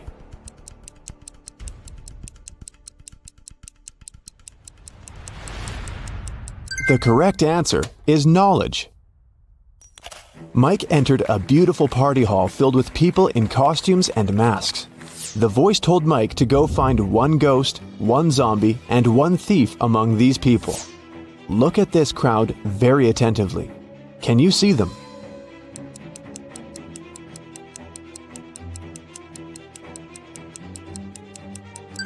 The guy over there doesn't seem to have legs, and he's levitating. He must be a ghost. Look at this woman's food. Only zombies would eat that. And the woman over there is the thief. Her diamond ring doesn't fit her finger. Also, the ring is very similar to this lady's jewelry set. Mike tried to open the next door and receive a new question immediately. I look flat, but I'm deep. Hidden realms I shelter. Lives I take, but food I offer. At times, I am beautiful. I can be calm, angry, and turbulent. I have no heart, but I offer pleasure and freedom. No man can own me, yet I encompass what all men must have. What am I? Mike solved this riddle and entered the next room. Have you figured out the answer too?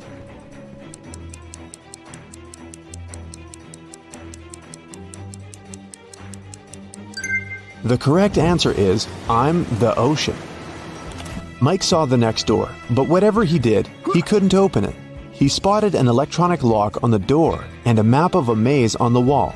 The voice said that Mike must solve the riddle to open the door. Can you help?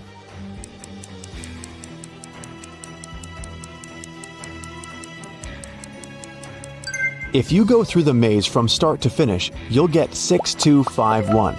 This is the code. When Mike finally entered the room, he saw a locked safe.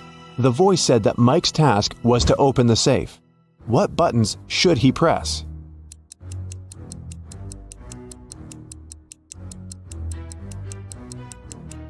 The puzzles present 3 colors: pink, white, and brown.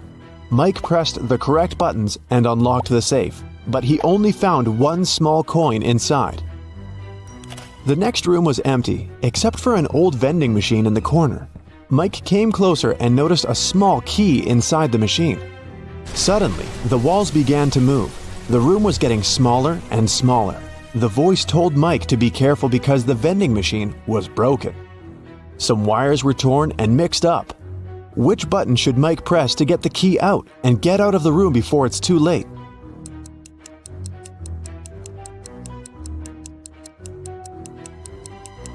Mike should use the coin from the previous challenge and press the 4th button. Then the voice asked Mike to find the odd image in this pattern. Can you help the guy?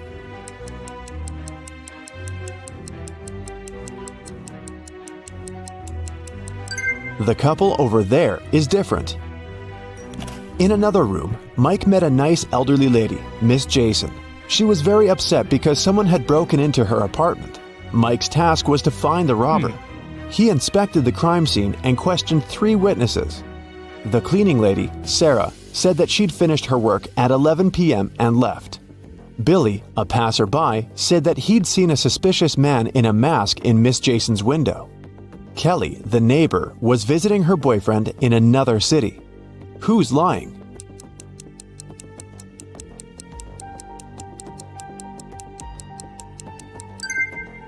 Billy. He's a passerby and just met Miss Jason. Then how come he knows which window is hers? It got very dark outside, but Mike's weird quest continued. He entered a jewelry store and its owner explained the guy his next task. Someone had broken into the store and taken the most expensive diamond jewelry. But luckily, the robber left their fingerprints on the shards of broken glass. There are 3 suspects: a werewolf, an elf, and a zombie. Can you help Mike find the real robber?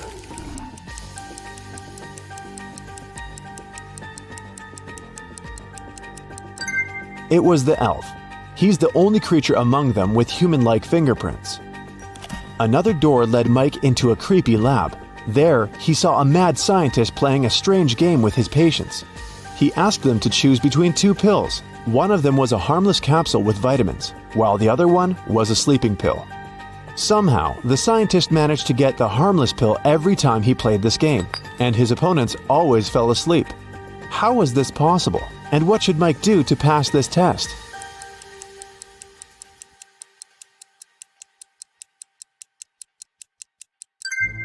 Both pills were actually harmless. The scientist added a special substance to the glasses of water he offered his patients to wash down the pills. So, to stay awake, Mike should switch the glasses or simply refuse to drink any water. The next door was locked, but Mike saw 6 buttons with the images of a candle, fire, gloves, scissors, an apple, and a light bulb. The voice said, "I was carried into a dark room and set on fire. I wept, and then my head was cut off. What am I?" 1 minute later, Mike was already walking towards his next challenge. What button did he press to open the door?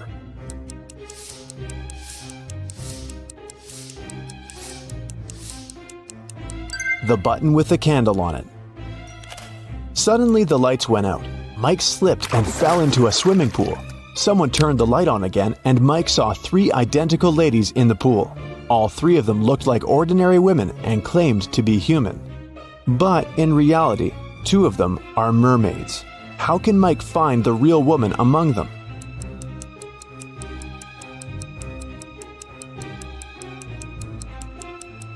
He can dive and find the one without a tail. The mermaids told Mike that they wouldn't let him out of the pool until he solved another riddle. I'm so fast you can't see me, although everyone else can see straight through me. I'm with you until your last breath. What am I? Can you help Mike solve this riddle and escape?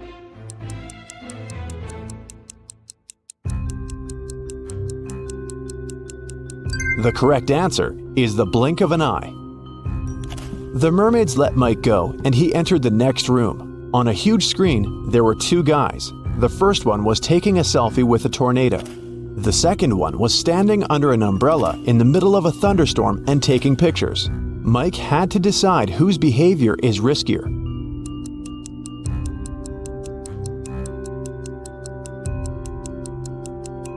The tornado is very close. Therefore, the first guy is in greater danger.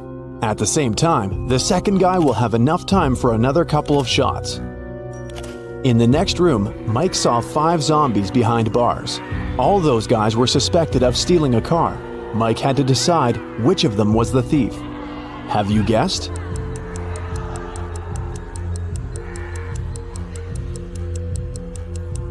The guy on the left is sweating a lot, and zombies don't sweat and don't drive cars. He must be the thief. He's just wearing zombie makeup. Mike entered a kitchen. His task was to decide how many people lived in the house. Can you guess?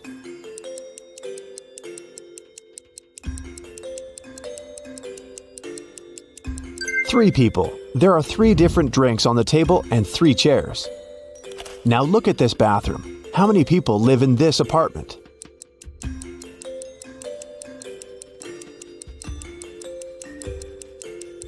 Just 1. Take a look at this lonely toothbrush. And how many people live in this place?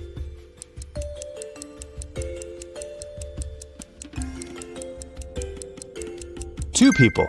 Look at the family portrait. Mike saw 3 musicians rehearsing for a performance in a garage. The voice announced his next task: to find 1 suspicious detail. Have you already spotted it?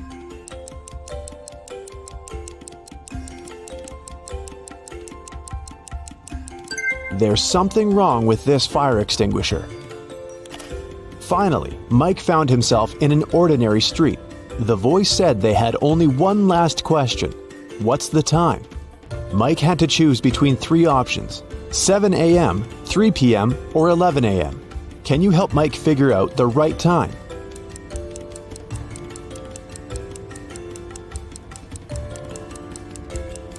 The correct answer is 7 a.m.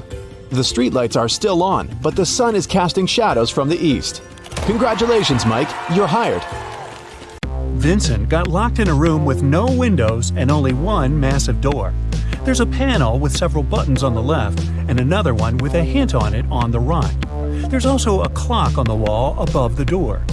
Which button should Vincent press to get out of the trap?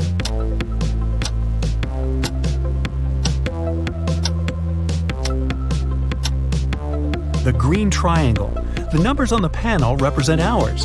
If you connect them on the clock face, you'll get a triangle. The door opened and Vincent got into a dimly lit hall.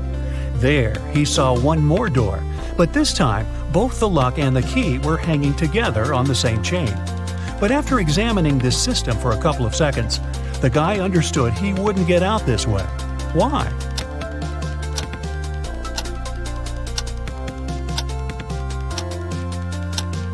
The key has a different pattern. It won't fit in the lock. Vincent needs to look for another way to escape. Then Vincent notices a table standing in a dark corner. There's a piece of paper, a knife, and several inflated balloons lying on it. Vincent picks up the paper. It's a note. To get out of here, you must puncture a balloon with a knife. But if the balloon loses any air or bursts, you'll stay here forever. Vincent thought for a while, then he did something, and a hidden door opened in one of the walls. What did he do?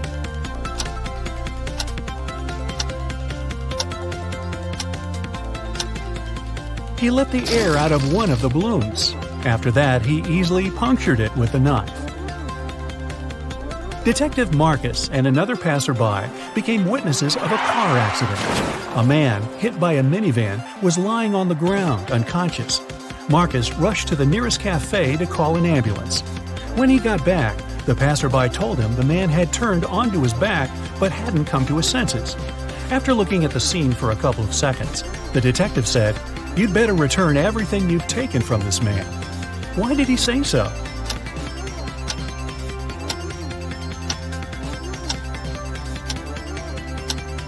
When they saw the man first, only one button was buttoned on his suit jacket, but now it's already 2 buttons.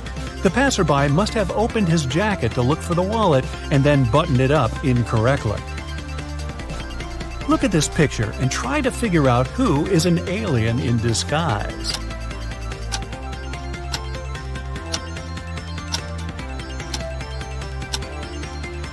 It's the guy in the yellow shirt.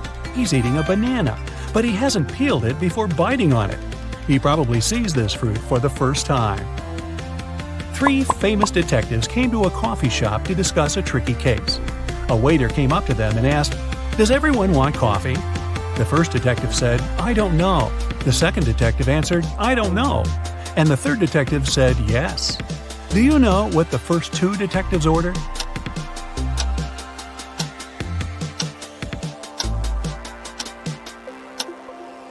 All the detectives ordered coffee. Each of them wanted to have this drink, but the first 2 couldn't know if it would be everyone's choice. If the first 2 detectives hadn't wanted coffee, they'd have simply said no. So, when the third detective heard the replies of his colleagues, he figured out both of them wanted coffee. And since he was also going to take a cup, he said yes. Ralph, Willie, Amber, and Grace are in a museum room. Someone stole a priceless exhibit from this room several hours ago. Ralph, Willie, and Amber claim they have nothing to do with the crime, but the detective doesn't believe them. They all get arrested and taken to the police station. Only Grace, who hasn't answered the question, is free to go. Why?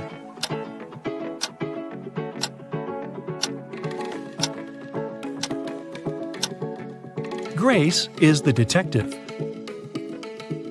Janice was having her morning coffee in a cafe when she heard a car screeching to a halt, then loud shouting. She ran there and saw a man with his bicycle on the ground and a car standing nearby. The cyclist didn't look hurt, and Janice helped him to get up. The car driver came up to them too. The cyclist pointed at the man. "He made me crash by hitting my bike with his car." But the driver said, "I saw him losing control of his bike in the mirror. Then he fell to the ground, and I stopped the car to go check on him." Janice almost immediately understood who was lying. Have you figured it out?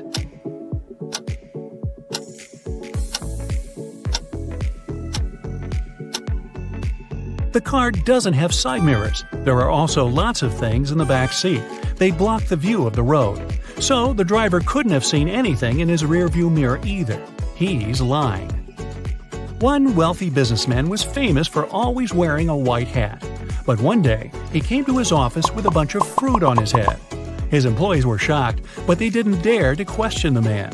The situation repeated the next day. On the third day, the businessman's secretary plucked up all his courage and asked what was going on. The man answered, "That's because I lost a bet. I haven't fulfilled it yet, but I'll do it today. There's no need to order lunch for me." What did the businessman have to do to fulfill the bet?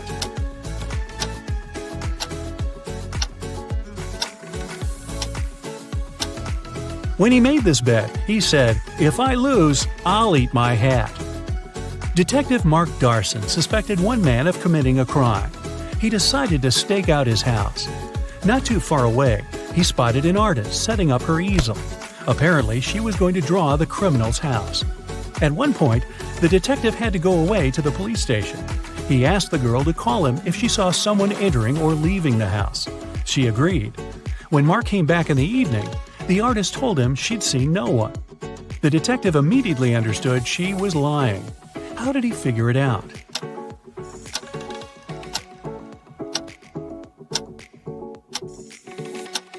When he was leaving, all the windows in the house were closed. But in the picture the girl drew, the windows are open. It means someone was inside while Mark was away. Take a look at this picture and try to understand which guy is Ben.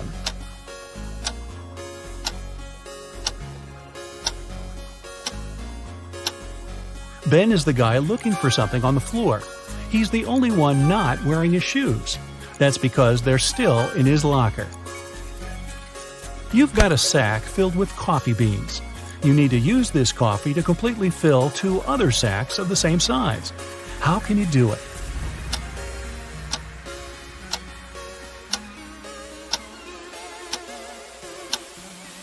Put one empty sack into the other and fill them with coffee. A large sum of money was stolen from Mr. Green's safe. The police suspect Alan, but Alan says, "I don't know anything about safes or about how to open them. I'm a simple blacksmith." The detective doesn't believe him and asks Alan to prove it. He gives the guy one job-related task. If he copes with it, he's telling the truth. Alan gets 5 different chains. Each of them has 3 links. The detective asks the guy to make one chain out of these 5 pieces, but he can separate and combine only 3 links. In no time, Alan finished this task and was released. How did he do it?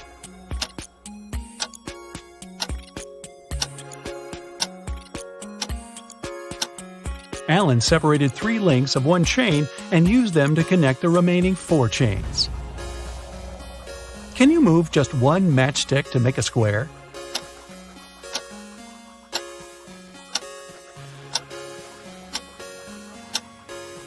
Pull this matchstick up a bit. Here's your perfect square. Mr. Bernard, a famous inventor, lived on the 6th floor of an apartment building. After long months of work, he finally created a time machine. He packed lots of food, water, and other necessary stuff and was ready to test his invention. He set the timer so that the machine took him 500 years back into the past. Mr. Bernard was about to press start when a thought came to his mind. He took the mechanism and carried it to his garage that was on the 1st floor. Why?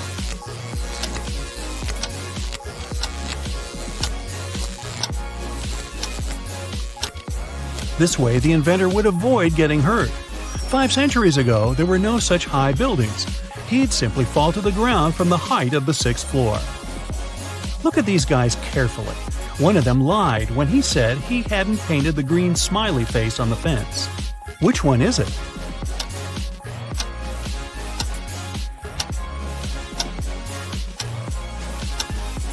It's the guy on the left. Check out his left hand. Even though it's in his pocket, you can still spot some green paint he'd used. Bruce was walking along the beach when he found a glass bottle. The thing looked old, and the guy spent a long time trying to open it.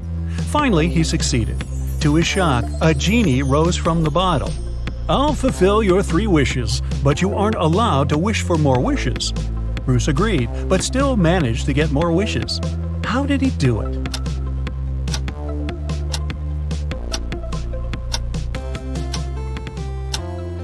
His first wish was that the genie allowed him to ask for more wishes. Several birds landed on trees, 1 bird for 1 tree. But in this case, one of them didn't have a tree of its own. Then they regrouped with 2 birds sitting on 1 tree. After this, 1 tree was left free. How many birds and trees are there?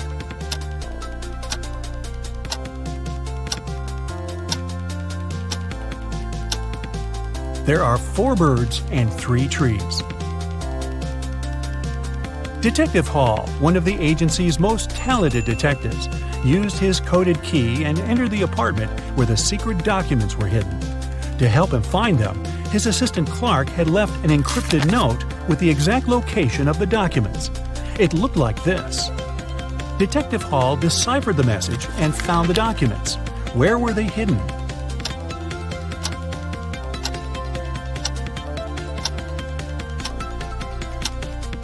The note says, "Under the carpet in the studio." The detective just read it back.